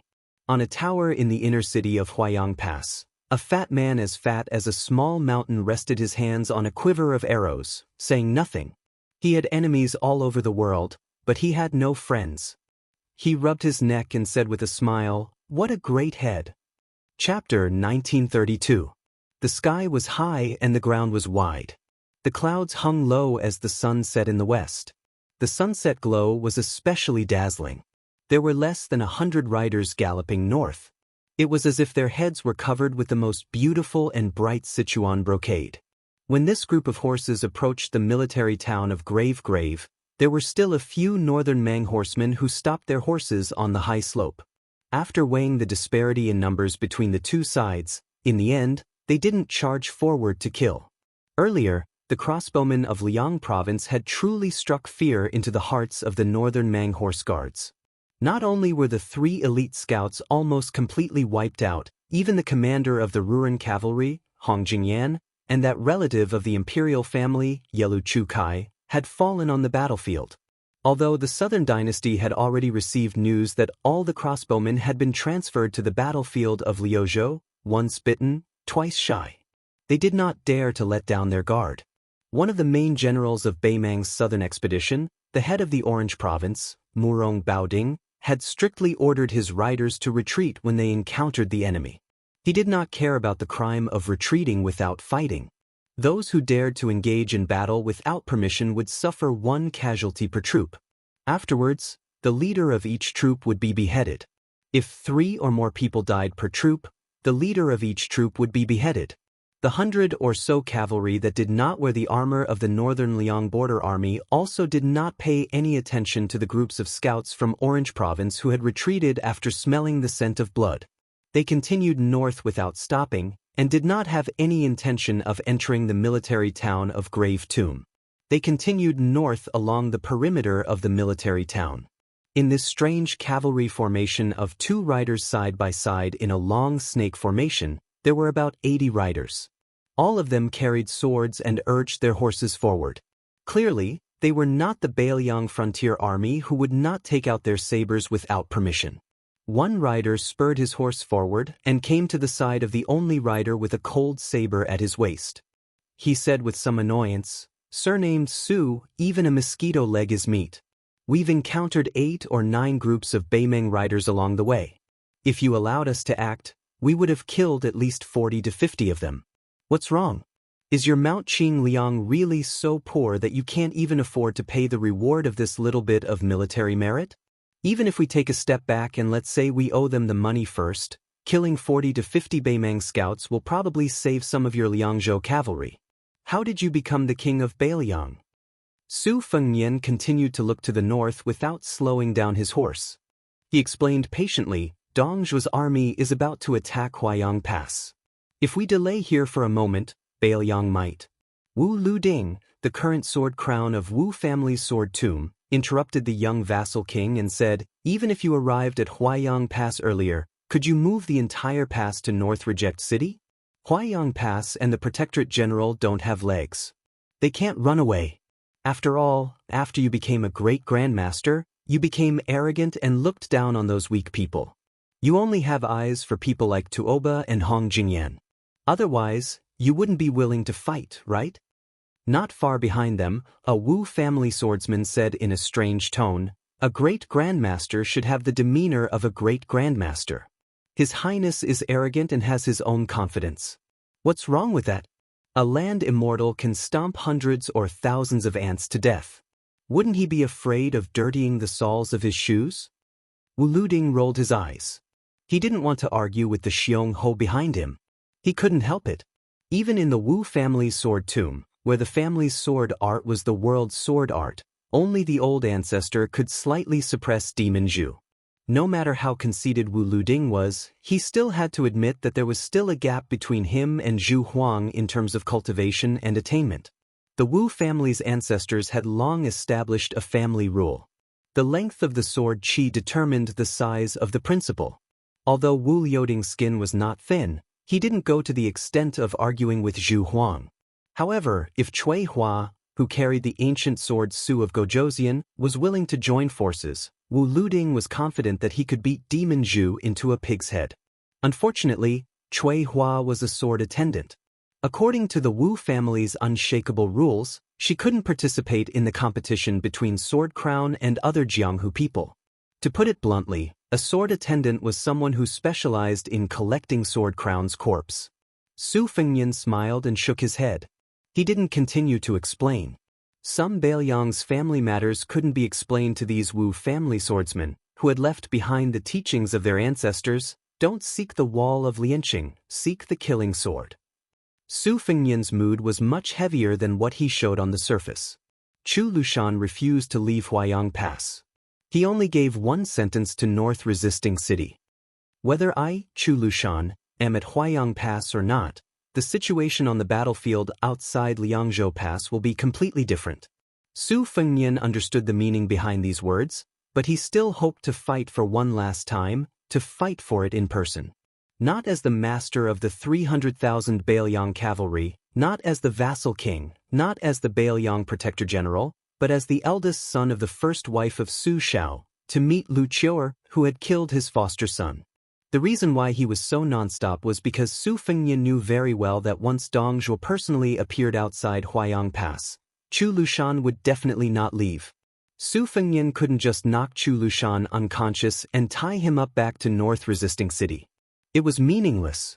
As for why he didn't abandon the 80 Wu family sword tomb cavalry and rush to Huayang Pass alone, this was somewhat complicated. There were thousands of things in the world, but peace of mind was the most difficult to find. The closer they got to the rugged southern entrance of Huayang Pass, not only the bored Wu Luding, who was beside the young vassal king, and the beauty Nalan Huayu, who was secretly looking at the back of the young vassal king from time to time, even Suihua, who had a pure heart of sword that had reached the spiritual perception realm, noticed Su Fengnian's strange mood. Huayang Pass was known as the most dangerous pass outside Liangzhou Pass. The narrow and winding mountain road at the southern entrance played an important role, which made this pass have no worries. Perhaps realizing that there was a problem with his mental state, Su Fengnian suddenly turned his head to look at Wu Luding and asked with a smile, "I heard that in the past 20 years, your Wu family's old ancestor has commented on the swordsmen of the sword catacomb. Other than Deng Taie, who has the strongest innate killing intent, Zhu Huang has the heaviest killing intent, and Suihua has the deepest killing intent. Then you, Wu Luding, as the sword crown?" Wu Luding said with a shameless face, "Me? Obviously, I have the best bone structure and the highest talent." Zhu Huang, who was sitting on the back of the horse with his arms crossed, snorted disdainfully and sneered. Su Fengnian said with a smile, "Wu Luding, don't bully me because I haven't seen the world. Not to mention other things, I have seen a few natural sword embryos. The charcoal girl of the Guanyin sect and Chen Tianyuan of the Taibai sword sect, their bone structures are better than yours." Chapter 1933. Wu Luding nodded and said indifferently, "I have the highest talent. What is there to be afraid of? When I was very young, the old ancestor told me that I am a sword Dao genius that only appears once in 100 years. My sword Dao can't be improved by normal methods." Su Fengnian chuckled. Wu Luding stared at the young king and said seriously, "Su, think about it, when you and I first met on the river, what realm was I at? I was only at the fake Shen finger level, but at that time, I was already roaming the pugilistic world as the sword crown. What do you think I relied on?" Su Fengnian smiled and said, "Your face?" Wu Luding paused for a moment, then he smiled brightly and rubbed his face. "That's right." Sword maid Suihua, who had her eyes closed, sighed slightly. The first time was when Lu Ding entered the Sword Mountain for the first time when he was young. At that time, almost everyone didn't think that this lazy kid could pull out a sword. Unexpectedly, he attracted all 12 swords to recognize him as their master. It could be said that it was one of the rare occurrences in the long history of the Wu family. After that, Lu Ding, who had been practicing the sword for 3 days, became even more perfunctory. Until the sword tomb decided on the new sword crown candidate, Lu Ding, who had been stagnant at the 3rd grade realm, suddenly comprehended a few finger Xian sword techniques. Wu Luding laughed and said, "This is a genius. If I really practice the sword diligently, wouldn't that be amazing?" Su Fengnian agreed for the first time, but the next sentence made Wu Luding completely deflated. "If I didn't calculate wrongly, Sword Crown Wu still has one more chance. Now that he is at the finger Xian realm, then it is still possible for him to stagger into the celestial realm. Not bad, he should be able to fight with people of the same age. That Xianyuan Qingfeng of the Hui Mountain, who was said to have comprehended immortality after watching snow for a night. Of course, the premise is that she only uses one hand." Wu Luding was furious. "Even if I can only break into the celestial realm, even if I can't reach the great celestial realm, I will definitely be able to use 1 or 2 moves of the Earth Sword Immortal." Su Fengnian replied with an "oh" and added fuel to the fire. 1 or 2 moves? That's pretty impressive. Like me, I only have a few dozen moves." Wu Luding looked pitiful and turned to look at Nalan Huayu. "Aunt Nalan, this guy is too much of a bully." She smiled sweetly and added insult to injury, "Aunt is not your mother, it is useless to complain to me." Su Fengnian smiled and said, "Yes, Sister Nalan, don't pay attention to him." Nalan Huayu raised her eyebrows, and her smile became wider. The charm between her eyebrows was like smoke curling in spirals. Wu Luding instantly came back to life and was in high spirits. He turned his head and whispered to the sword attendant, "Suwa, listen to this fellow's tone. He is indeed an old hand who has been through thick and thin. Suehua, right?" Unexpectedly, Suehua's words were not shocking, and she said with an indifferent expression, "No." The young sword crown Wu, who seemed to have suffered a fatal blow from the earth sword immortal, suddenly felt like his heart was dead, and he only felt that life was meaningless. Su Fengnian took a deep breath. They arrived at the south gate of Huayang Pass. If this time Beimeng Pass was attacked by Murong Baoding's troops, Su Fengnian would not have to come here at all. But the world was unpredictable. Dong Zhuo came. Not only that, the number of Dong family's private army that was originally known in Liangmang had doubled.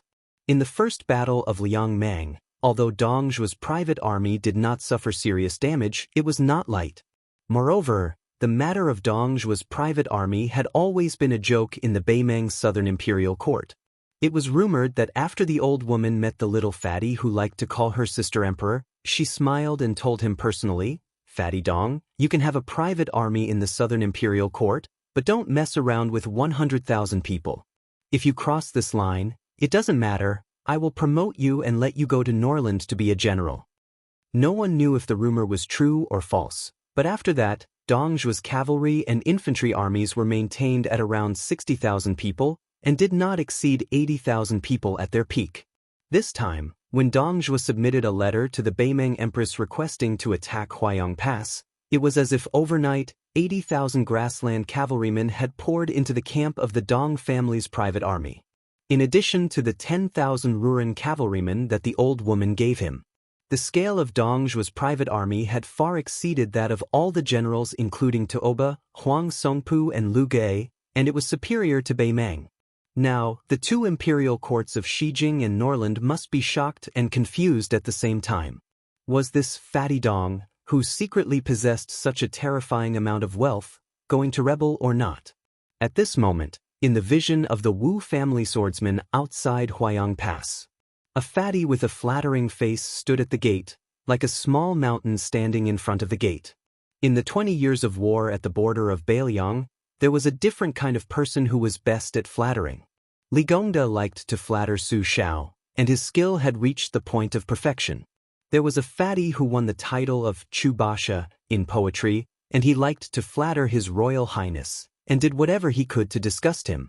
Su Fengnian dismounted from his horse, and Chu Lushan naturally helped to lead the horse, his movements skillful. In the dusk, the two entered the city first. Su Fengnian did not speak. After a moment of silence, Lu Qiu said slowly, "I am very at ease, and I ask that your highness be at ease." Su Fengnian looked ahead and said softly, "It's very difficult." Chu Lushan stopped and said to himself, "To be honest, this world has always made me, Chu Lushan, very unhappy." Inside the city gate, the vision was dim. Chu Lushan stopped, turned his head and smiled. "Because this world made my most respected adoptive father and adoptive mother, their son, unhappy." The young king also stopped and remained silent. Chu Lushan couldn't see his face clearly, and he didn't want to see it clearly, so he turned his head again. Just like that, the two of them stood still in the dark. Chu Lushan suddenly said in a deep voice, "Don't send me off. Chu Lushan has fought countless battles in this life.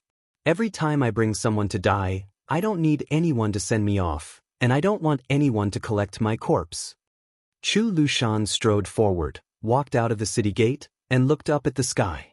He had flattered the young man many times in his life, and said countless words of flattery. This fatty, at this time, was thinking of many years ago, when he let the child ride on his neck, and he rode on the Su family's warhorse at that time. Two brothers with different surnames, riding together in the west wind. The fatty, who had his back to the young man, whispered in his heart, "Xianxia, I am Chu Lushan's younger brother. You and I don't need to see each other again." Chapter 1934. Since ancient times, there had been a poem about the Northwest being filled with energy. Today, the west of the Northwest was even more so. The Deputy General of Liuzhou, Xie Shi, personally led 10,000 monk soldiers out of the city. He did his best to slow down the Beimang infantry and the 2,000 Nanchao border cavalry as they retreated to the north. He did not go all out to kill. Once the Beimang army turned around and got into a charging formation, the monk soldiers also got into formation and did not move. They were like a rich man entertaining his guests. They prepared enough wine and waited for the guests to arrive. The infantry, who had suffered heavy losses in the attack on the Phoenix military town, quickly realized that the situation was not good. After all, there were still 6,000 soldiers in the infantry who could fight. Along with the 2,000 cavalry who came and went like the wind from the side, they had more initiative to fight or retreat. The commander of the infantry was born in the biting Shui way. Beimang established the country through martial arts. Relying on family background and military merit were the two most important paths to promotion.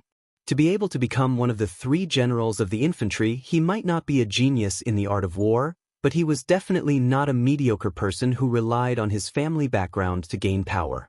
The defense of this Phoenix military town was filled with a treacherous aura. Clearly, from the very beginning, the defense could have been even more impregnable, but that commanding general was clearly whetting their appetites on purpose. Like a brothel girl who wanted to say something but didn't say anything, he clearly wanted to sell his art and not his body, but he gave people a false impression that he wanted to refuse but was still willing to accept. This caused the infantry soldiers who were slow to realize the situation to leave 4,000 corpses for nothing. Then the 10,000 monk soldiers were biting their tail. It was not hard to guess the reason. It was definitely a cavalry from the Beiliang border army that was about to arrive. As for who it was, the infantry generals could not figure it out. Logically speaking, the cavalry of Liuzhou should not have the time to stop them. In this sneak attack on the 2 towns of Fengxiang and Linyao, the Nanchao border army had sent out 20,000 infantry and 5,000 elite cavalry to escort them. Even if they split into 2 groups, it was not something that the few thousand Beiliang cavalry could defeat. Furthermore, the cavalry of Liuzhou was already at a disadvantage. How could they send out a large group of cavalry to leave the main battlefield north of Qingcang City? Could it be the 2 Beiliang light cavalry units that bypassed many military towns and forts and drove straight into the hinterland of Gusai Prefecture? But the problem was, how could they get back to the border in time? Could it be that these 2 weak military towns were bait from the beginning? But this was even more unreasonable. Even he, a foot soldier generals, didn't know where to go after receiving Huang Songpu's order to leave the encampment at top speed. He only went all the way south. It wasn't until he crossed the Liangmang border that he learned he was going to launch a surprise attack on Fengxiang Linyao.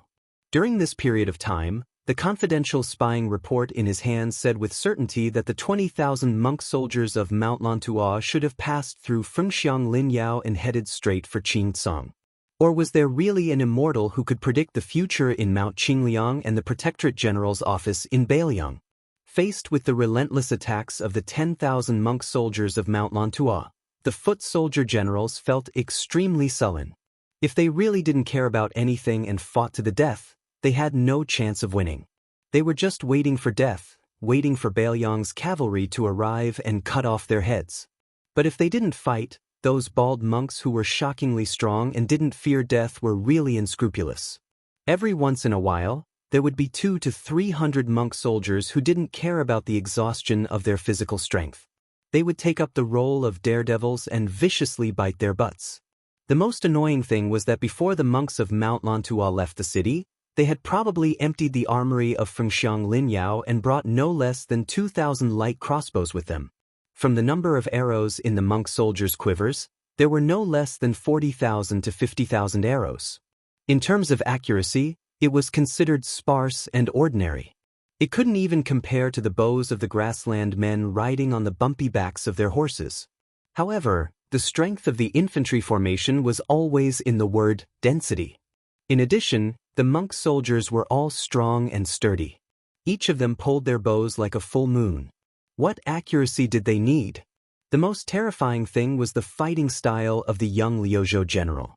He was able to leisurely pull out the 40,000 to 50,000 arrows from the corpses or pick them up from the ground and put them back into the quivers one by one.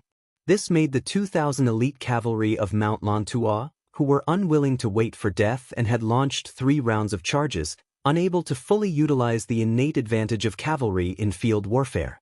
As for slowly nibbling away at the monk soldiers, that was even more impossible. The range of a horse bow was inferior to that of a foot bow to begin with. Furthermore, this southern border cavalry was fully equipped with light armor and light bows. In the end, the main general of the foot troops helplessly discovered that although there were still a considerable number of 1,600 cavalry left on his side of 2,000, the monk soldiers of Mount Lantua had actually gathered more than 200 warhorses. After they mounted their horses, it was as if they had suddenly gained more than 200 riders. This battle almost made Bubazu generals spit out blood. That Liuzhou general who didn't personally charge into battle from the beginning to the end was too disgusting. In the end, he couldn't delay any longer. Bubazu generals could only go find the cavalry general from Gu Saizhou's Rock Cliff military town. He wanted to say something but stopped. It was very difficult for him to speak. The cavalry general who knew what was going on smiled and didn't say anything. Although they were just acquaintances before, this cavalry general took off a heavily worn white jade python belt from his waist and begged Bubazu to give it to his young eldest son when they returned to the southern court. He only said that it was given to his father by the previous emperor. Although it wasn't worth much now, it was a family heirloom of their small family. The 1,600 cavalry finished organizing. The horses' heads faced south, the war blades pointed south.